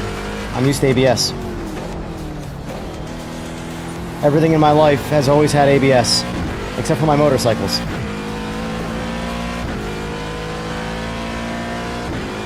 But it's... See, here's a part of the problem, too. I will have to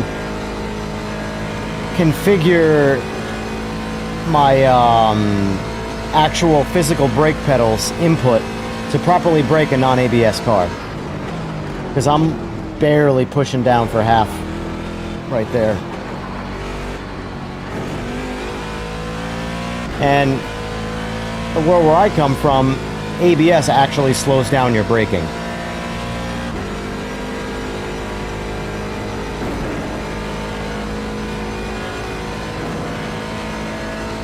Fun fact, at least from an ABS standpoint, they always disable it. Not traction control, they want that for road racing. I don't want it for straight line racing. But for road racing, they always remove ABS. Or disable it electronically, I should say. Because you're putting 100% of the weight onto that front tire when you brake.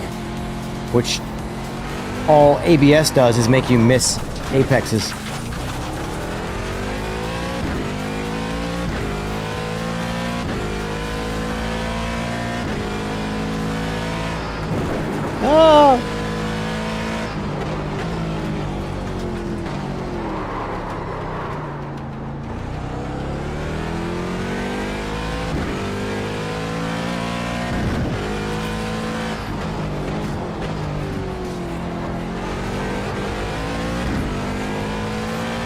I am far more, and when it comes to cars like this though,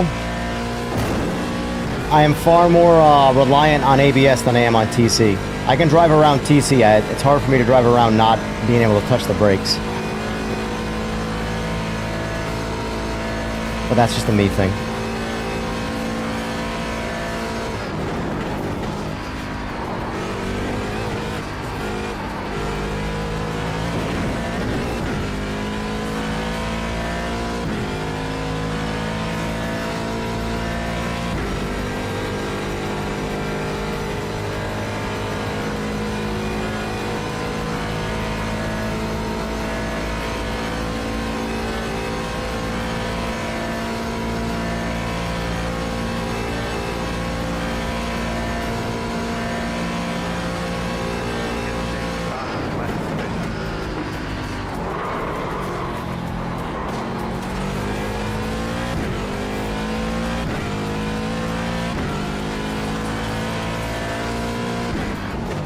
Overall, this car does drive really good, though.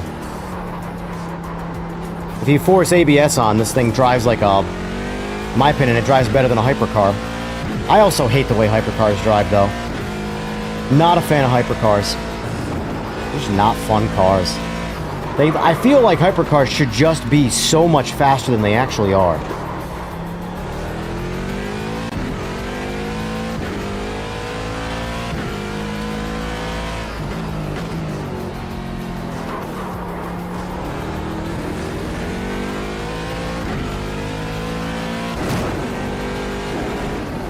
Alright. Hit my 4-hour stream mark. I'm gonna do my closeout. Oh, my shoulder is killing me.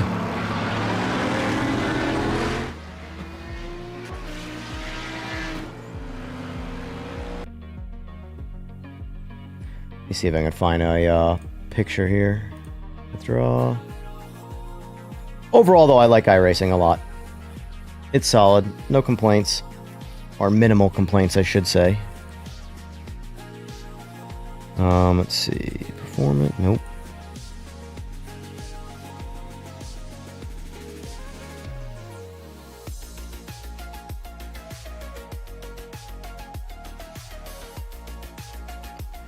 Let me show you my last car.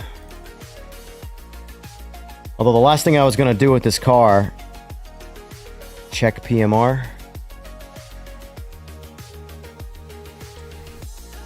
Checking.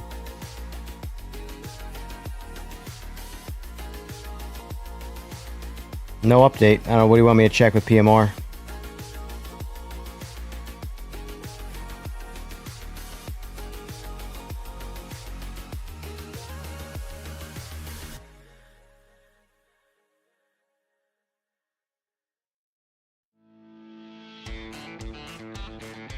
Man, once upon a time, these used to be good pictures.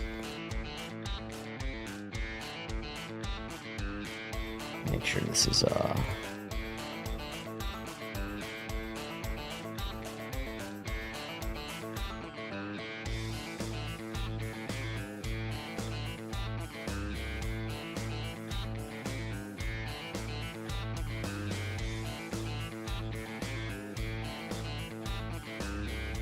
Nah. What do you want me to check, Larry?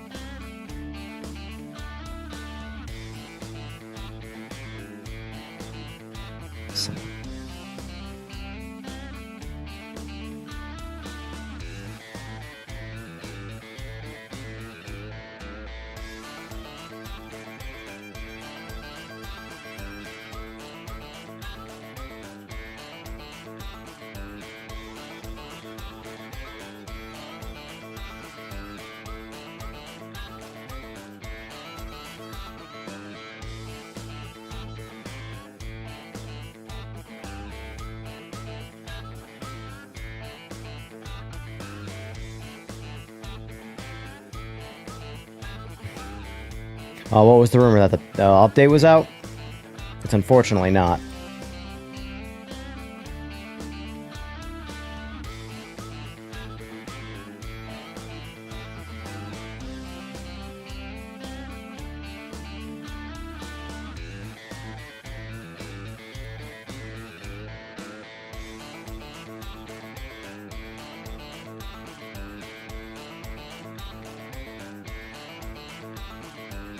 No, I know. There's been a patch coming out soon for the past 6 months. There's gonna be patches. It is what it is. Just I'm not like counting the seconds anymore. It lost a lot of momentum with me. It'll get it back, I hope, but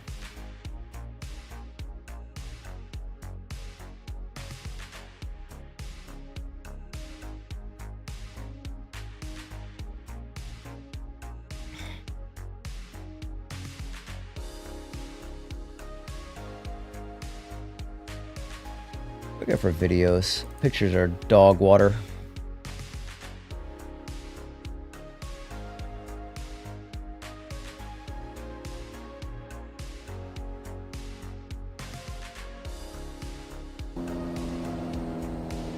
That is bright.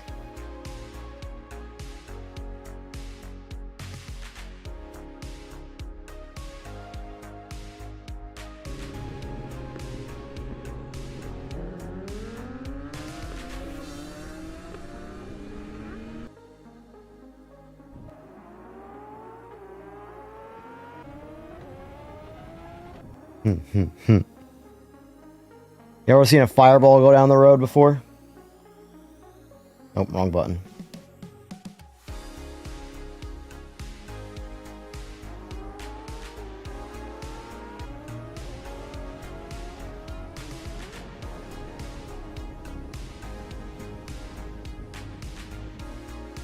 Racing.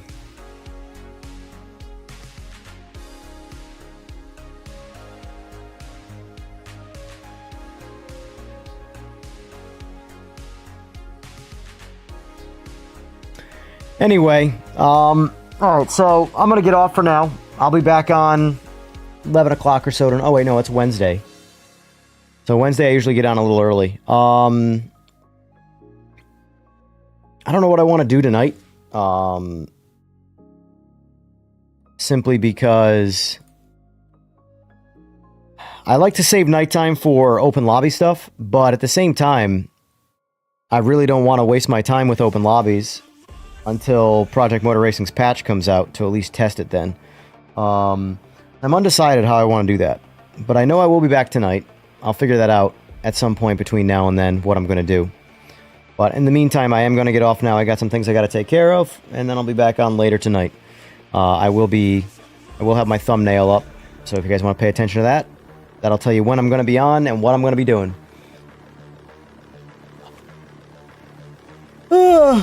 Oh, man. We'll see. Until then, I need a nap and a snack. But anyway, guys, thank you for coming and hanging out and watching me experience iRacing for the first time. And make that go away. Like I said, I'll be back later tonight. And we'll do some either open lobbies or I'll do some more iRacing. Undecided. But in the meantime, folks, as usual, thank you for being here. I appreciate it. And staring at my face while I suck at video games. I'll see you later this evening between 8:30 and 11 p.m. Eastern Standard Time. Big range. I don't know when. We'll see. Peace.